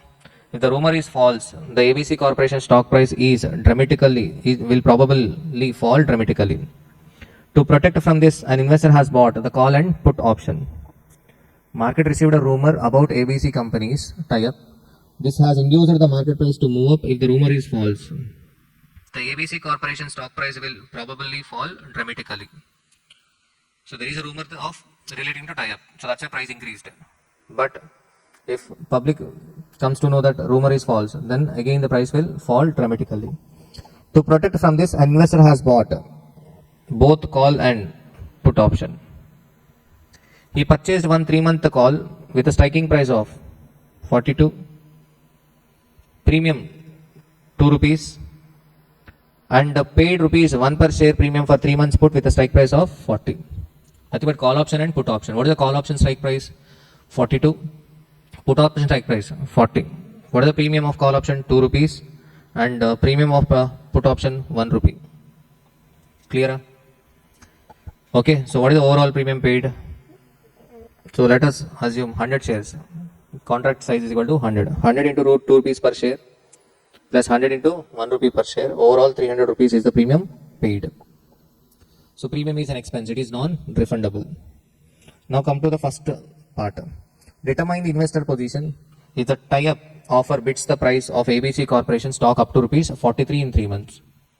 In next 3 months, the price increases to 43. If a price increases to 43, so then what is the strike price of a call option? 42. I have a right to buy at 42, but in the market the price is 43. Exercise the option and I will get a benefit of 1 rupee for how many shares? 100 shares. What about put option? Put option strike price is 40. I have a right to sell at 40, but in the market the price is 43. Will I exercise the put option? No. I will allow the put option to lapse. So that means only call option. Price increases to 43. Since the market price is higher than the strike price of the call, the investor will exercise it. So what is the benefit? Rupees 1 per share gain on call. The net loss is 200. We already paid premium. What is the premium? 300. What is the gain on call option? 100. So the net loss is 200. Clear? Determine the investor's ending position if the tie-up of program fails and the price of a stock fall to 36 in 3 months. If a price falls to 36, what is the call option strike price? 42. I have a right to buy at 42, but in the market the price is 36. So tell me, am I going to exercise? No. So what about put option? I have a right to sell at 40. What is the price on maturity? 36. I can sell share at 40, which is worth 36. I will get a benefit of 4 rupees per share into 100. 400. Already premium paid. 300. So gain is equal to 100. Gain is equal to 100. Clear? Navina, is it clear?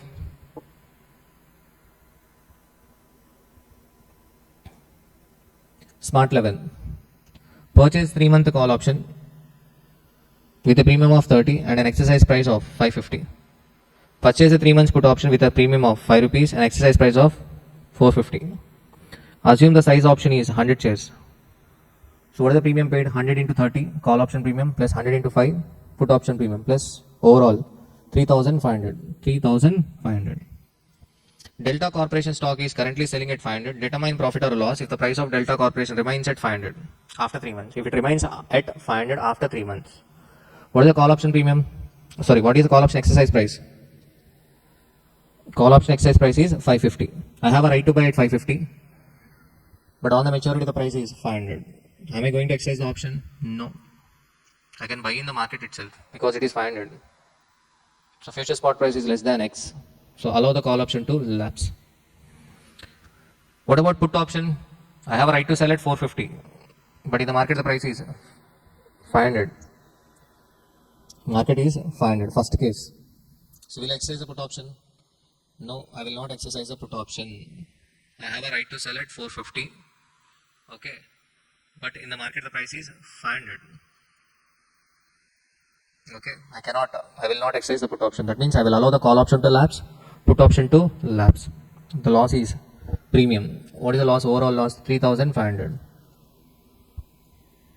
Clear? For suppose if a price falls to 350, allow call option to lapse, exercise put option, and we'll get a benefit of 100. Because I can sell one share worth 350 for rupees 450, I will get a benefit of 100 into 100, 10,000. Minus 3,500, 6,500 is the gain. Clear? Third case, if the price increases to 600, allow, exercise the call option. You have a right to buy at 550. You can buy one share for rupees 550, which is worth 600. You will get a benefit of 50 into 100, 5,000. Okay, minus 3,500 premium. So 1,500 is the profit. What about put option? I have a right to sell at 450, but in the market the price is 600. I will allow the put option to lapse because it is better to sell in the market. Clear? Navina, are you able to understand the questions? See the next question.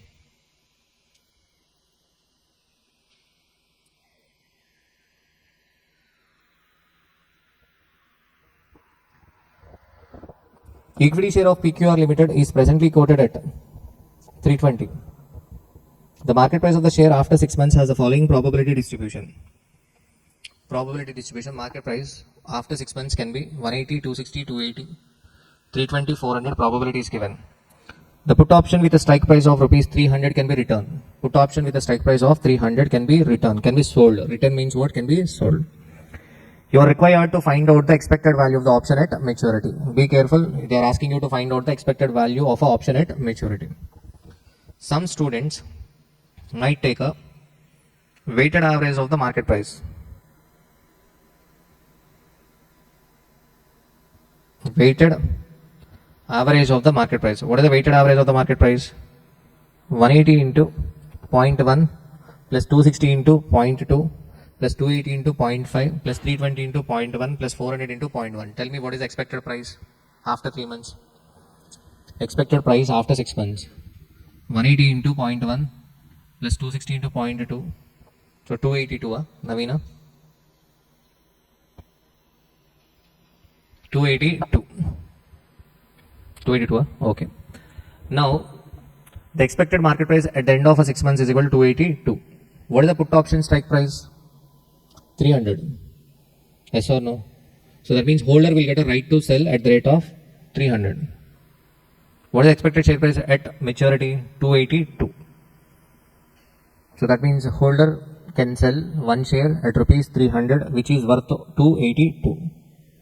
Clear? So that means what is the value of a put option? Expected value for put option is equal to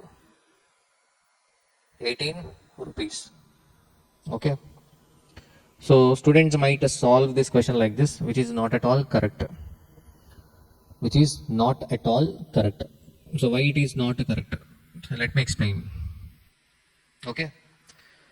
So they are asking you to find out the value of a expected value of a put option. Forget whether it is purchased or sold. The question is expected value of option at maturity. Okay, how to find out? How many possibilities are there? Total 5 possibilities. What is the first possibility? The market price after 6 months can be 180. Okay, if a market price after 6 months is 180, I have a right to sell at 300. So that means I will exercise the option. So that means what is action? Exercise. What about next case? Exercise. Next case, exercise. Lapse. Lapse. Last 2 cases, lapse. First case, what is the value of put option? So value of put option is equal to 120. Second case, 40, 20. Here I cannot write minus 20. If it is minus 20, then okay, your answer 18 is correct.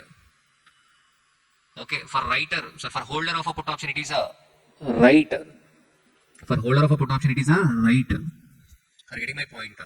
If the market price on the maturity is 320 and he has a right to sell at 300, he will allow the option to lapse. That's it. He is not under an obligation to buy it, sell at 300. He is not under an obligation to sell at 300. So that's why here we should write what? 0. Not minus 20. Here also what? 0. But if I take here minus 20 and minus 100, then do the weighted average, you will get 18 rupees. But it is not correct. Be careful. So value of a put into probability. 120 into 0.1, 12. 40 into 0.2, 8. 20 into 0.5, 10, 0, 0. 30 rupees is the expected value of a put option. Expected value of a put option. Be careful, okay? 18 rupees is not the correct answer. Done. Everybody able to understand? See the next question. Next question is the call option question. Next question is the call option question. You as an investor had purchased a 4-month call option. 4-month call option on the equity share of X Limited of rupees 10, of which the current market price is rupees 132. Current market price 132. Exercise price 150. What is exercise price? 150. You expect the price to range between 120 to 190. The expected share price of X Limited and related probability is given below. Expected share price 120, 140, 160, 180, 190. Probability 0.05, 0.2, 0.5, 0.1, 0.15. Compute the following. Expected share price at the end of 4 months. Expected share price at the end of 4 months. How can I get expected share price at the end of 4 months? Simple, by doing a weighted average. 120 into 0.05 plus 140 into 0.2 plus 160 into 0.5 plus 180 into 0.1 plus 190 into 0.15. You will get 160.5. Clear? Are you able to understand? Now, second part. Value of a call option at the end of a 4 months if the exercise price prevails. What is exercise price? 150. So they are asking you to find out the value of a call option if the exercise price prevails. That means on the maturity, the future spot price is exercise price only. It prevails. Okay. So then what? I have a right to buy at 150 and on the maturity the price is also 150. So tell me, am I going to exercise the call option? No. Even if I exercise, I will get a benefit of 0 because I can buy one share 150. I can buy one share at the rate of 150 which is worth 150. So value of a call option is 0. Clear? Next, in case the option is held to its maturity, what will be the expected value of a call option? If the option is held up to its maturity, what will be the expected value of the call option? So you might compare 150 with 160.5, which is not at all correct. What is your exercise price? 150. I have a right to buy at 150. What is the expected price? 160.5. You might be thinking like I can buy one share for rupees 150 which is worth 160.5. So the value of a call option is equal to 10.5, which is not at all correct. Okay. We should take each case. We should take each case means what? So there can be 5 scenarios, right? There can be 5 scenarios. For suppose if the price on maturity is 120, I have a right to buy at 150. So am I going to exercise or not? Answer is no. Yes or no? Clear? So that means value of a call is equal to 0. If it is 140, okay, I am not going to exercise the call option. If it is 160, I will exercise the option to buy at 150 and the benefit is 10. If it is 180, exercise. If it is 190, exercise. Probability. Okay. So 0 into 0.05, 0, 0 into 0.2, 0, 10 into 0.5, 5, 30 into 0.1, 3, 40 into 0.15, 6. What is the expected value of a call option? 14 rupees is the expected value of a call option. Clear? Done? Navina, is it clear? Next question you try on your own. Super 9. This question is for practice. Okay. So in next session, I am going to discuss option valuation models. In the evening, I will take the session. I will complete the option valuation models today. Done? See the next concept, put call parity equation. Put call parity equation. So we have seen option basics, right? Option basics. So you got a clarity about call option and put option. A person who is purchasing an option is called as a holder. A person who is selling an option is called as a writer. Holder pay premium to the writer. Okay. So in this session we are going to discuss option valuation models. So but before moving on to option valuation models, so first let us discuss put call parity theory. Put call parity theory. This put call parity theory is used to find out the missing figures. It is used to find out missing figures. If two portfolios give the same payoff at expiry, they must cost the same today. Parity means equal. Parity means what? Equal. Parity means equal. For suppose, what is the put call parity equation? See the put call parity equation. Put call parity equation is equal to value of a call plus present value of a strike price is equal to value of a put plus value of a share. VS means value of a share. So first of all, to remember this put call parity equation, I will tell you the logic. Call option means what? Right to buy. That means in future you are going to buy the share. You have a right to buy share at X, at strike price, yes or no? So that means you need money. So that's why left hand side, value of a call plus you need money for what? You need money for what? Purchase of a share. You need money for purchase of a share. You need money for what? Purchase of a share, yes or no? So maximum you are going to spend what? X. So that's why today itself deposit present value of x. Today itself deposit present value of a x. So that's why left hand side value of a call plus present value of a strike price equal to, on right hand side, value of a put plus value of a share. Value of a put plus what? Value of a share. So on right hand side, simple. Put option means what? Right to sell. Put option means right to sell a share. Yes or no? So in future you have to sell the share. In future you have to sell the share means you need to buy the share as on today and hold it for next till the maturity. Yes or no? So that's why on right hand side, what is the portfolio? Value of a put plus value of a share. Okay. So put call parity. Parity means what? Equal. Parity means what? Equal. So left hand side value of a call, right hand side value of a put, and along with value of a call we are taking present value of a strike price, and along with put we are taking value of a share. Okay. If what is the put call parity? If two portfolios give the same payoff at expiry, they must cost the same today. So let me give an example. Let me prove that call option premium plus present value of a strike price is equal to put option premium plus holding a share. Let us understand with an example. What is the portfolio 1? Hold a call option, deposit present value of a strike price. Portfolio 2, hold a put option and hold a share. On maturity, so value for portfolio 1. Let us see what will be the value of a portfolio 1.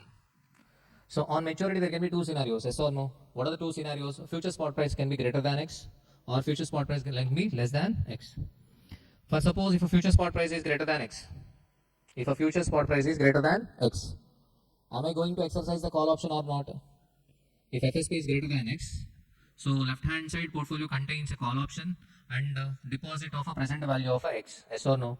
On maturity there can be two scenarios. FSP may be greater than X. Let us look first scenario. FSP can be greater than X. If FSP is greater than X, as a holder, tell me, am I going to exercise the call option or not? Yes, I will exercise the call option. Example, X is equal to 100. FSP is equal to 150. I have a right to buy at 100. Okay, when in the market the share price is 150. So I will exercise an option or not? Yes.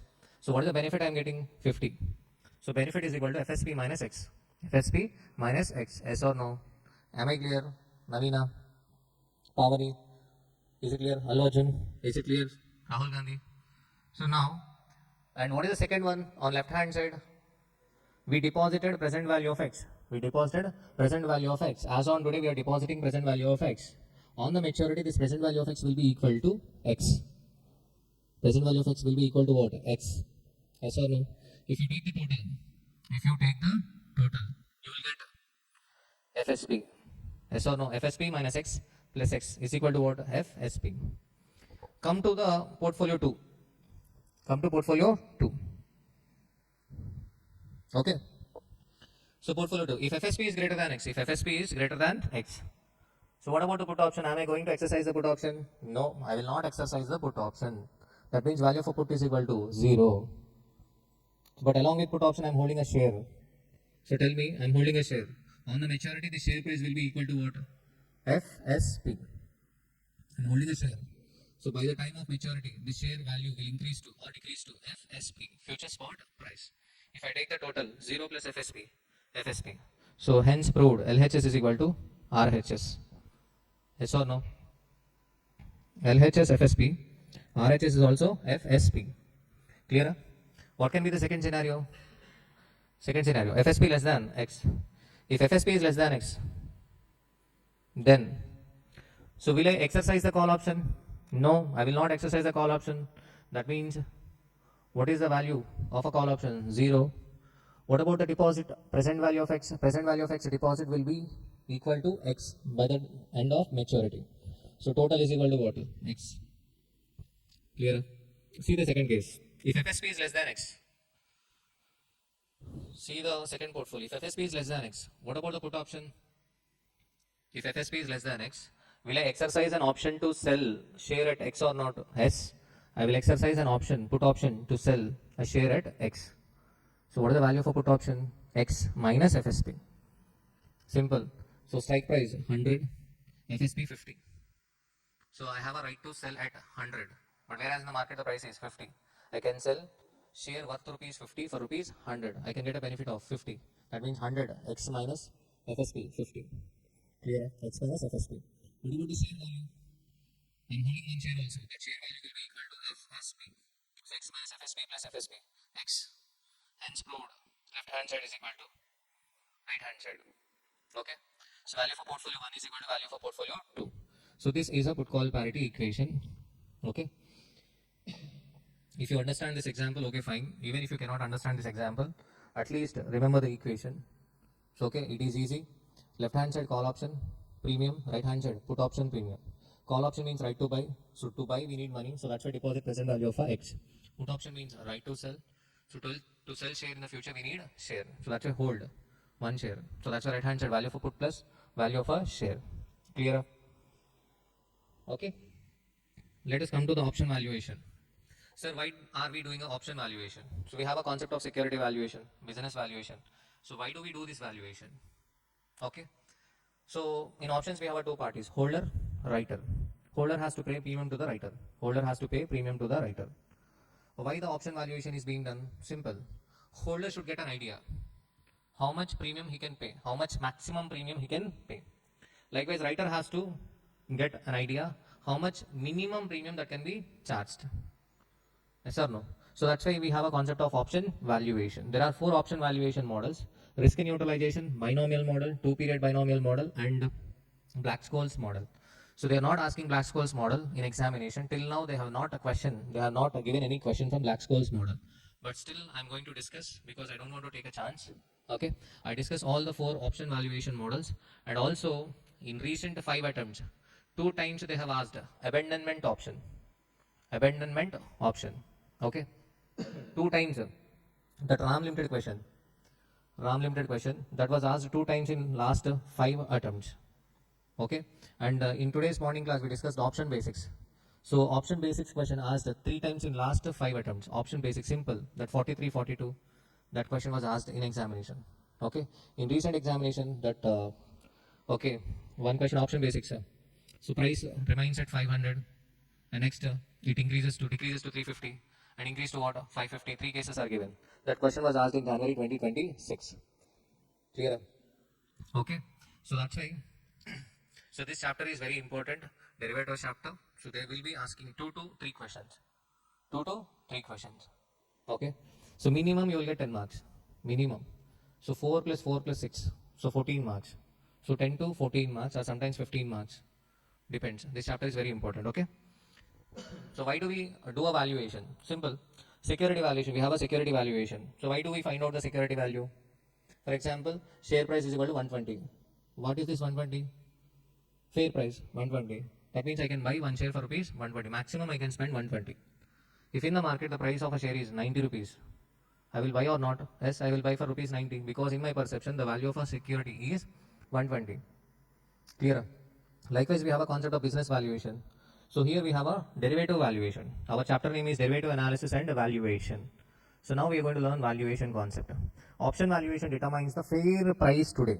Fair price, theoretical price. What the price to be? What the price of an option should be? What the price of an option should be? Whether it is a call option premium or a put option premium. So that holder knows maximum premium to pay and the writer knows minimum premium to charge. Okay. So first, before moving on to option pricing models or option valuation models, let us see the minimum value of a call and minimum value of a put. So this is easy to understand. We can understand the logic for this minimum value of a call and minimum value of a put. So all these methods are logical. Put call parity equation, minimum value of a call, minimum value of a put, risk-neutralization model, binomial model, 2-period binomial model. All these models have a logic. I can explain logic clearly. But Black-Scholes model, we cannot derive the formula. We cannot derive the formula and do not try to understand the or derive the formula. That question was never asked, but you have to learn. You have to learn how to solve that question. Okay. And at the end, okay, I will be discussing what abandonment option and timing option. So this abandonment option was included in new study material and 2 times it was asked. Okay. So minimum value for call. See the minimum value for call formula. What is the minimum value for call? Spot price minus x into e power minus TRF. Sir, how can I understand this? How can I remember this? So this you have to understand the logic because again we use this formula in Black-Scholes model. We use this formula again in Black-Scholes model. In Black-Scholes model, we use the same formula with a small adjustment. Spot price into ND1 minus x into e power minus TRF into ND2. ND2. So what is ND1? How we calculate ND1 or ND2? That we are going to learn in Black-Scholes model. But right now, minimum value of a call. What is the minimum value of a call formula? Spot price minus x into e power minus TRF. Simple. So we are mentioning it is a minimum value of a call. Sir, why it is called as a minimum value of a call and what is the logic for this formula?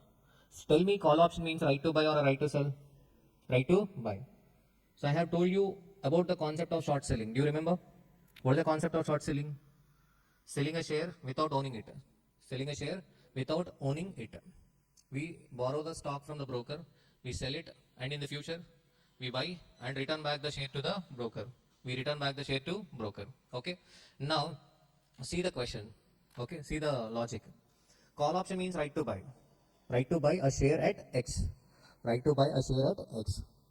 So that means in future, I have to buy the share. I will be buying the share, yes or no? So if I buy the share in the future, I don't know the exact outflow. I don't know the exact outflow. Why I do not know the exact outflow? Call option means right to buy at X. If FSP is greater than X, I will buy at X. But if FSP is less than X, I will buy at FSP. I will buy at a lower price, yes or no? For example, X is equal to 100. X is equal to what? 100. Okay. If in the market FSP is equal to 150, I will buy one share at 100. If FSP is 60 rupees, I have a right to buy at 100. Okay, now I will be buying at 100 or what? No, I will buy one share at 60. If it is 200, FSP is equal to 200, then I will exercise the call option and will buy at 100. So that means I do not know the exact outflow on purchase of a share, but I know my maximum outflow. What is my maximum outflow? X. What is my maximum outflow? X. So I'm bringing that maximum outflow to the present value. I'm bringing that maximum outflow to the present value, x into e power minus TRF. Clear? In future, I'm going to buy the share. So that's why today I go for short selling. If I do short selling, what is the inflow I'm going to get? If I do short selling as on today, what is the benefit I'm getting? Spot price. What is the benefit I will get? Spot price. Inflow is equal to spot price. Understand the logic? Simple. Now I'm concluding. Call option means right to buy, yes or no? So that means in future I will buy the share. So what I will do is, now I will go to the stockbroker. Broker, please give me one share. Okay, I will give back after 3 months or 6 months. Okay, I will take the share from broker. I will sell in the market as on today for spot price. What is the inflow I am getting? Spot price. Clear? I will wait till the maturity. Okay, so on the maturity, if FSP is greater than X, I will exercise the call option and will buy one share at X. If FSP is less than X,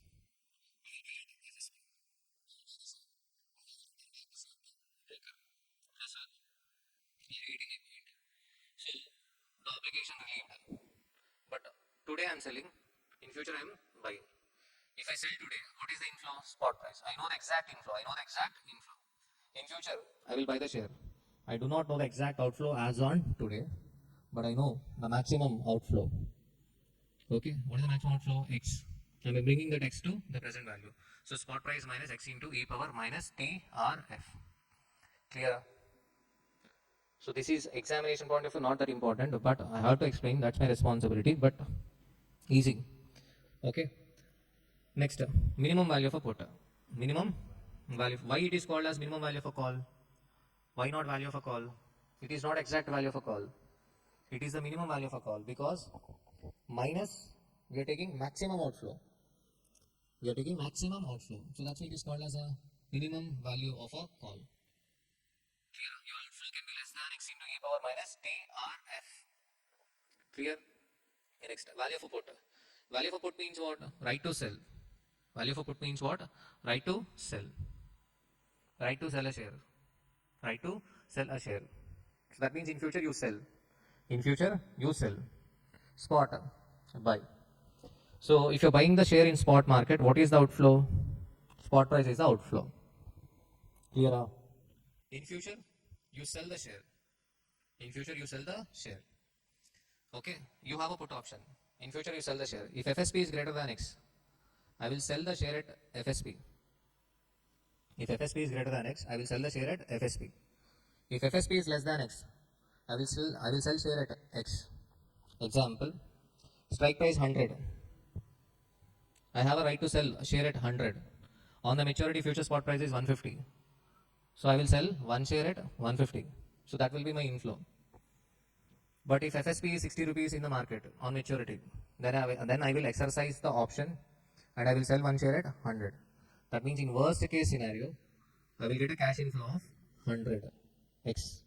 That means this X is not the exact inflow. X is not the exact inflow, it is a minimum inflow. It is a minimum inflow. If you're getting confused, listen to this class again. Okay, that is the only option. X into e power minus TRF minus what? Spot price. Why it is called as minimum value of a put? Because we are not taking exact inflow. We are taking what? We are taking minimum inflow. In minimum value of a call, we are taking what? Maximum outflow. Not the exact outflow, we are taking maximum outflow. Clear? Done? Okay. Now let us come to the most important concepts, that is binomial model, risk neutralization model, two-period binomial model, and Black-Scholes model is not that important, but let us discuss Black-Scholes model also. Two-period binomial model is also not that important because in last 5 attempts they have not tested this concept, but there is a chance. So these two are more important, binomial model, risk neutralization model. These two are very important, especially risk neutralization model is important. Okay, let me start the risk neutralization model. So the conclusion, I want to conclude. What is the put call parity equation? Value of a call plus present value of X is equal to value of a put plus value of a share. Clear? What about next one? Minimum value of a call. What is the minimum value of a call? Spot price minus X into e power minus TRF. What is the minimum value of a put? X into e power minus TRF minus spot price. Okay, clear? Clear? So if you are single, tell formulas to yourself. If you are already committed, what? Tell all these formulas to your companion. Okay, so at least 2 to 3 times. You need not by heart. Tell the logic. Okay, done. So let us see Charan Siging. See the risk neutralization model. Risk neutralization model. I will explain the risk neutralization model with question. With question, I am going to explain the risk neutralization model. Okay. So this method is simple. The current market price of an equity share of Penchant Limited is rupees 420. What is the current market price? 420. Within a period of 3 months, the maximum and minimum price of it is expected to be rupees 500 and rupees 400 respectively. If the risk-free rate of interest is 8% per annum, what should be the value of 3 months call option under the risk neutral method at the strike rate of rupees 450? Given e power 0.02 is equal to 1.0202. Okay. Students may get a doubt. Sir, so we already calculated value of a call option, expected value of a call option in morning class. So what is that? And what is the concept we are learning now? If you see in the morning questions, we calculated value of a call. That is the value of a call on the maturity. Expected value of a call or a put option on the maturity. That two future spot prices are given in the question. We are calculating what value of a call if FSP is 150, if FSP is 120, if FSP is 100. We are calculating value of a call or value of a put on maturity. But these models are used to find out the value of a call or a value of a put as on today. If you see the minimum value of a call or minimum value of a put, that is the minimum value of a call or minimum value of a put as on today. Because see the formula, minimum value of a call is equal to spot price minus X into e power minus TRF. X into e power minus TRF. If you see the basic questions, we find out the expected value of a call on maturity. How? FSP minus X. FSP minus X. Yes or no? Expected value of a put is equal to X minus FSP. That is expected value of a call on maturity. But whereas in previous discussion we have learned minimum value of a call, minimum of a value of put as on today. Clear? Now we are going to find out the exact value of a call option. using risk neutralization model. So except the Black-Scholes model, all the three models are binomial model. By means two. By means what? Two. Two possible prices are given. Two possible prices are given. So that's why all methods are binomial, but to differentiate, we call this as a risk neutralization model. Risk neutralization model is simple. We neutralize the risk. Risk is neutralized. Risk is neutralized. Risk is neutralized means what? No risk. No risk means investor will expect what? Risk-free rate of a return. Investor will expect what? Risk-free rate of a return. Yes or no? So let us solve this super 10. Super 10. Okay. So tell me the details. Open the question bank and tell me the details.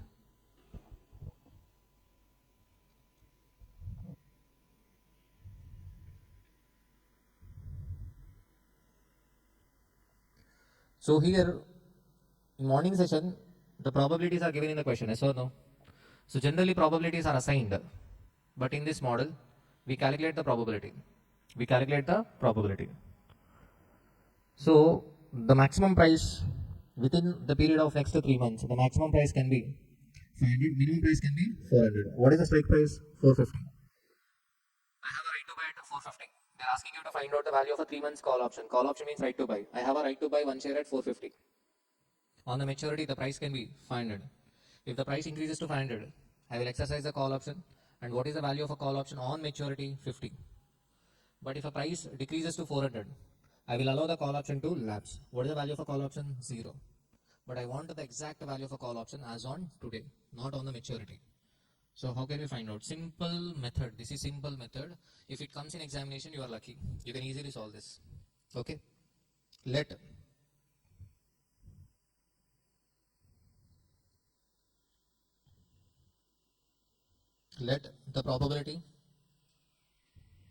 the probability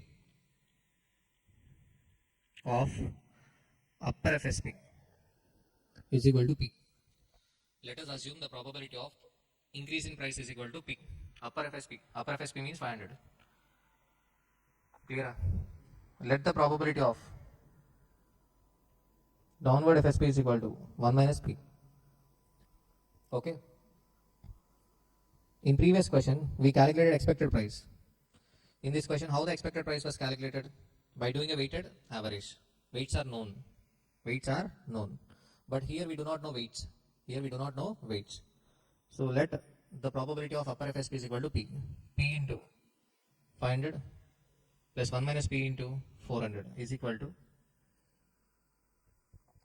Okay. In previous question, probability is given, possible prices are given, we calculated expected price. So here we do not know expected price. But under risk neutralization model, we assume the investor will expect risk-free rate of a return. Nothing but share price will increase at the rate of risk-free rate in next 3 months. So what is the spot price? What is the spot price? 420 into e power 3 by 12 into what is the risk-free rate? 0.08. Clear? So this forming an equation is the only special point in this question. Are you able to understand this equation? Navina, is it clear? Next. What is the logic for this equation? Under risk neutralization method, we assume that risk is neutralized, no risk. That means investor will expect a risk-free rate of a return. Now the spot price is 420. So the price in next 3 months may increase by 8% per annum. So 500p plus 400 minus 400p is equal to 420 into e power 0.02. E power 0.02 is equal to 1 plus, or it is already given, right? It is already given in the question. So 100p is equal to 420 into 1.0202 minus what? 400. P is equal to 0. P is equal to 0.2848. How can you ignore 8? Charan. 0.2848. What about 1 minus P? 0.7152.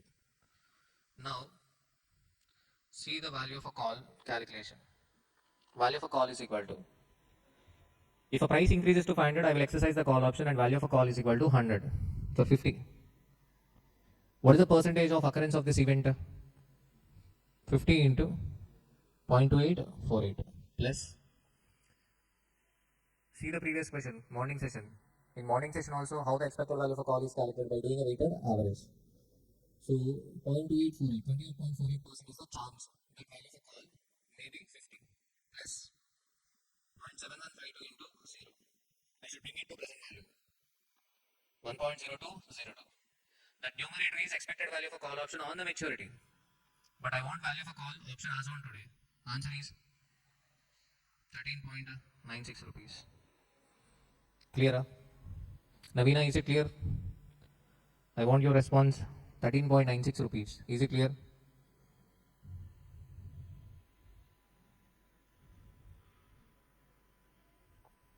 So there is an alternative for risk neutralization. For finding out probability, we can apply the formula. Even I do not know the formula, but let us see what is the formula. Let us derive the formula. Here we are writing the equation upper FSP plus 1 minus P into downward FSP is equal to spot price into e power TRF. Yes or no?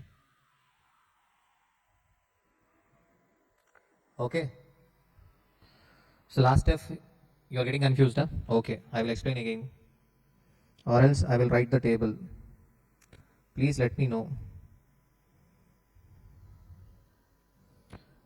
So FSP X action value of a call probability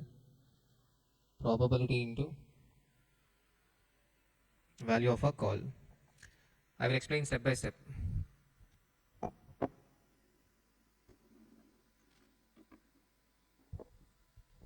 Okay, FSP. On the maturity, what can be the FSP? FSP can be 500 or 400. What is the strike price? 450, 450. First case, tell me what is the action? If FSP is 500, I have a right to buy at 450. What is action? Exercise. Second case, lapse. First case, what is the value of a call? 50. Second case, 0. What is the probability of upper FSP? 0.2848. What is the probability of downward FSP? 0.7152. Clear? Navina, now is it clear? Are you able to understand? So probability into value of a call. I'm doing a weighted average. So 28.48% chance that value of a call will be 50. 71.52% chance that value of a call will be 0. So first case, what is the number?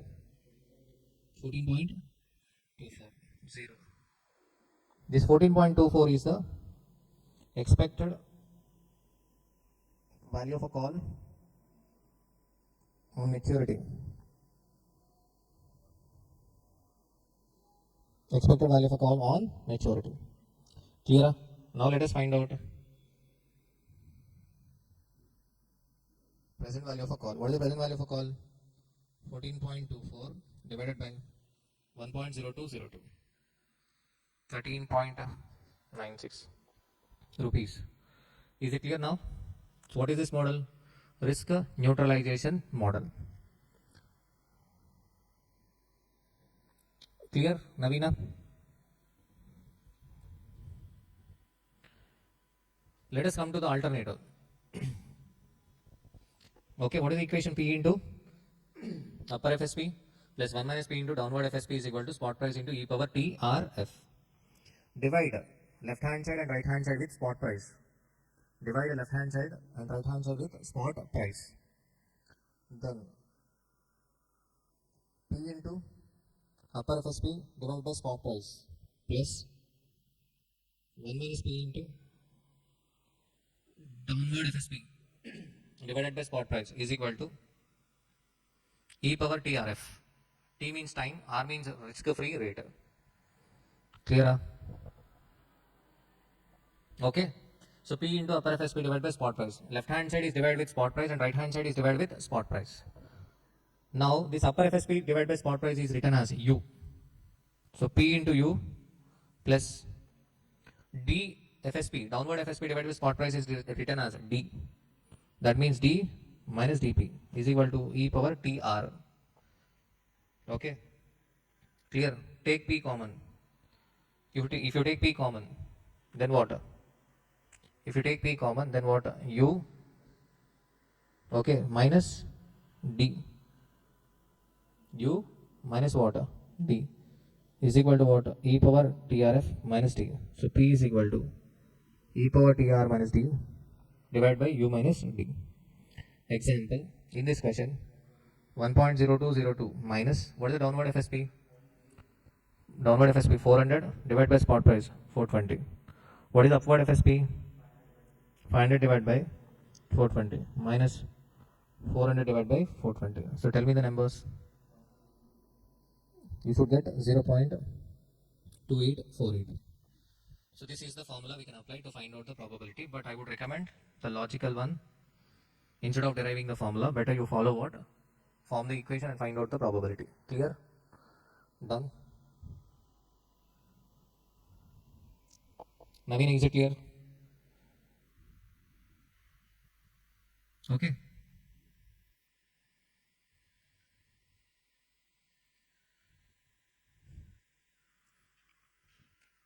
For the same question, let us go to binomial model. Binomial model. For the same question, in question they asked only risk neutralization model, but still I am calculating a binomial model also. You will get the same answer, but initially you might feel a little confusing, but at the end you will feel better. Okay? Binomial model. In binomial model, first we should assume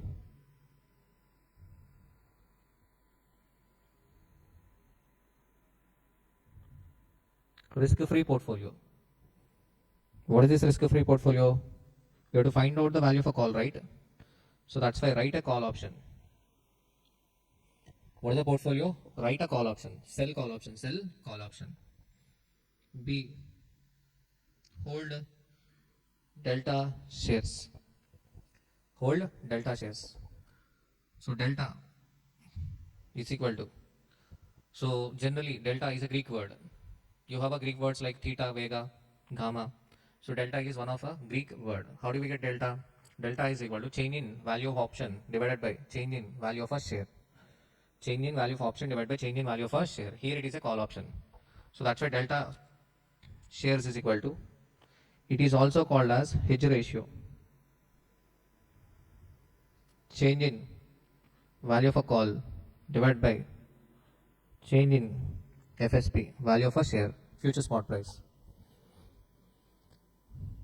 Okay. So what is the delta share? How can we find out the delta shares? Delta shares is equal to change in value of a call. If FSP increases to 500, what is the value of a call? 50. If FSP decreases to 400, value of a call 0. Divided by 500 minus 400, you will get 0.5. 0.5 shares. What is the meaning of this 0.5 shares? Write one call option. You write one call option. You are selling one call option. If you are selling one call option, there is a risk. Okay. Buying a call option means you are expecting that the price is going to increase. You are selling a call option means you are expecting the price to decrease. If a price decreases, holder will not exercise the call option. You will be left out with premium. Are you getting my point? So your expectation is the price is going to decrease. Okay, but there is a risk that price may increase. If a price increases, holder will exercise the call option and you lose money. Yes or no? So that's why in order to hedge, in order to reduce the risk, hold delta shares. Sir, why delta shares? Why not one share? Sell a call option means in future I have to sell the share. Why I should not hold one share? Simple, if you see this calculation, the change in option value is 50, but the change in share value is 100. So to handle the change of 50, we does not require 100. We does not require one share. To handle the risk arising out of writing one call option, we does not require one share. We just require only 0.5 share. So that's why write one call option, hold 0.5 share. If you do like this, that means it will become a risk-free. That's why in the opening sentence I wrote, assume a risk-free portfolio. Assume risk-free portfolio. Now, irrespective of a future spot price, the value of a portfolio will remain same. Whether FSP increases to 500 or 400, if FSP increases to 500 or decreases to 400, your value of a portfolio will remain same. Let us see. So, value of a call option.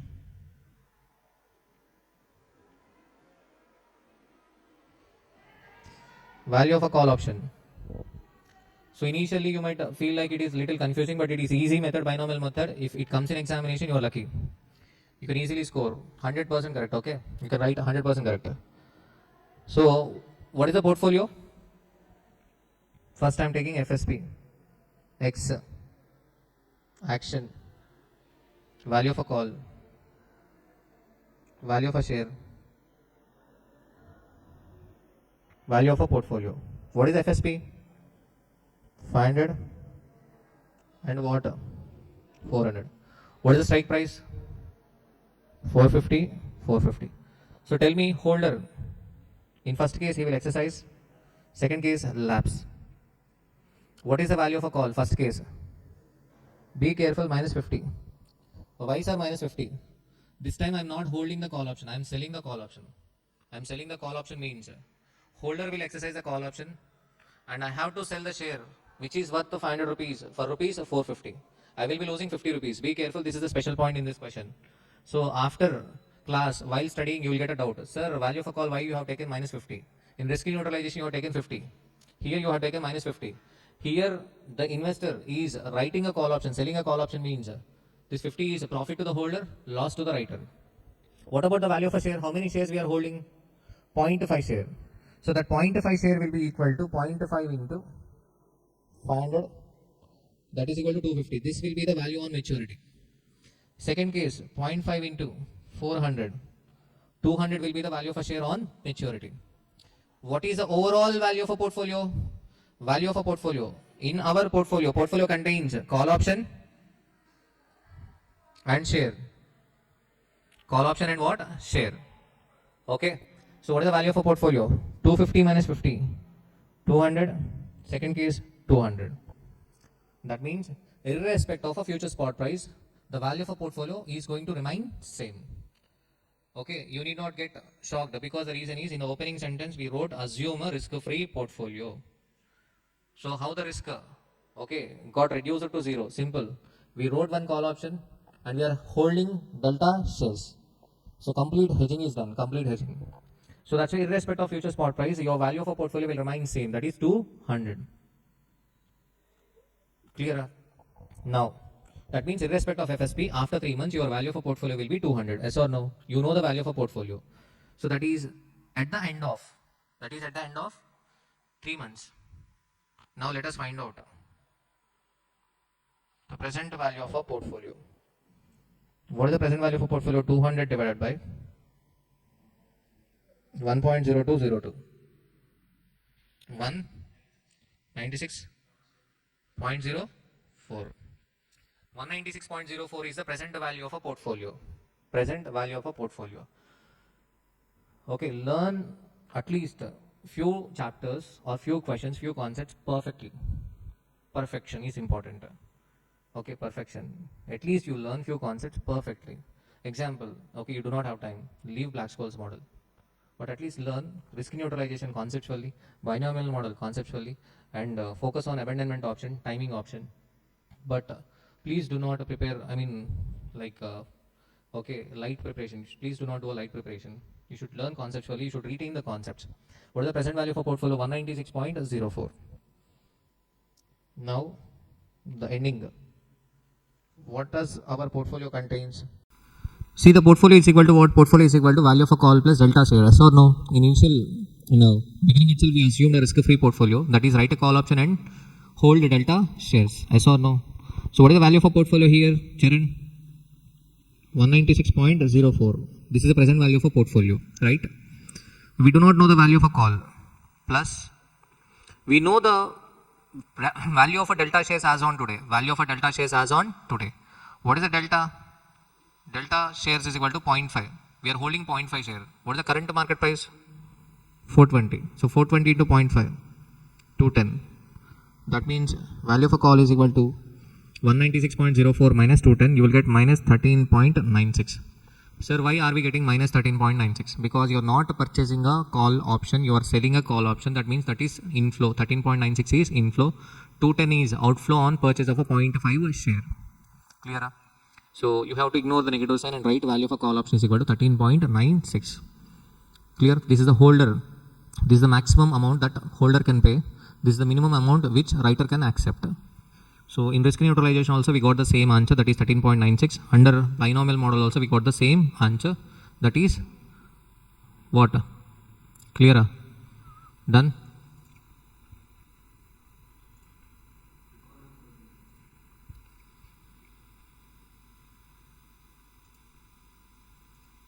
So clear? This is the binomial model. Next, let us move on to the next question. Smart 13. Smart 13. Sumana wanted to buy shares of EIL which has a range of 411 to 592 a month. 411 to 592 a month. Later, the present price per share is rupees 421. Her broker informs her that the price of this share can soar up to 522 within a month or so that she should buy a 1 month call of EIL. In order to be prudent in buying the call, the share price should be more than or at least 522, the assurance of which could not be given by her broker. So complete question is not there. So though she understands the uncertainty of the market, she wants to know the probability of attaining the share price rupees 592, so that buying a 1 month call of EIL at the execution price of 522 is justified. Advise her take the risk-free interest to be 3.6% for 1 month. So which is extremely high. 3.6% for 1 month is extremely high. So practically the risk-free rate cannot be 3.6% per month. But we have to follow the ICAI answer. Simple. So what is the question? The price range is from what? 411 to 592. So the final conclusion of this question is, she wants to know the probability of attaining the share price rupees 592, so that buying a 1 month call option at the execution price of rupees 522 is justified. What is the execution price? 522. Okay. Simple. They are not asking the value of a call option. They are just asking the probability of a higher FSP. Higher FSP. Simple. So PQ21. PQ21. Let me form the equation. What is the equation? P into upper FSP 592. Yes or no? Plus 1 minus P into downward FSP. What is the downward FSP? 411 is equal to, what is the current market price? The present price per share is 421 into e power TRF, that is e power 0.036, already given 1.037. 1.037. So 592p plus 411 minus 411p is equal to 421 into 1.037. 436.577. So P is equal to 0. P is equal to what? So you have to be fast. 592 minus 411. 592 minus 411.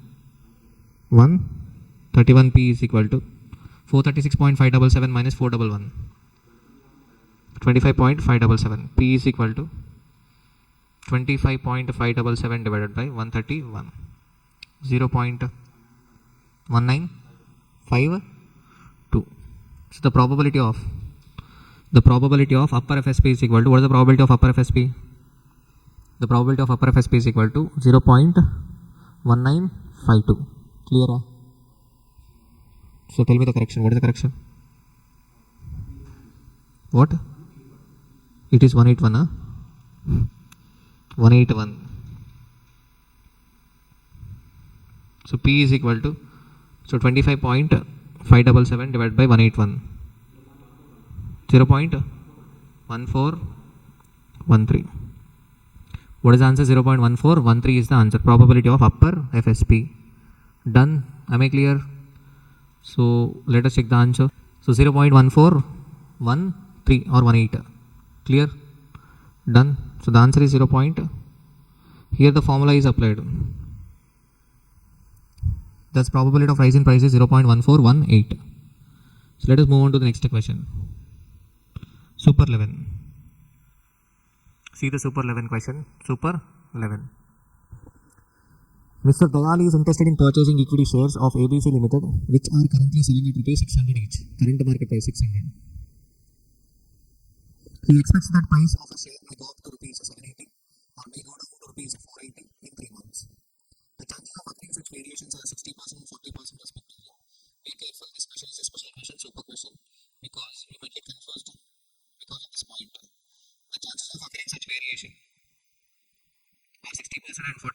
respectively. A call option on the shares of ABC Limited can be exercised at the end of 3 months with a strike price of rupees 630. Strike price 630. What combination of a share and option should Mr. Dayal select if he wants a perfect hedge? So nowhere they have mentioned the method name. Second part, what should be the value of option today? The risk-free rate is 10% per annum.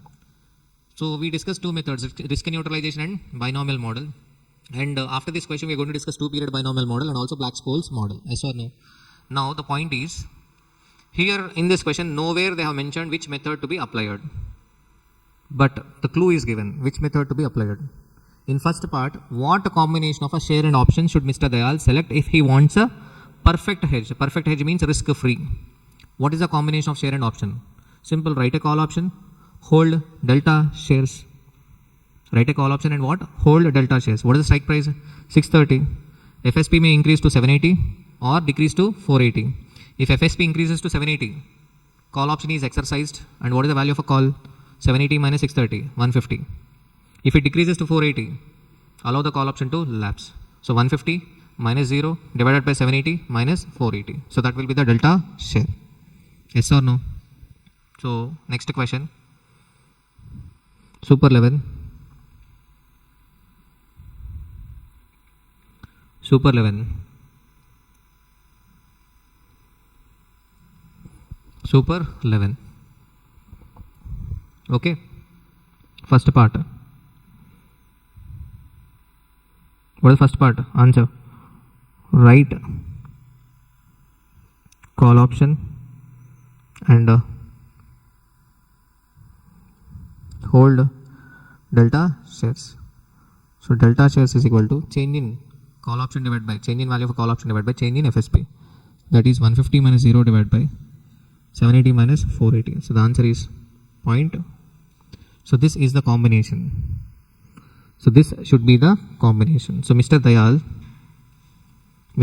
should purchase 0.5 share for every one call option. Hedge ratio. Delta is also called as a hedge ratio. Clear? What is the second part of the question? What should be the value of option today? What is the value of option today?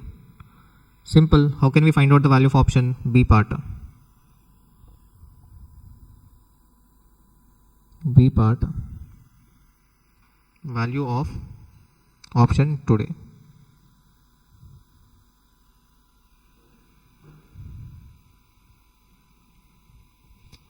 Value of option today. So tell me the columns. FSP, X, action, value of a call, value of delta share. Next column, value of portfolio. So what is FSP? FSP may increase to 7. FSP may increase to 780 or 480. Strike price 630. First case exercise, second case lapse. First case holder will exercise the call option, but I am not the holder, I am the writer in this question. So that means I am going to lose 150. Be careful. Clear? What is the value of delta share? I am holding 0.5 share. So 0.5 share into 780. 0.5 share into 780. 390. Second case 0.5 into 480. 240. 240. Irrespective of future spot price, value of a portfolio will remain same. Value of a portfolio will remain same. Yes or no? So that means, okay, clearer. So now I will find out the present value of a portfolio. Present value of portfolio is equal to 240 into e power. How many months? How many months? So 3 months. Yes or no? So may go up to 780 or may go down to 480 in next 3 months. So that means e power minus 3 by 12 into 0.08. 0.1. Clear? So nothing but 240 divided by e power minus 3 by 12 into 0.1. It can be written as e power 0.240 divided by e power 0.025. E power 0.025 value is given in the question or not? Not given. We can calculate yes or no. It's okay. So let us take 1.025. 1.025. So what is the answer? If you do the exponent, continuous compounding, you will get 1.0253 something. Okay. 234.15. So 234.15 is the present value of a portfolio, but portfolio is equal to value of a call plus value of delta shares. So 234.15 is equal to present value of a portfolio. Portfolio contains 2. Write a call option, hold delta shares. I don't know the value of call option. I have to find out the value of a call option as on today. Plus value of delta shares 0.5 into what is the current market price? 600. So the value of a call is equal to 300 minus 234.15. You will get minus 65.85. You will get negative. Because you are writing a call option. You will get inflow. 300 is the outflow. Clear? But ignore the negative sign and write value of a call option is equal to what? 65.85. In this question, the special part is the third part. Special part. Be careful. Third part is the special part.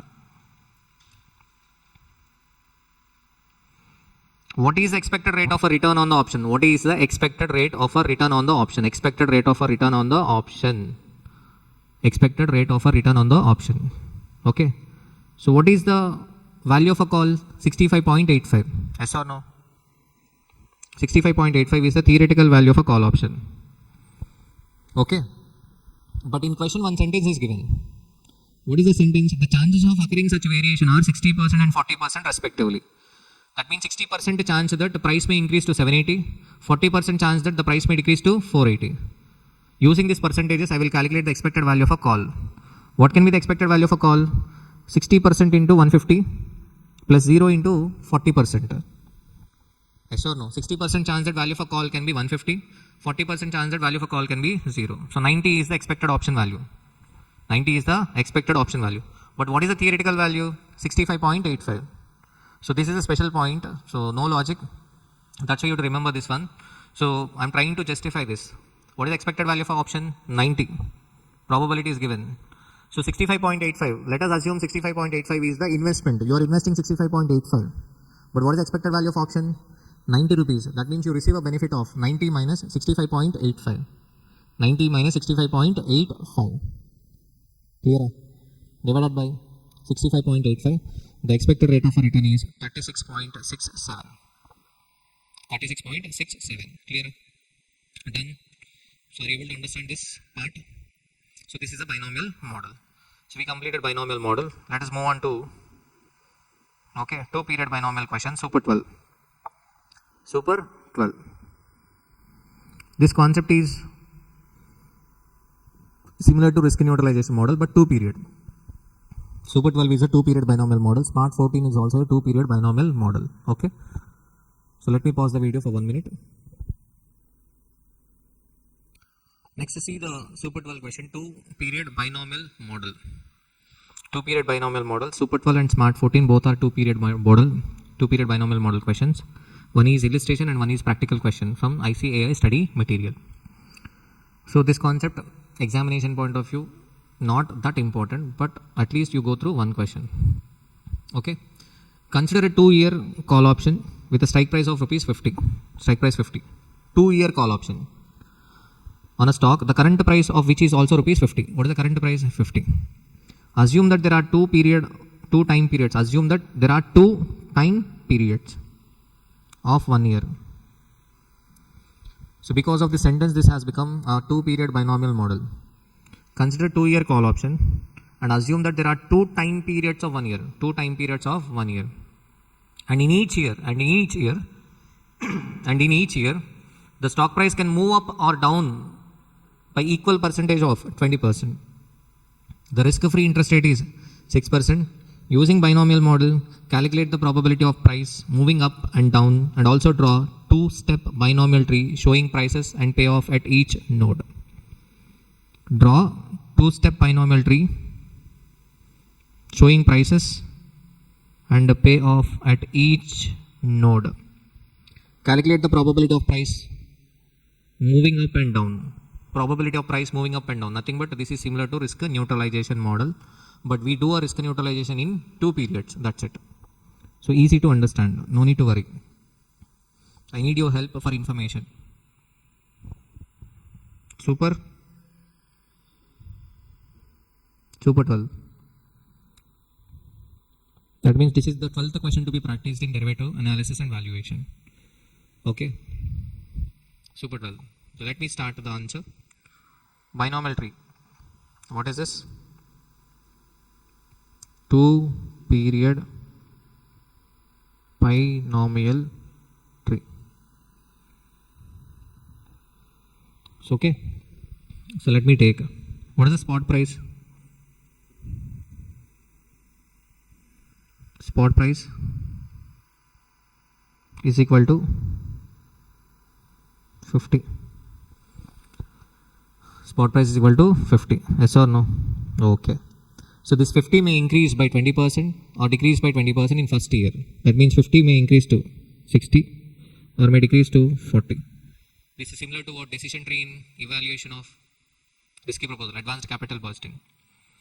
This is in first year. In second year, 60 may increase to 72 or may decrease to 48. 40 may increase to 48 or decrease to 32. Clear? Are you getting my point?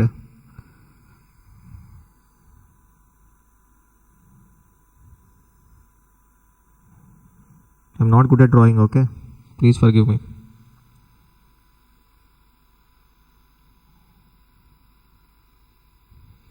Clear?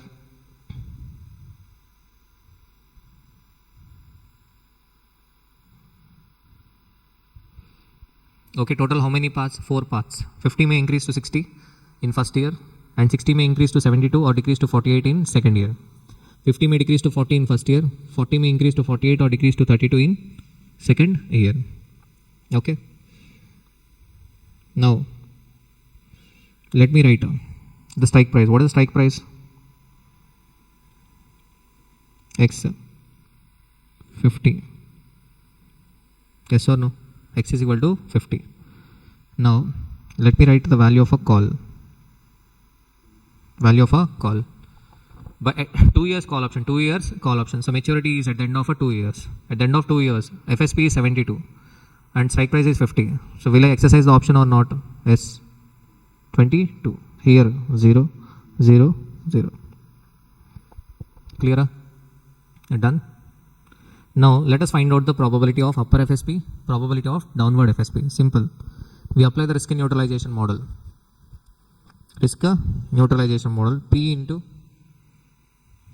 what? 60 plus 1 minus P into 40 is equal to spot price 50 into e power 1 year. In 1 year, 50 may increase to 60 or decrease to 40. So what is the risk-free rate?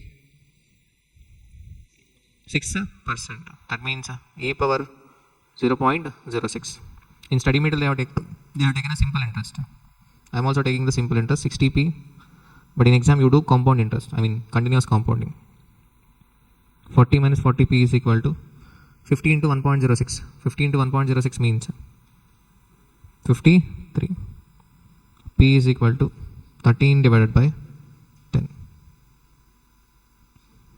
Point 13 divided by 20.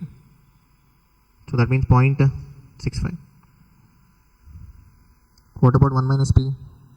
0.35. First part is answered. What is the first part? Probability of upper FSP and downward FSP. Clear? Done. So probability is equal to 0.65 and here probability is equal to 0.35. Again, the 60 may increase to 72. What is the probability of upper FSP? 0.65. Here probability 0.35.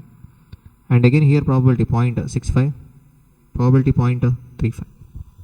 Clear? Done. First part is answered. What is the second part? Also draw two-step binomial tree showing prices price is already calculated. And payoff. Payoff means value of a call at each node. So, okay. At the end of second year, value of a call is already calculated. 22,000. Okay. So I'm writing like this in order to avoid the confusion. This is value of U and U. U and U means what? First year upper, second year also upper. This is value UD. That means first year increase, second year decrease. Third VDU. Last VDD. In order to avoid confusion, okay? Now I have to find out VU, VD, and this is present value. Are you getting my point? I have to find out what?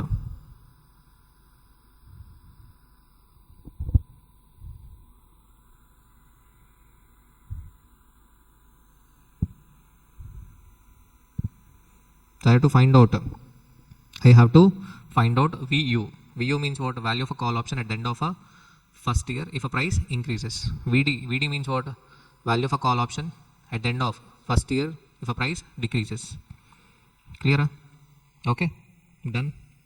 B part.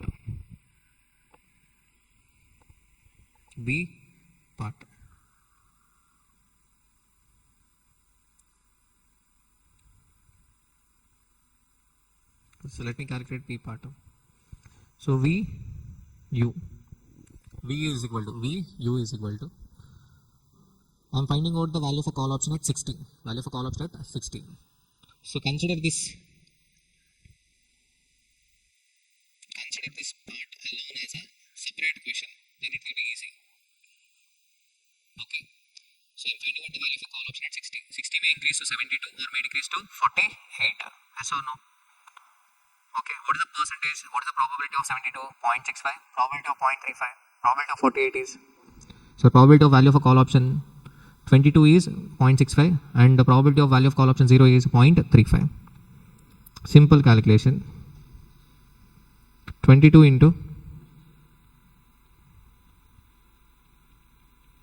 0.65 plus 0 into 0.35. This is the expected value of a call option at the end of a second year. I should bring it to at the end of first year. So that means one time discounting. 1.06. 1 year I have to discount. 1 year I have to bring it to the present value. So 1 year I have to discount. Nothing but second year value is taken, brought to first year ending. So what is the answer? 13.49. So VU is equal to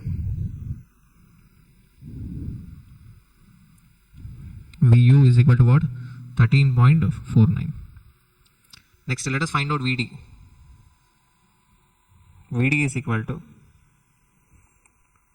okay, if a price decreases in first year and again in second year, price may increase to 48 or decrease to 32. In both the cases, value of a call is equal to 0.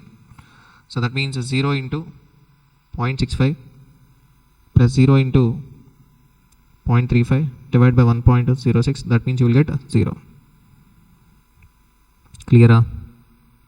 Now let us come to V naught. V naught means what? Present value of a call. If you see the binomial tree, at the end of first year, value of a call can be 13.49 or a 0. What is the probability of 13.49? 0.65. Probability of 0. What is the probability of value of a call becoming 0? 0.35. So that means what is the calculation? Value as on today, 13.49 into 0.65 plus 0 into 0.35 divided by 1.06. 12.73. Clear? Okay, done. 13 point. What is the answer? No, your answer is wrong. 13.49 into 0.65 divided by 1.06. 8.27. Be careful, Charan. 8.27. Done. Okay. So let us move on to the next question. Smart 14. Smart 14.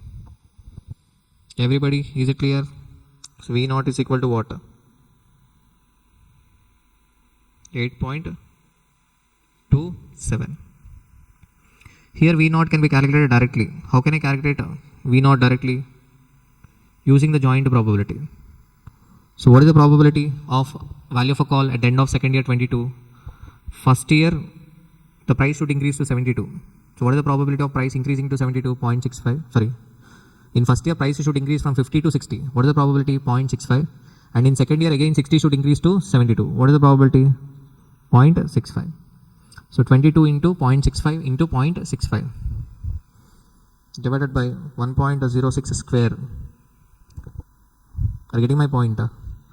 So value of a call to become 22 at the end of a second year, 50 should become 60 and 60 should become 72. What is the joint probability? 0.65 into 0.65. So 22 into 0.65 into 0.65 divided by 1.06 square. So the answer is 8.27. Okay? Clear? So let us move on to the next question. Following is a two sub periods, 3 of a 6 months, each for the share of CAB Limited.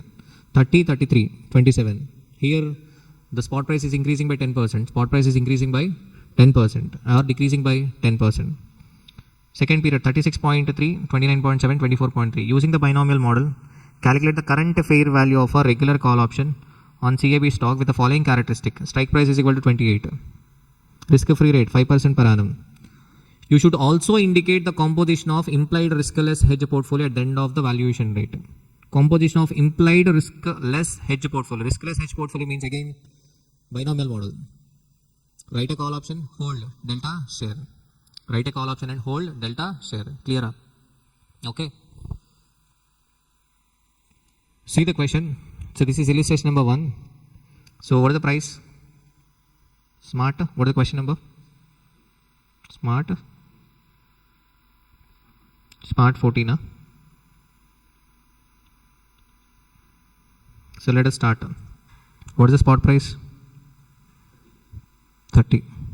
So this 30 may increase to 33 or decrease to 27. 33 may increase to 36.3, may decrease to 29.7. This 27 may increase to 29.7 or decrease to 24.3. Yes or no?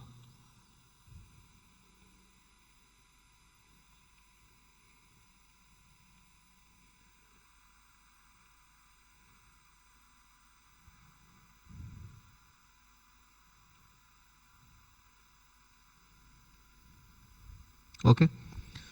Clear now. So what is the strike price? What is the strike price? Strike price is equal to 18, 28. So that means value of a call 8.3, 1.7, 1.70. This time 3 times the call option is having a value. So I have to find out what probability. I have to find out probability. How can I find out probability? P into upper FSP 33 plus 1 minus P into 27 is equal to, what is the spot price? 30 into e power 6 by 12 into 0.05. Yes or no? What is the risk-free rate? 5% per annum. Following is a 2 sub-period 3 of a 6 months each. Clear? So that means, so 33P plus 27 minus 27P is equal to 30.75. So 6P is equal to 2.25. So P is equal to 0.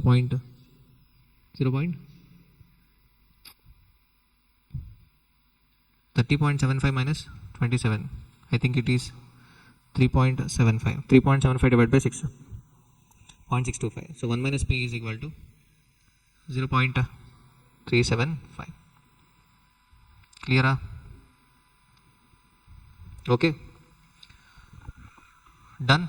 1 plus 0.5. So here they have taken a wrong. Okay. So factor 1.0247, which is not correct, because 5% per annum means 2.5% for 6 months. but they have taken 1.0247, which is not at all correct. Okay. Now, let us write the probability. What is the probability? 0.625, 0.375. In the same manner, you have to find out. Clear? So, you will be able to do it, right? Or you want me to do? You can do it now? Okay, fine. Done? So, next, what is the risk-free? So, the last part. The riskless portfolio shall require delta share. Delta share shall be required for writing one call option. How do we find out the delta? Delta is equal to change in option value divided by change in FSP. So see at the end of 6 months, 30 increase to 33 or decrease to 27. What is the option value at the end of 6 months? If 30 increases to 33, what is the strike price? 28. That means value of option is 5. Second case, 0. So 5 minus 0 divided by 33 minus 27, 5 by 6. That means nothing but what? For every 6 call options, we should hold 5 shares. So 5 by 6 shares shall be held or purchased for every writing one call option. Nothing but 5 by 6. What is the number? 5 by 6. 0.833. So write one call option, hold 0.833 shares. Clear? Done. So let us move on to the next question without wasting time. Super 13. So this is Black-Scholes model. So we have a total 3 Black-Scholes questions. And one abandonment option question and one timing option question. Okay, so these 5 questions we are going to discuss now itself. Okay. So come to the concept book. We discussed this binomial model, right? Calculate hedge ratio, hold delta shares to reduce loss, write a call option, calculate present value of a portfolio, and then calculate value of a call or a put. Yes or no? Risk-neutralization already covered. Now, 2-period binomial model already covered, right? Now come to the Black-Scholes model. So Black-Scholes model, we assume that there is a continuous price movement. The stock may move in different ways, not just 2 discrete possibilities. In all the above 3 models, that is risk-neutralization, binomial and 2-period binomial model. So there are only 2 discrete possibilities. So that's why I told all the 3 models are binomial. Bi means 2 possible, bi means 2. So in all the 3 models, the 2 possible prices are given. But whereas in Black-Scholes model, we assume continuous price movement, the stock can move in different ways, not just 2 discrete possibilities. Volatility is used to model the expected range of a price movement. So without wasting time, see the step 1. We assume no dividends are paid during the options life. If a dividend is given in the question, we should adjust the spot price. So we should take the adjusted spot price, that means spot price minus dividend. Okay. So you have to remember this formula. Mainly in Black-Scholes model, you have to remember this formula. What is the formula? D1 is equal to natural log of S by X plus R plus sigma square divided by 2 into T divided by sigma into square root of a T. Step 2, D2 is equal to D1 minus sigma into square root of a T. And then you should know how to find out the normal, how to take the normal distribution values. We should take the value from the normal distribution table, from the cumulative table. From the cumulative table, table can be 1-tile, 2-tile, cumulative or a z-score. Okay, normal distribution table can be what? 1-tile, 2-tile, z-score or a cumulative. Okay. So D2 is equal to D1 minus sigma into square root of a T. So after discussing this Black-Scholes model, I will be discussing most important. So generally students will leave those concepts. So they are added in new study material. Okay. So abandonment option and timing option. Step 3, ND1 and next what? ND2. See the step 5. Step 5 is similar to what? Minimum value of a call. What is the minimum value of a call? Spot price minus strike price into e power minus TRF. In Black-Scholes what? We are using the same formula with a small change. Value of a call is equal to spot price into ND1 minus strike price into e power minus TRF into ND2. ND2. Clear? So value of a put is equal to strike price into e power minus TRF into N of minus D1. If it is a put option, we take N of a minus D1 minus spot price into N of a minus D2. N of minus. Clear?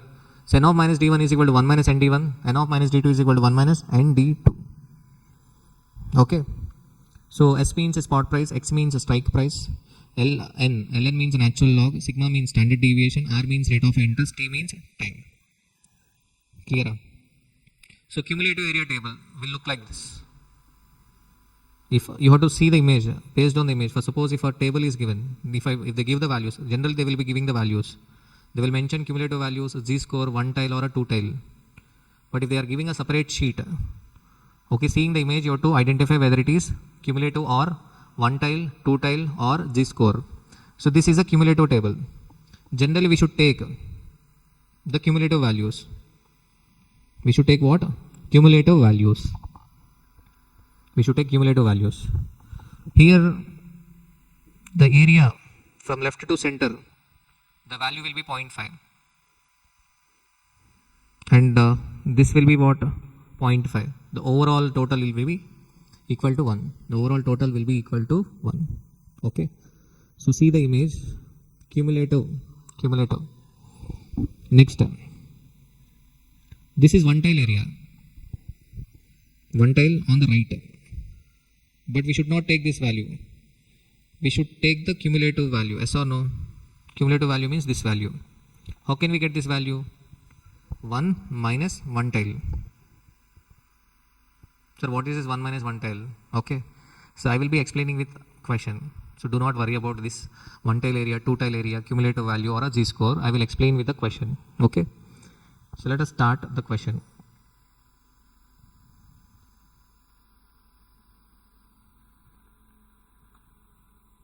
See this question, Super 13. Super 13. With this question, I have explained the Black-Scholes model. Do not worry. The share of a TIC Limited are currently priced at rupees 415. That means spot price is 415. Spot price is 415. And a call option exercisable in 3 months' time has an exercise rate of rupees 400. So exercise price is given. What is exercise price? 400. The risk-free interest rate is 5% per annum.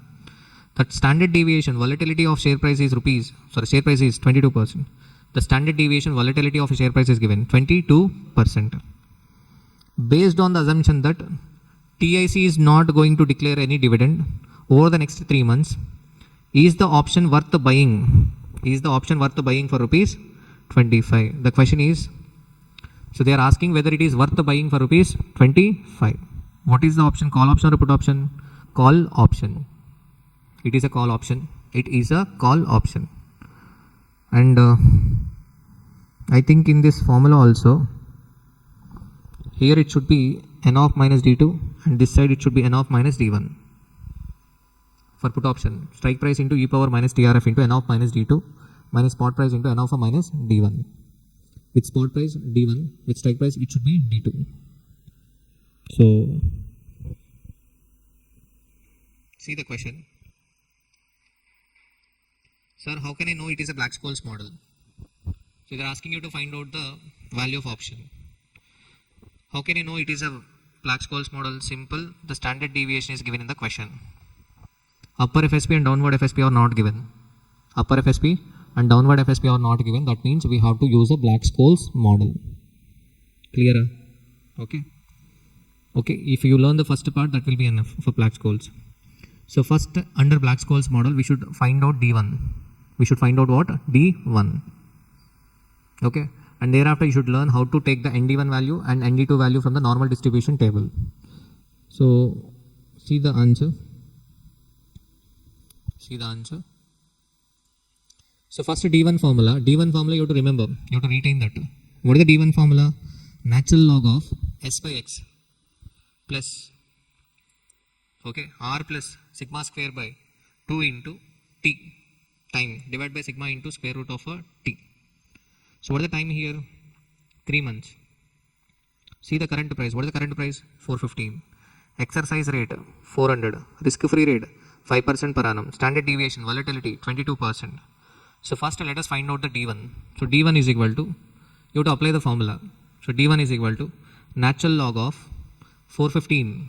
What is this 415? Spot price divided by exercise price plus R 0.05 plus 1 by 2 into 0.22 square.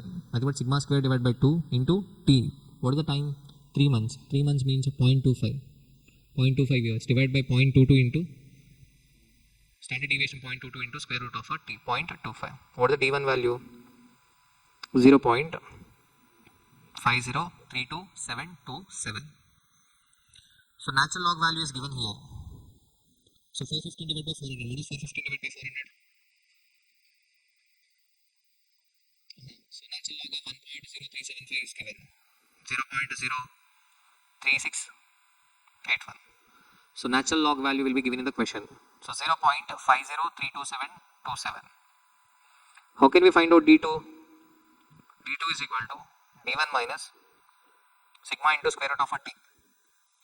Instead of applying this lengthy formula, we can use D2 is equal to D1 minus what? D1 is equal to, for D2 is equal to D1 minus sigma into square root of a t. Clear up?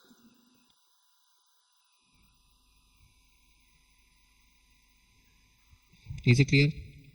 So that means D2 is equal to what? D2 is equal to D1 0.50322727 minus 0.22 into square root of 0.25. What is the answer? 0.39322727. Clear? That is what we got here. Done. 0.39322727. Now we should take the values from the normal distribution table. Cumulative values. You should learn this. ND1 is equal to 0.6928. ND2 is equal to 0.6529. So these are the values taken from normal distribution table. Okay. So tell me, what is the D1? Remember this D1. D1 is equal to 0.50322727. Remember this number.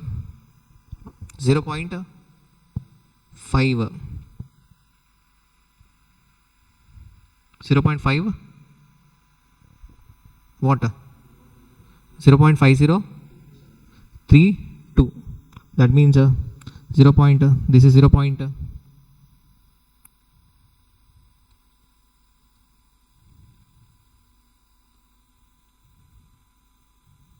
This is 0.5. This is 0.51. This is 0.52. Are you getting my point? This is the value for 0.5. This is the value for 0.51. This is the value for 0.52. But I need a value for what? 0.50. Not 327. 0.50327. Yes, 0.50327. Clear? So 0.50327 lies between what? 0.5 and 0.51. Are you getting my point? At 0.50, what is the value? 0.6915. At 0.51, 0.6950. But I want a value for 0.50327. That means 0.33. Now I will do an interpolation like I have done in IRR. Okay, IRR. Or else you take the value close to 0.5033.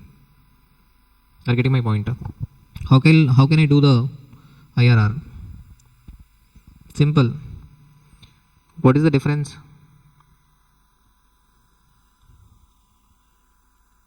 Here the difference is 0.01.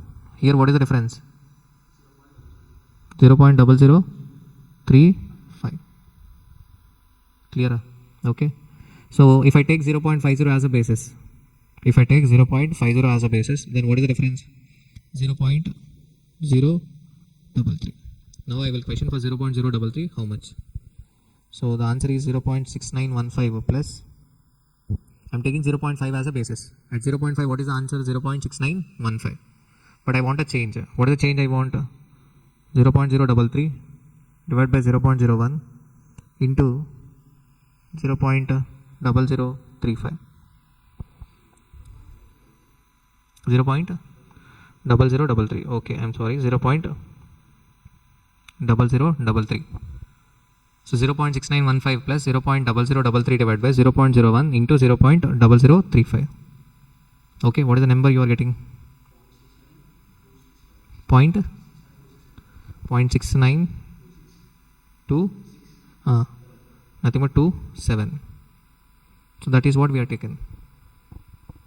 Are you getting my point? Okay. If there is no time, better you take 0.6915. 0.6915. What is the next one? 0.39. D2 is equal to what? 0.39. 0.39 means 0.39. So that means what is the value? 0.6517. Okay, clear? So why they have taken 0.6529? Because it is lying between 0.39 and 0.4. Clear? What is the value? 0.3932727. So 0.39327 means it lies between 0.39 and 0.4. Okay? Clear? So here the values are taken from what? Cumulative table. Here is the cumulative table. Cumulative table. Here also the same. You can take anything. 0.39, 0.6517. At 0.4, 0.6544. Clear? But in exam they might give one tail table. One tail table. One tail table. At 0.5, what is the value? 0.3085. Yes or no? But we should not take this 0.3085. This is a one tail value. One tail value. See the area. This value is given. But I want this. What is the total? Total is 1. Now I should take 1 minus 0.3085. If I take 1 minus 0.3085, I will get 0.6915. 0.6915. How do we get cumulative value? Simple. 1 minus one tail value. See here it is 0.3085. So total area value is equal to 1. So 1 minus one tail value is equal to what? Cumulative value. So that is 0.6915. Clear? For suppose in question they might give Z area. Z area. So I should not take a Z score. I should take what? Cumulative. I should take entire this value. I told you that from left to the center point, what is the value? 0.5. So that means for Z score value, I should add 0.5. So at the 0.5, what is the value? 0.1915. For this 0.1915, I should add 0.5. What is the value? 0.6915. So that is what we are getting at 0.5. Yes or no? Clear? Done? Sometimes they might give a two tail. So it is very rare. Two tail. Two tail. Two tail means first we should divide this two tail area with 1. We should divide with two tail with, so two tail with 2. If you divide two tail area with 2, then you will get one tail value. Yes or no? Two tail means left hand side and right hand side. So divide two tail value with 2, then you will get what? One tail value. At 0.5, what is the value? 0.61708. Divide with 2. 0.61708 divided by 2. 0.3085. This is a one tail value. Now 1 minus 0.3085. 0.6915. Clear? So this is how the values are taken from the normal distribution table. Done. But if you have to do the interpolation, better you leave the question, because interpolation is little confusing. Okay. If the values are given in the question, you take, otherwise no. See, this is how the interpolation is taken. You better want to listen to this interpolation explanation again. Okay. Done. So ND1 and ND2 value. ND1, ND2 value. How the value of option is calculated? Value of option is equal to spot price into ND1 minus present value of a strike price into ND2. Yes or no? Value of a call option is equal to spot price. What is the spot price? 415 into ND1 0.6928 minus present value of a strike price. What is the present value of a strike price? 400 divided by e power 0.05 into 0.25 into ND2 value. So answer is 29.6. What is the market price of option? Market price of a call option is, so this I have already explained, interpolation. Since the market price is 25, which is less than 29.6, theoretical value is 29.6, but actual value is 25. Is it worth buying or not? Yes, it is worth buying. Clear? Okay, done. Are you able to understand this? First find out D1 value, D2 value. You can find out D1 and D2 value if you remember the formula, yes or no? Okay. And thereafter what? From cumulative table, from normal distribution table, take the cumulative values. How do we get N of minus D1 and N of minus D2? N of minus D1 is equal to 1 minus ND1. So find out ND1 and then what? N of minus D1 is equal to 1 minus ND1. Clear? Getting my point? Okay. Let me explain the second part. What is the second part of the question? Calculate the aforesaid. Calculate the value of aforesaid call option based on Black-Scholes valuation model if the current price is considered as 480 instead of 415. Now this time we are taking 380.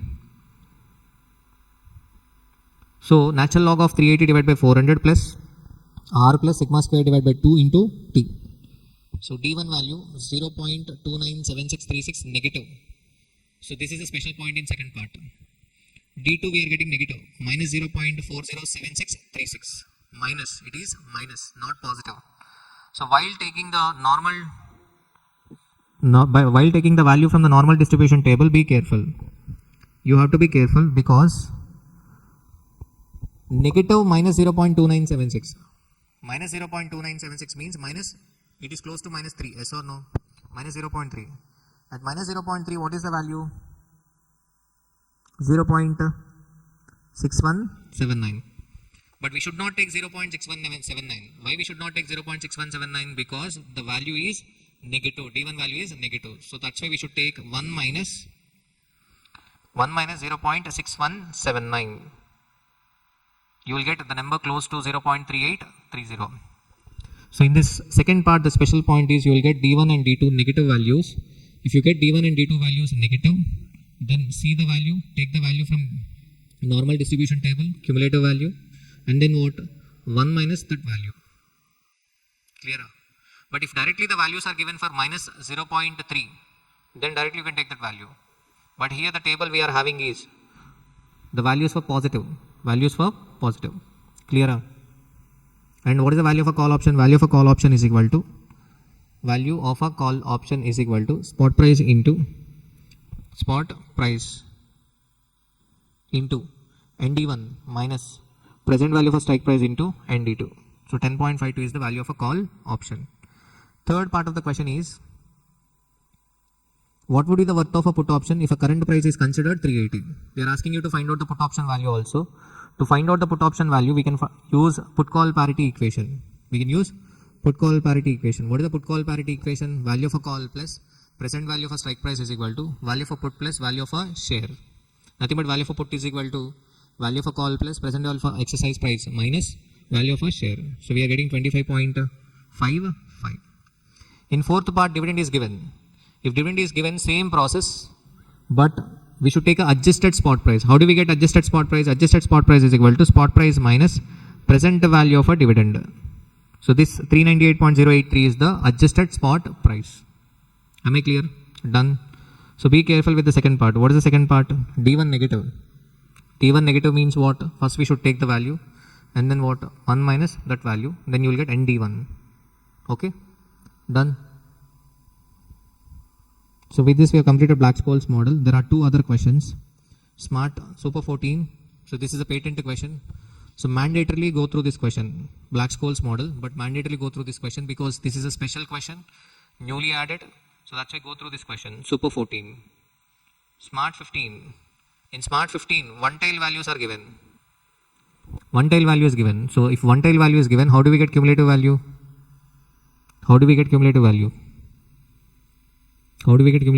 1 minus one tail value. 1 minus one tail value. Clear? Done? Okay, clear? And in third part, in this question, we can find out the value of a put option using this formula also. That is, value of a put is equal to strike price into e power minus TRF into n of minus D2. With strike price, it has to be D2. And with spot price, it has to be D1. So value of a put is equal to strike price into e power minus TRF into n of a minus D2 minus spot price into n of a minus D1. Clear? You can apply this formula also. Then also you will get the value of a put, same answer, that is 25.55. Am I clear? Okay. Now let us move on to the next concept. What is the next concept?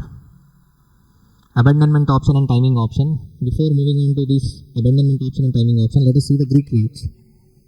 Greek words.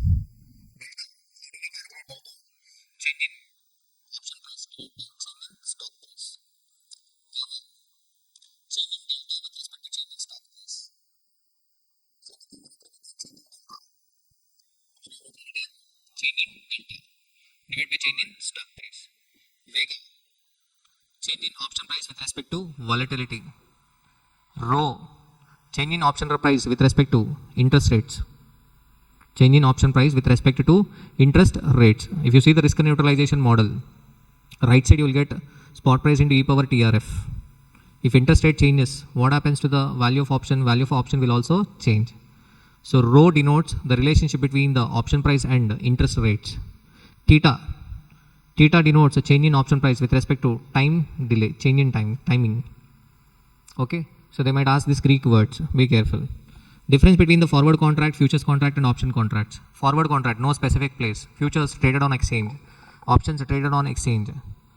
So cash flow at the time of delivery of asset. Futures, profit or loss settled on daily basis. Options, holder has to pay premium at the inception. Closure of contract, how the forward contract is closed. Delivery is must. But in futures, contract can be closed by delivery or payment of a price differential or by taking an opposite position. Under options, contract can be closed by delivery or a payment of a price differential. Price fixation, forward contract determined, negotiated between parties, but in futures and options determined by the market. Under forward, contracts are not standardized, but in futures and options, contracts are standardized. Under forward, both the parties are obliged. In futures, both the parties are obliged. But under options, only the writer is obliged. Under forward, there is a default risk. Under forward, there is a default risk. Under futures, no default risk. And next, in options also, no default risk. So option strategies are not required. So in CFNL, we do not have option strategies. Clear? Now let us come to what? The next question. Super 15. This question was tested in January 26 and also November 24. Abandonment option. Okay. So this abandonment option or timing option are called as a real options. So the call option, put option, these are called as financial options. So the difference between financial option and real option was asked in January 26 attempt. Theory question. So this is a real option. That means investor is given an option to continue the project or abandon, leave the project in between. See the Super 15 question. IPL already in production of fertilizer is considering a proposal of building a new plant to produce pesticides. Suppose the present value of a proposal is rupees 100 crore without the abandonment option. What is the present value of a proposal without the abandonment option? 100 crores. Without abandonment option. Abandonment option means what? So option will be given to leave the project in between. However, if a market conditions for pesticides turns out to be favorable, the present value of a proposal shall increase by 30%. If the market condition turns out to be favorable, the present value of a proposal shall increase by 30%. On the other hand, if the market conditions remain sluggish, the present value of a proposal shall be reduced by 40%. In case the company is not interested in continuation of the project, it can be disposed of for rupees 80 crores. That means if a market is sluggish, the present value of a proposal shall decrease by 40%. If the company is not interested, it can discontinue the project by disposing it off for rupees 80 crores. If the risk-free rate is 8%, then what will be the value of an abandonment option? We have to find out the value of an abandonment option. Value of abandonment option. Okay. So how can we find out the value of abandonment option? Simple. See the question.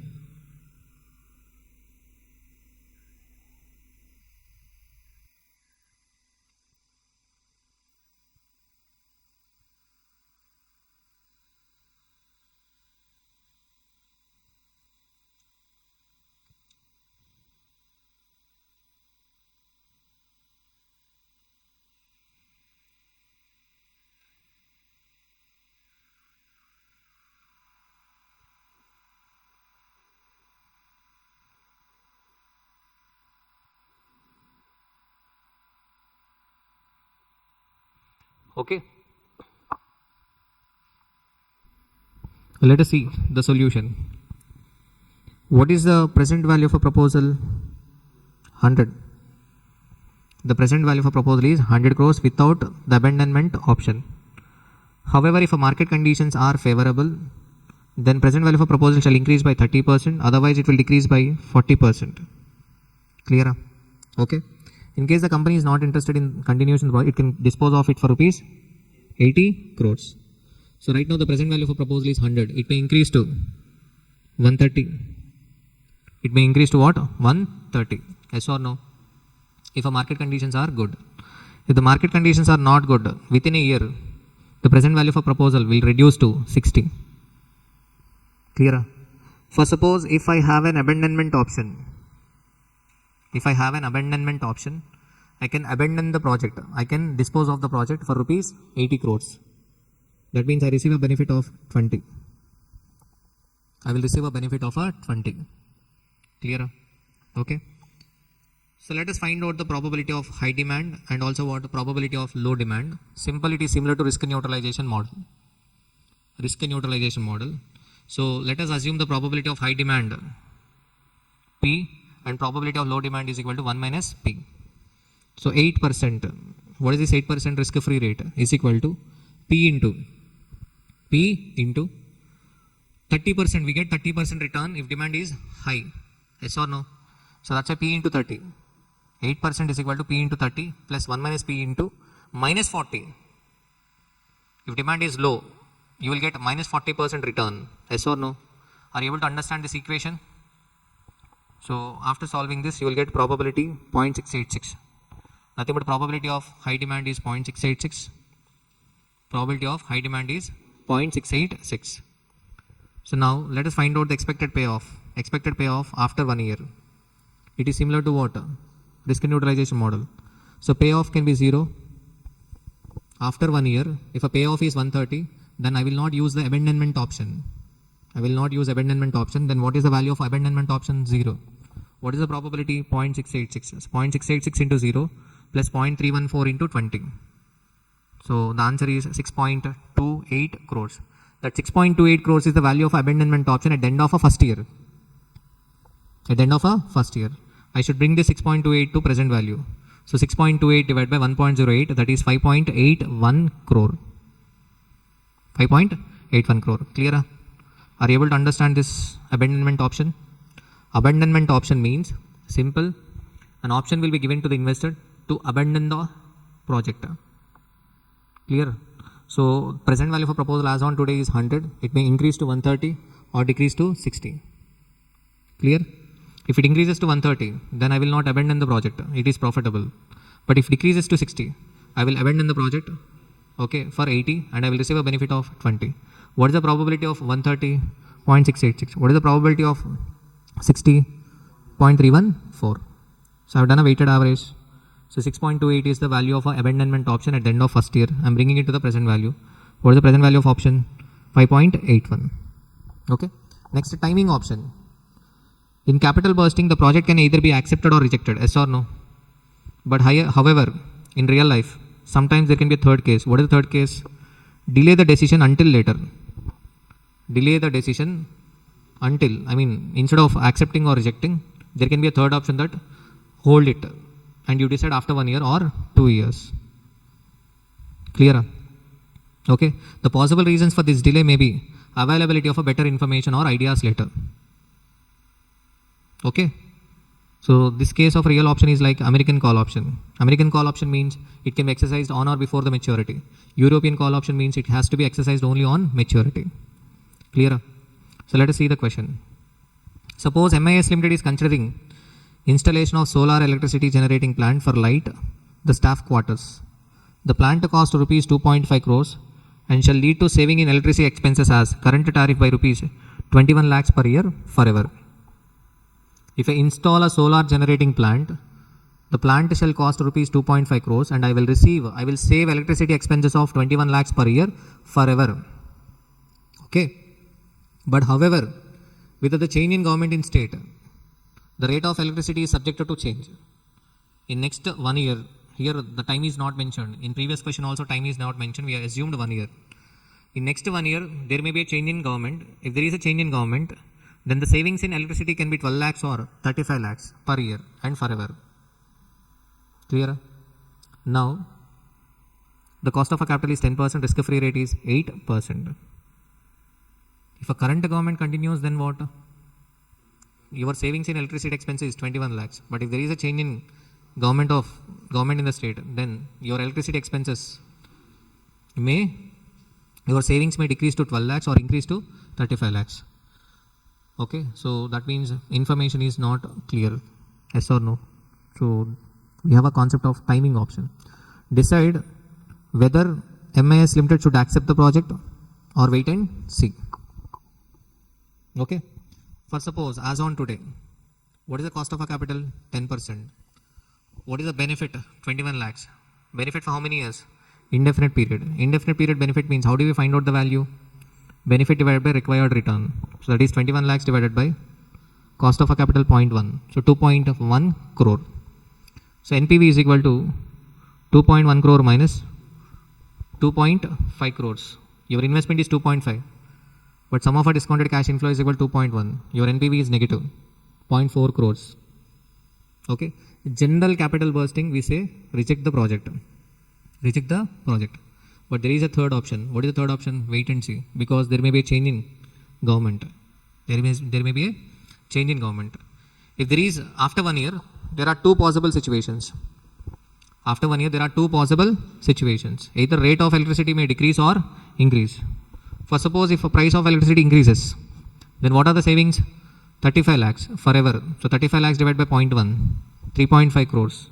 And NPV is equal to 3.5 minus 2.5, 1 crore. Okay, electricity price decreases.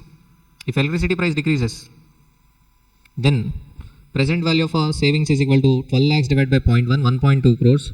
And NPV is equal to 1.2 crores minus 2.5 crores minus 1.3 crores. Minus 1.3 crores. Are you getting my point? So first case, I am getting NPV of 1 crore. So that means what is the percentage of return? 1 crore divided by what is my investment? 12.5 crores. That means 40%. Second case, I am getting 1.3 negative on 2.5 crores investment. That means minus 52%. Okay, clear?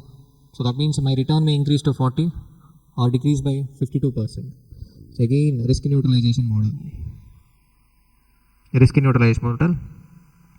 Let the probability of price increase is equal to P. Then the probability of price decrease is equal to 1 minus P. What is the risk-free rate? 0.08. I may get 40% return or minus 52. If I do weighted average, that should be equal to 8%. In a risk-neutral method, I expect risk-free rate. Yes or no? So P into 0.4 plus 1 minus P into minus 0.52. I am getting probability 0.652. Probability is 0.652 means what? Probability of price increase is equal to 0.652. Okay.